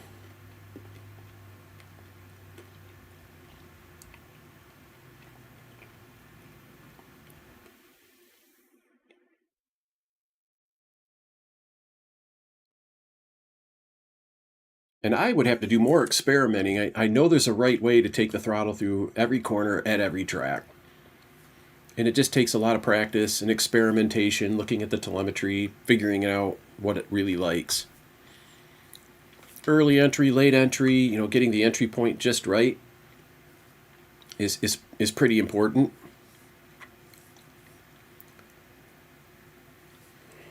All right.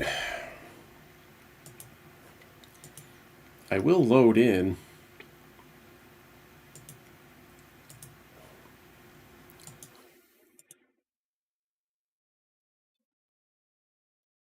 The good news is, for Talladega this week, I got a good set already.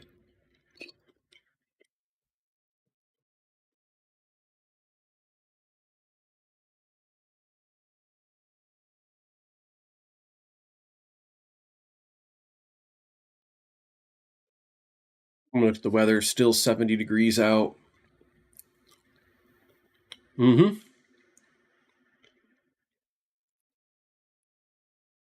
The high was 76. I wonder if it's going to get cooler. Let me look at the hourly forecast.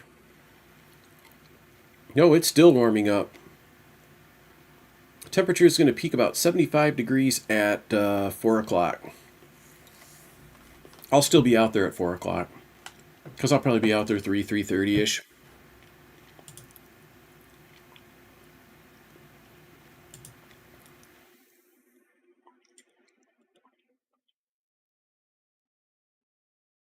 No, RDC Ducky put in some cool emotes, man. Pumpkins, it's kind of the holiday feel. It's got a vibe.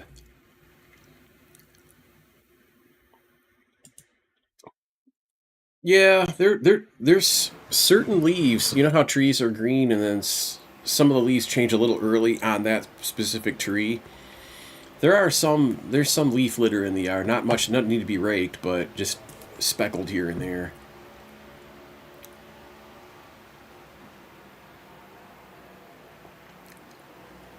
All right, info. Track temp is 86. That's a good representative example of it. It'll be cooler if anything.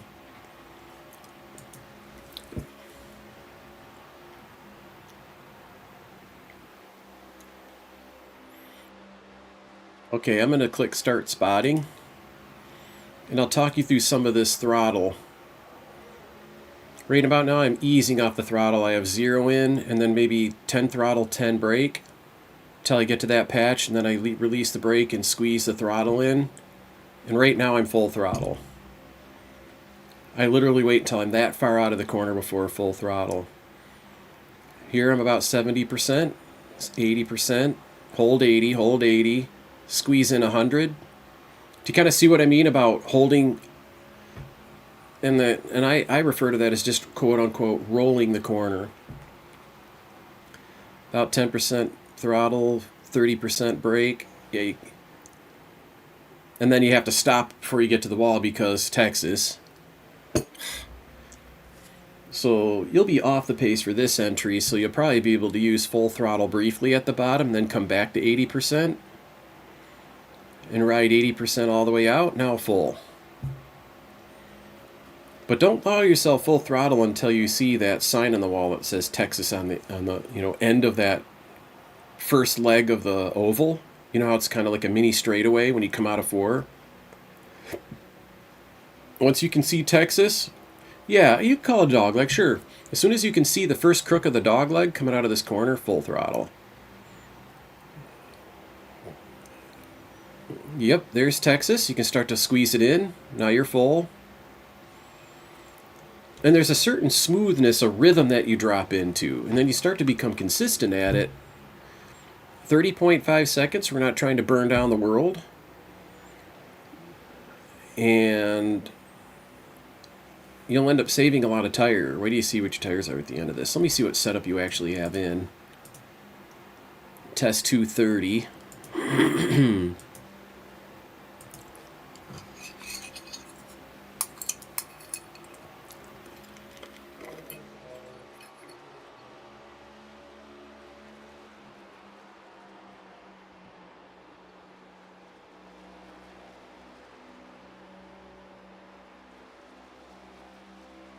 Mm-hmm.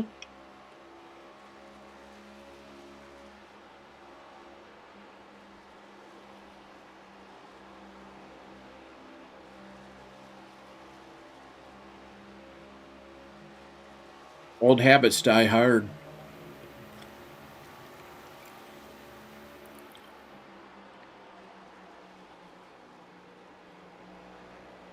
While I'm braking, I like to carry a little throttle in 1 and 2. It helps. I feel like it helps the car go down to the line. With just a little throttle, but just a little, like a sliver of green, you know, on your telemetry.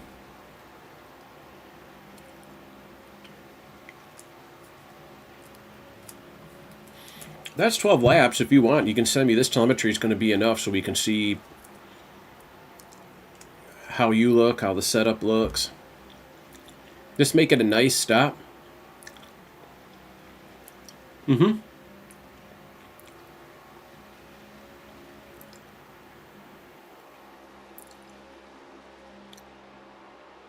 can do a couple laps of shifting if you want, just so we have a couple laps of it to look at.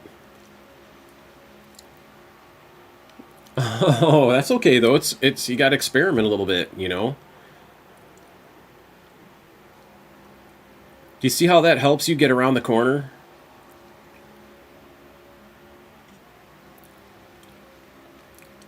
Right. Yep. Sweet, Dustin. Well, if we can make you a better setup and make you a faster driver with it, all the better, right?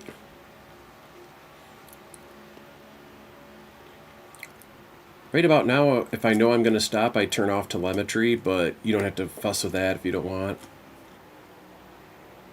See, you shifted too early. That was fatal. I heard you do it. Remember me telling you fifth gear is going to spin you out? Remember me? I told you, just run fourth gear all the way out onto the straight. You shifted to fifth, and that was just the stake in the heart. You got to stay right in fourth gear. That's why I like to shift, actually, because it gives you better throttle control out of 4. You were 90-93 with 257, 264. And let me look at your lap counter here. These are really, really good laps, but I would love to see more like 30.0 and 30.1s.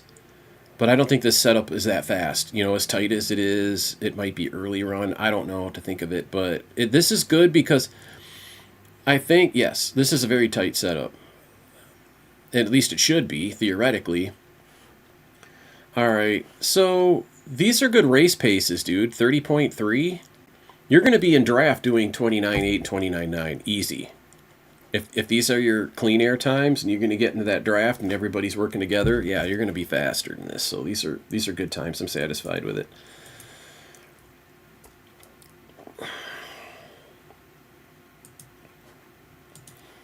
I'm withdrawing. Well, you know, this is a weird car for you.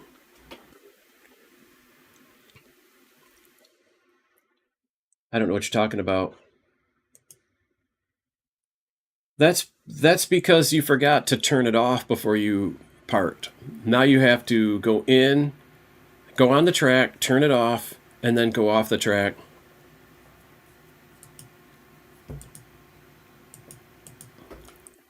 Oh, okay, yep.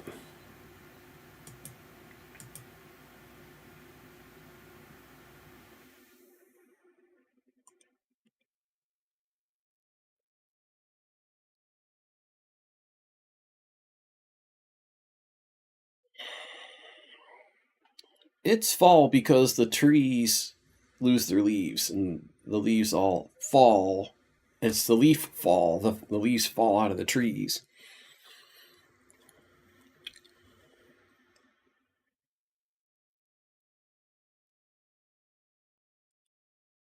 Already? This time of year? Oh, yeah, okay. Kind of freak.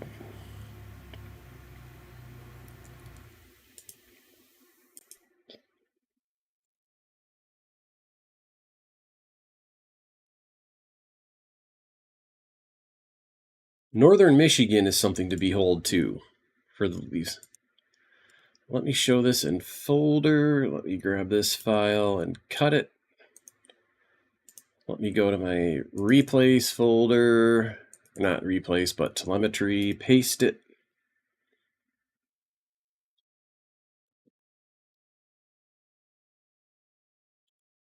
I don't know. I don't pay.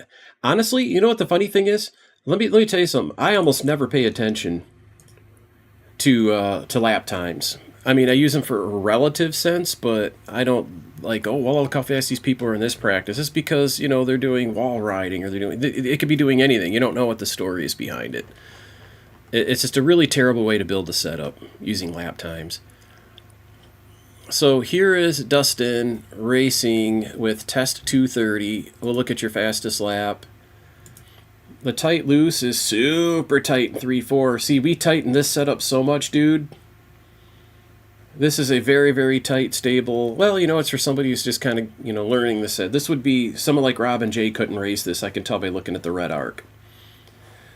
But also, I'm seeing a little bit of a better pattern with the throttle.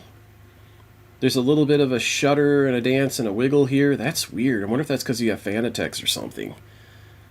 Tire pressures. Nice even curves there. Let's look at the full tight. Yeah, I wonder why it's got that almost just like electronic interference. It's just weird. Let's look through all of these and the progression of it. This is a super safe, super tight setup. It will probably suffer long run with a setup like this, but it is going to keep you safer. And already after, what lap are we on here? Lap 14, it's starting to get loose off 4. So, and this is probably shifting. This time the shift was unsuccessful, so you know, you blipped it even bigger to get the shift in here. Yeah, so there's some weird stuff there. Those are weird laps, but, you know, let's go back to the more conventional stuff. Let's look at, say, lap 10. Nice average lap. We'll compare your lap 10. Let's go find my lap 10. Also, environmental, what's the track? 86. My track is 110. It's a lot hotter. That's tire temps.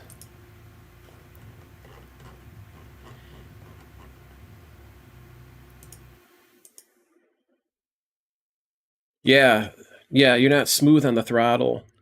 We'll look at my lap 10, which was 30.7. You were 30.4, so my lap is slower.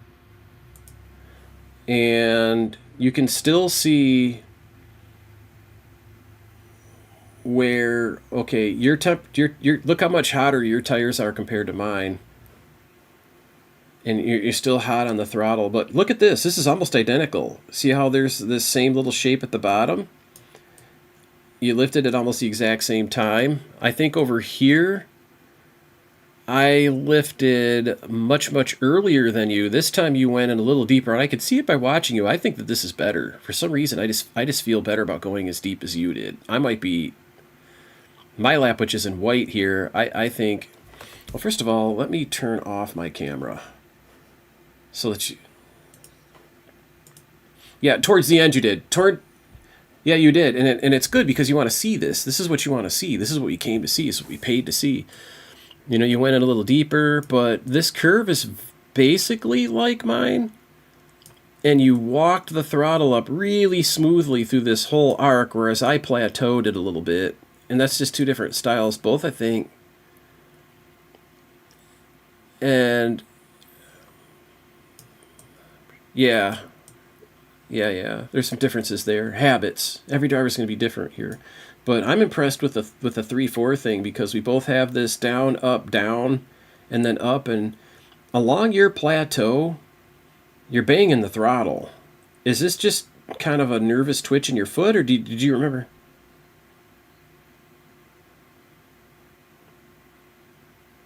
Yeah, that's beating the dog shit out of the tires, though. Look at the temperatures.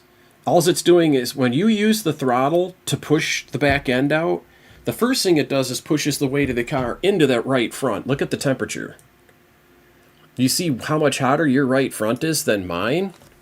35 degrees hotter, dude. It's 234. You lose grip after 220. And 240, it's gone. So trying to get it to turn with throttle is actually destroying the right front. And then you have to go to the right rear even more to get it to turn because the right front won't grip up and push you around. So it works on the B and the C car because you can yaw those cars with that throttle. This car won't let you. Mm-hmm.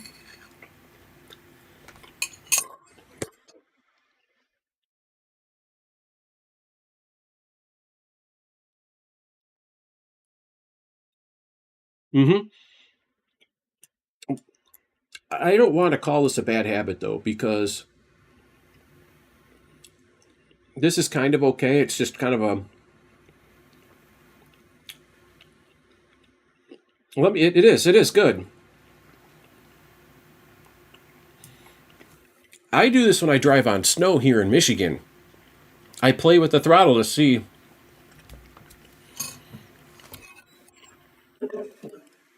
You're trying to find a breakaway point, and yeah. You have to know where that edge is and be below it if you want to save tire. Past it if you need to get by a car. And it's just... And that's why I don't mind this. Let me tell you why I don't mind this. On average, you're using more throttle than me, but you can because the track is 20 degrees cooler, you know? If you were on a hot track like me, I'm sure your line would still be jagged, but it would be as low as mine. Kind of. But you're on a colder track, but the colder track is yielding hotter tire.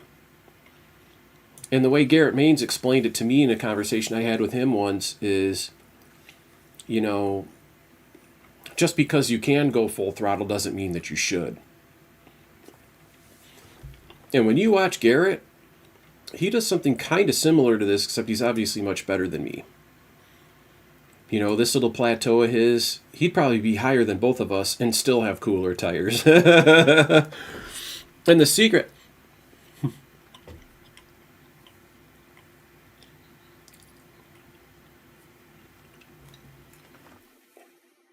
It is because, you know, the fixed racing, first of all, you start with enough gas to finish almost all the time.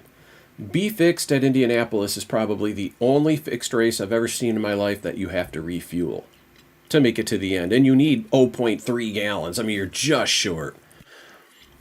So this, you know what, though? What this shows me, and this is giving you food for thought, too. You might try, let me hunt around and find traction. Maybe you can go out and run 10 more laps on your free time. Let me not do that and just trust the car. Let's just give it 80% and see what happens. Are you kind of following me? If you're out here fishing around, man, you're playing games with your tire heat. When you're in the habit of hunting around for the right throttle level, yeah. This is actually a really good thing to do when you're building a set, by the way, the hunting around thing, because every time you tweak a setup and go out and do a test drive, you have to figure out where your limit moved to, you know. I'm in the habit when I build this setup of not doing this on purpose and underdriving big time, because I don't want to find the limit and go, oh, guess what, I just got 18 laps in and I'm trying to get to 50. Now I got to start all over because I decided to be a joker 18 laps in to my 50 lap run, you know.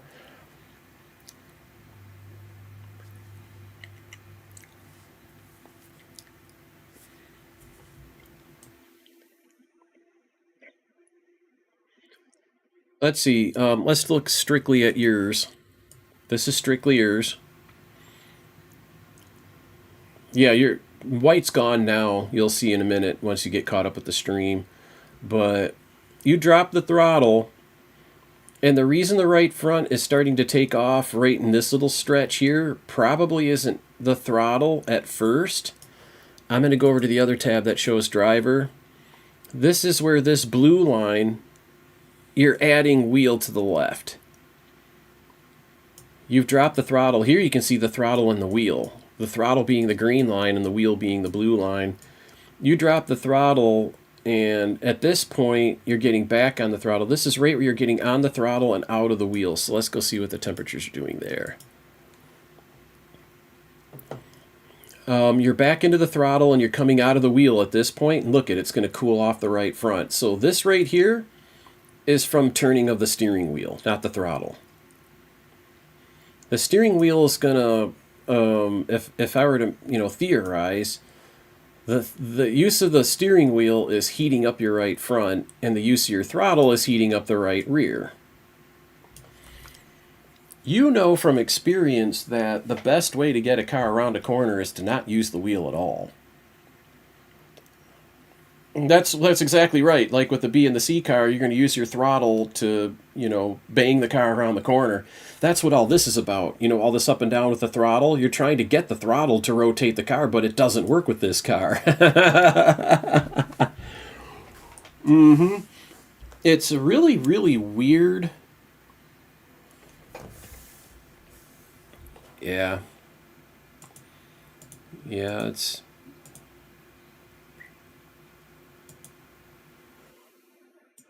We'll see if it works.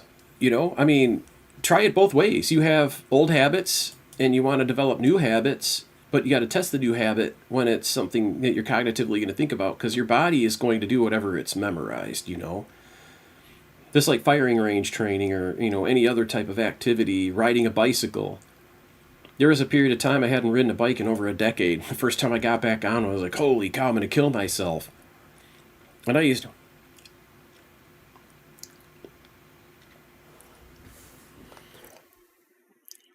Well, I don't have a lot of practice laps of yours to look at, but let's go up here and let's just look at these laps kind of one at a time with the tire temperatures. And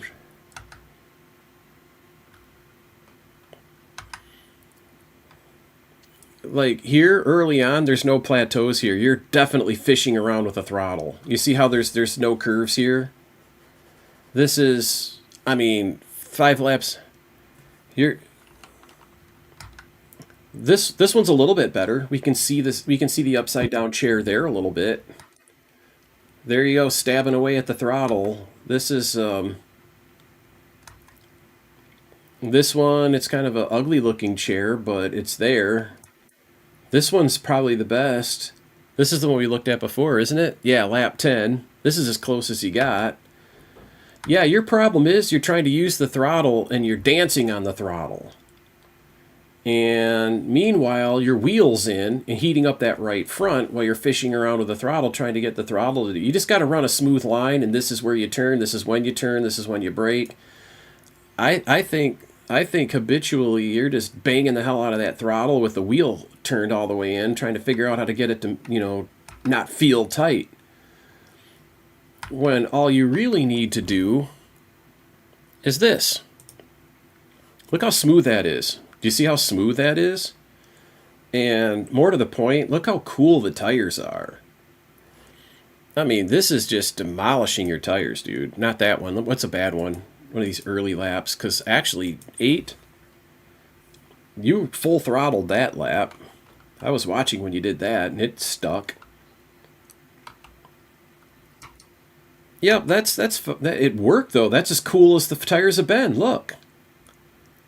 You know what I mean? So maybe that's the secret. Maybe I need to start banging that throttle out of there. This is what you use telemetry for. You experiment with different things and try to figure out what works. So, but this early lap stuff that you were doing, this is just...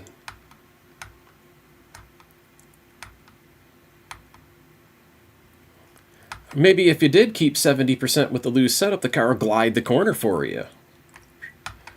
Right, if you hit the corner right. Especially 1 and 2. It just takes so much practice to figure out how to make the setup work. And then once you figure out how to set up, this is the disappointing part. There are times when you figure out how to make the setup work and you're 5/10 off the pace, which means it's not going to be raceable. You know what I mean? You put all this effort into figuring out how do we brake, how do we throttle, should we hunt and stab around the throttle. You definitely don't want to do this. This is just terribly bad news.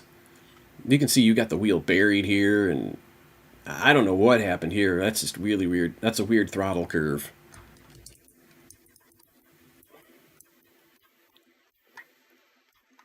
You might have been fighting off the wall or something, you see weird stuff. But this one looks like icicles. Look at that. That's lap 13. It looks like icicles. This is when you were doing shifting. I can see the throttle lift halfway through where this big spike, this is your shift. This is where you blip the throttle for the shift. Yeah, between 12 and 14.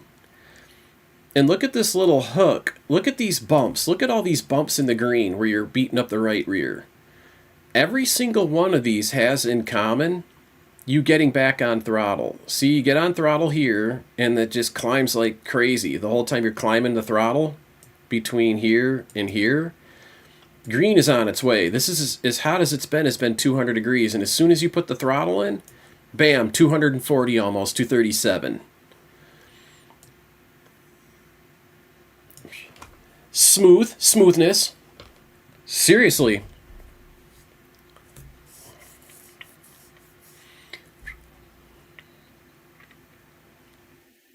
Right. You start to realize, I've been doing this wrong, If you, not to say, my laps are not very fast. It's a super hot track, though. 30.7 versus, your 30.2. So you're a half a second faster than me on all these laps, or more. You're 0.5 to 0.7 faster than me with all of your laps. Number one, you have a cooler track, and number two, you're hot lapping it. You're really getting into that throttle, and you're finding out just how much throttle it'll take by feel. And you're going like hell. It's no wonder you get 20 laps into it and you fall back to last place because your tires are gone. You're burning the dog shit out of them. Whereas if you do something more like what I'm doing, and I'm not even doing it right, by the way. I'm doing it better, I'm just not doing it right. I guarantee you if you look at somebody like Casey or Garrett or Malik, you look at people like that, when they're out there tire saving, they're getting probably 5/10 faster than me, using less throttle and next to nothing for heat. They figured it out. But, I'm somewhere in between a beginner like you and somebody who's very advanced like them. And I'm more towards a beginner than, you know what I'm saying? than they are, for sure. Those guys are out there, with 10,000 starts a year. It's that's an exaggeration, but, you kind of get the point. But this is the key. It's just the smoothest on the throttle. And if you don't believe me, I know you got Garrett Maines in your Twitch, right?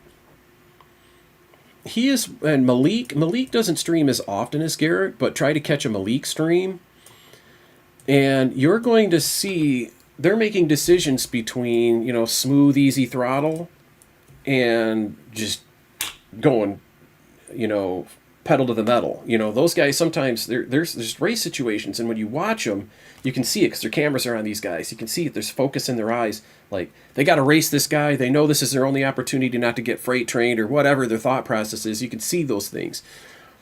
And this all goes out the window. But there are race situations. The race just started. Everybody's settling into single file. Some people have made a few moves and took a position here and there, but then they resort to the tire saving because they know it looks like it's going to go long green. The whole thought process and the whole thing that they do in their oval racing starts to come together. It starts to gel. But you got to study them and ask them questions too, because the bulk of these people, if you ask them questions in their Twitch chat, they will. There are some secrets. I can tell when they're guarding a secret, because the answer is so indirect, right?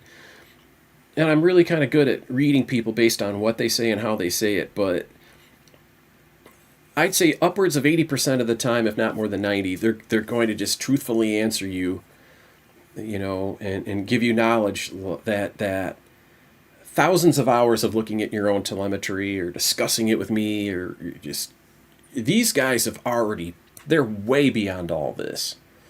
And you can leapfrog, you can jump past all of this experimentation and knowledge just by asking a simple question to some of these guys. A lot of them. Dylan Bason's another one who he won't keep any secrets. Well, I mean, there's some secrets I guess he probably has to keep because he's on a team now, but as far as the fundamentals of driving, there's nothing he'll leave out. So I've asked him questions over the years, and but yeah, this is just smooth throttle. That's just so the key to saving tire. That's 100%. If you watch Eric Royce, you're going to watch his little green bar where his throttle is, and you'll see him work the throttle when he needs to save the car off a wall, or just, he just doesn't over-focus on doing this. It's habitually.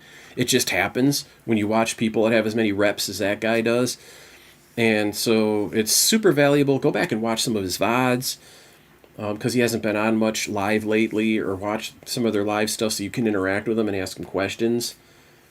And it's just, to me, that's more fun than actually racing. Just learning and knowing and understanding is super, super cool. So, cool deal, man.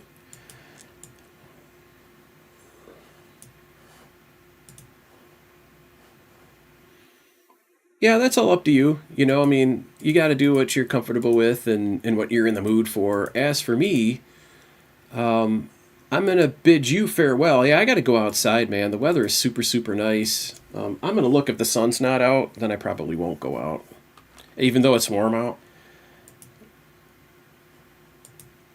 Yeah, you betcha. So let me turn my camera back on so I can say goodbye to people.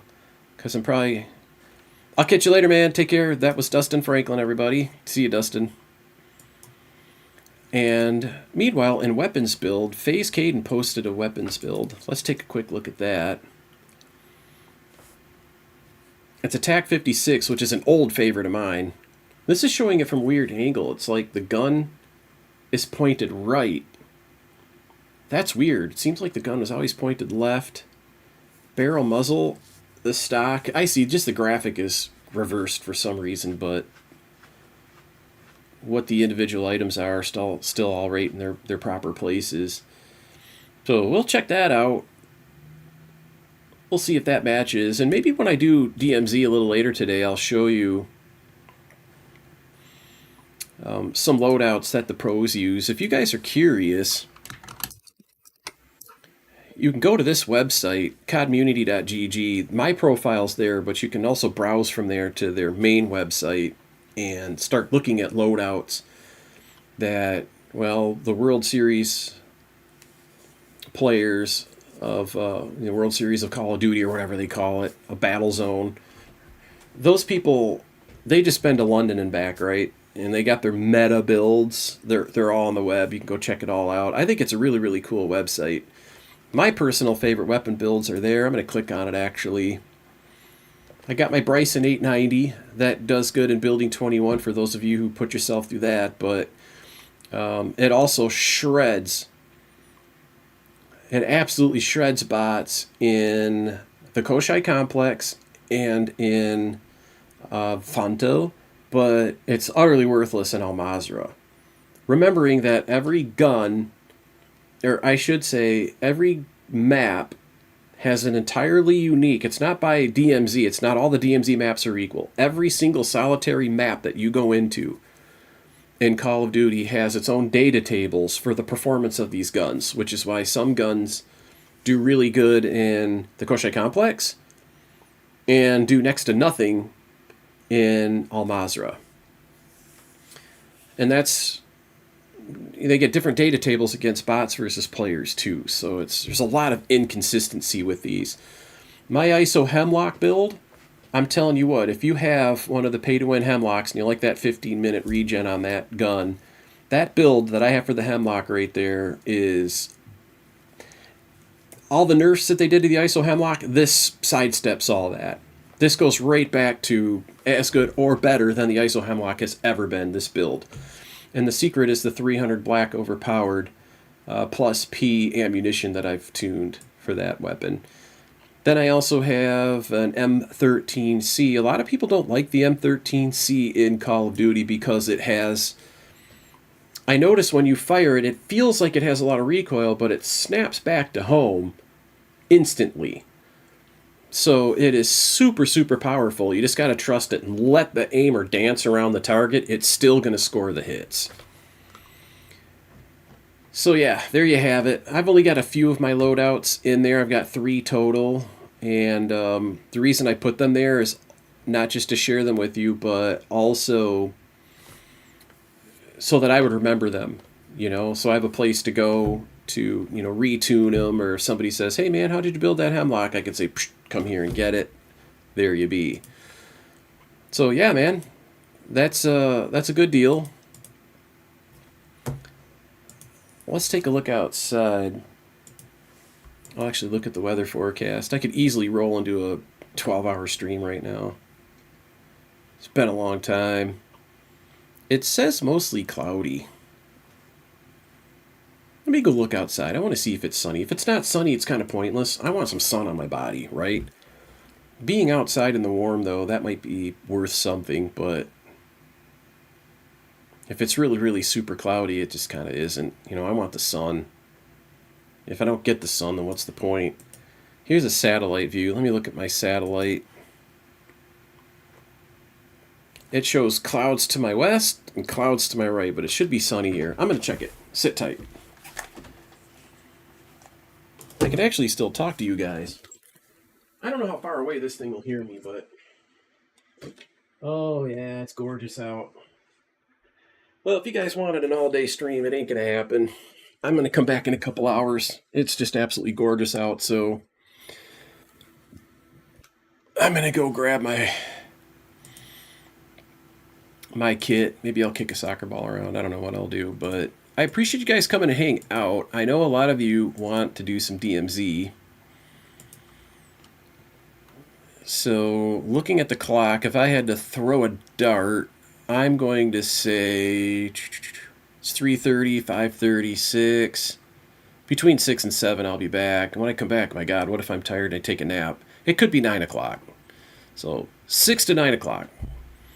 Probably 6, though. I'd rather just kind of do some Call of Duty and then get off in time to get off of Call of Duty in time to just kind of go to bed at a reasonable hour, with tomorrow being Monday such as it is. And we'll talk more iRacing later, too. I might have to go take my Talladega set and give it a run just by myself really quick, just to see if iRacing didn't change something to make this thing start banging the track, because they're always screwing with ride heights and gears, and they just can't get this car right. They can't even get the simple shit right.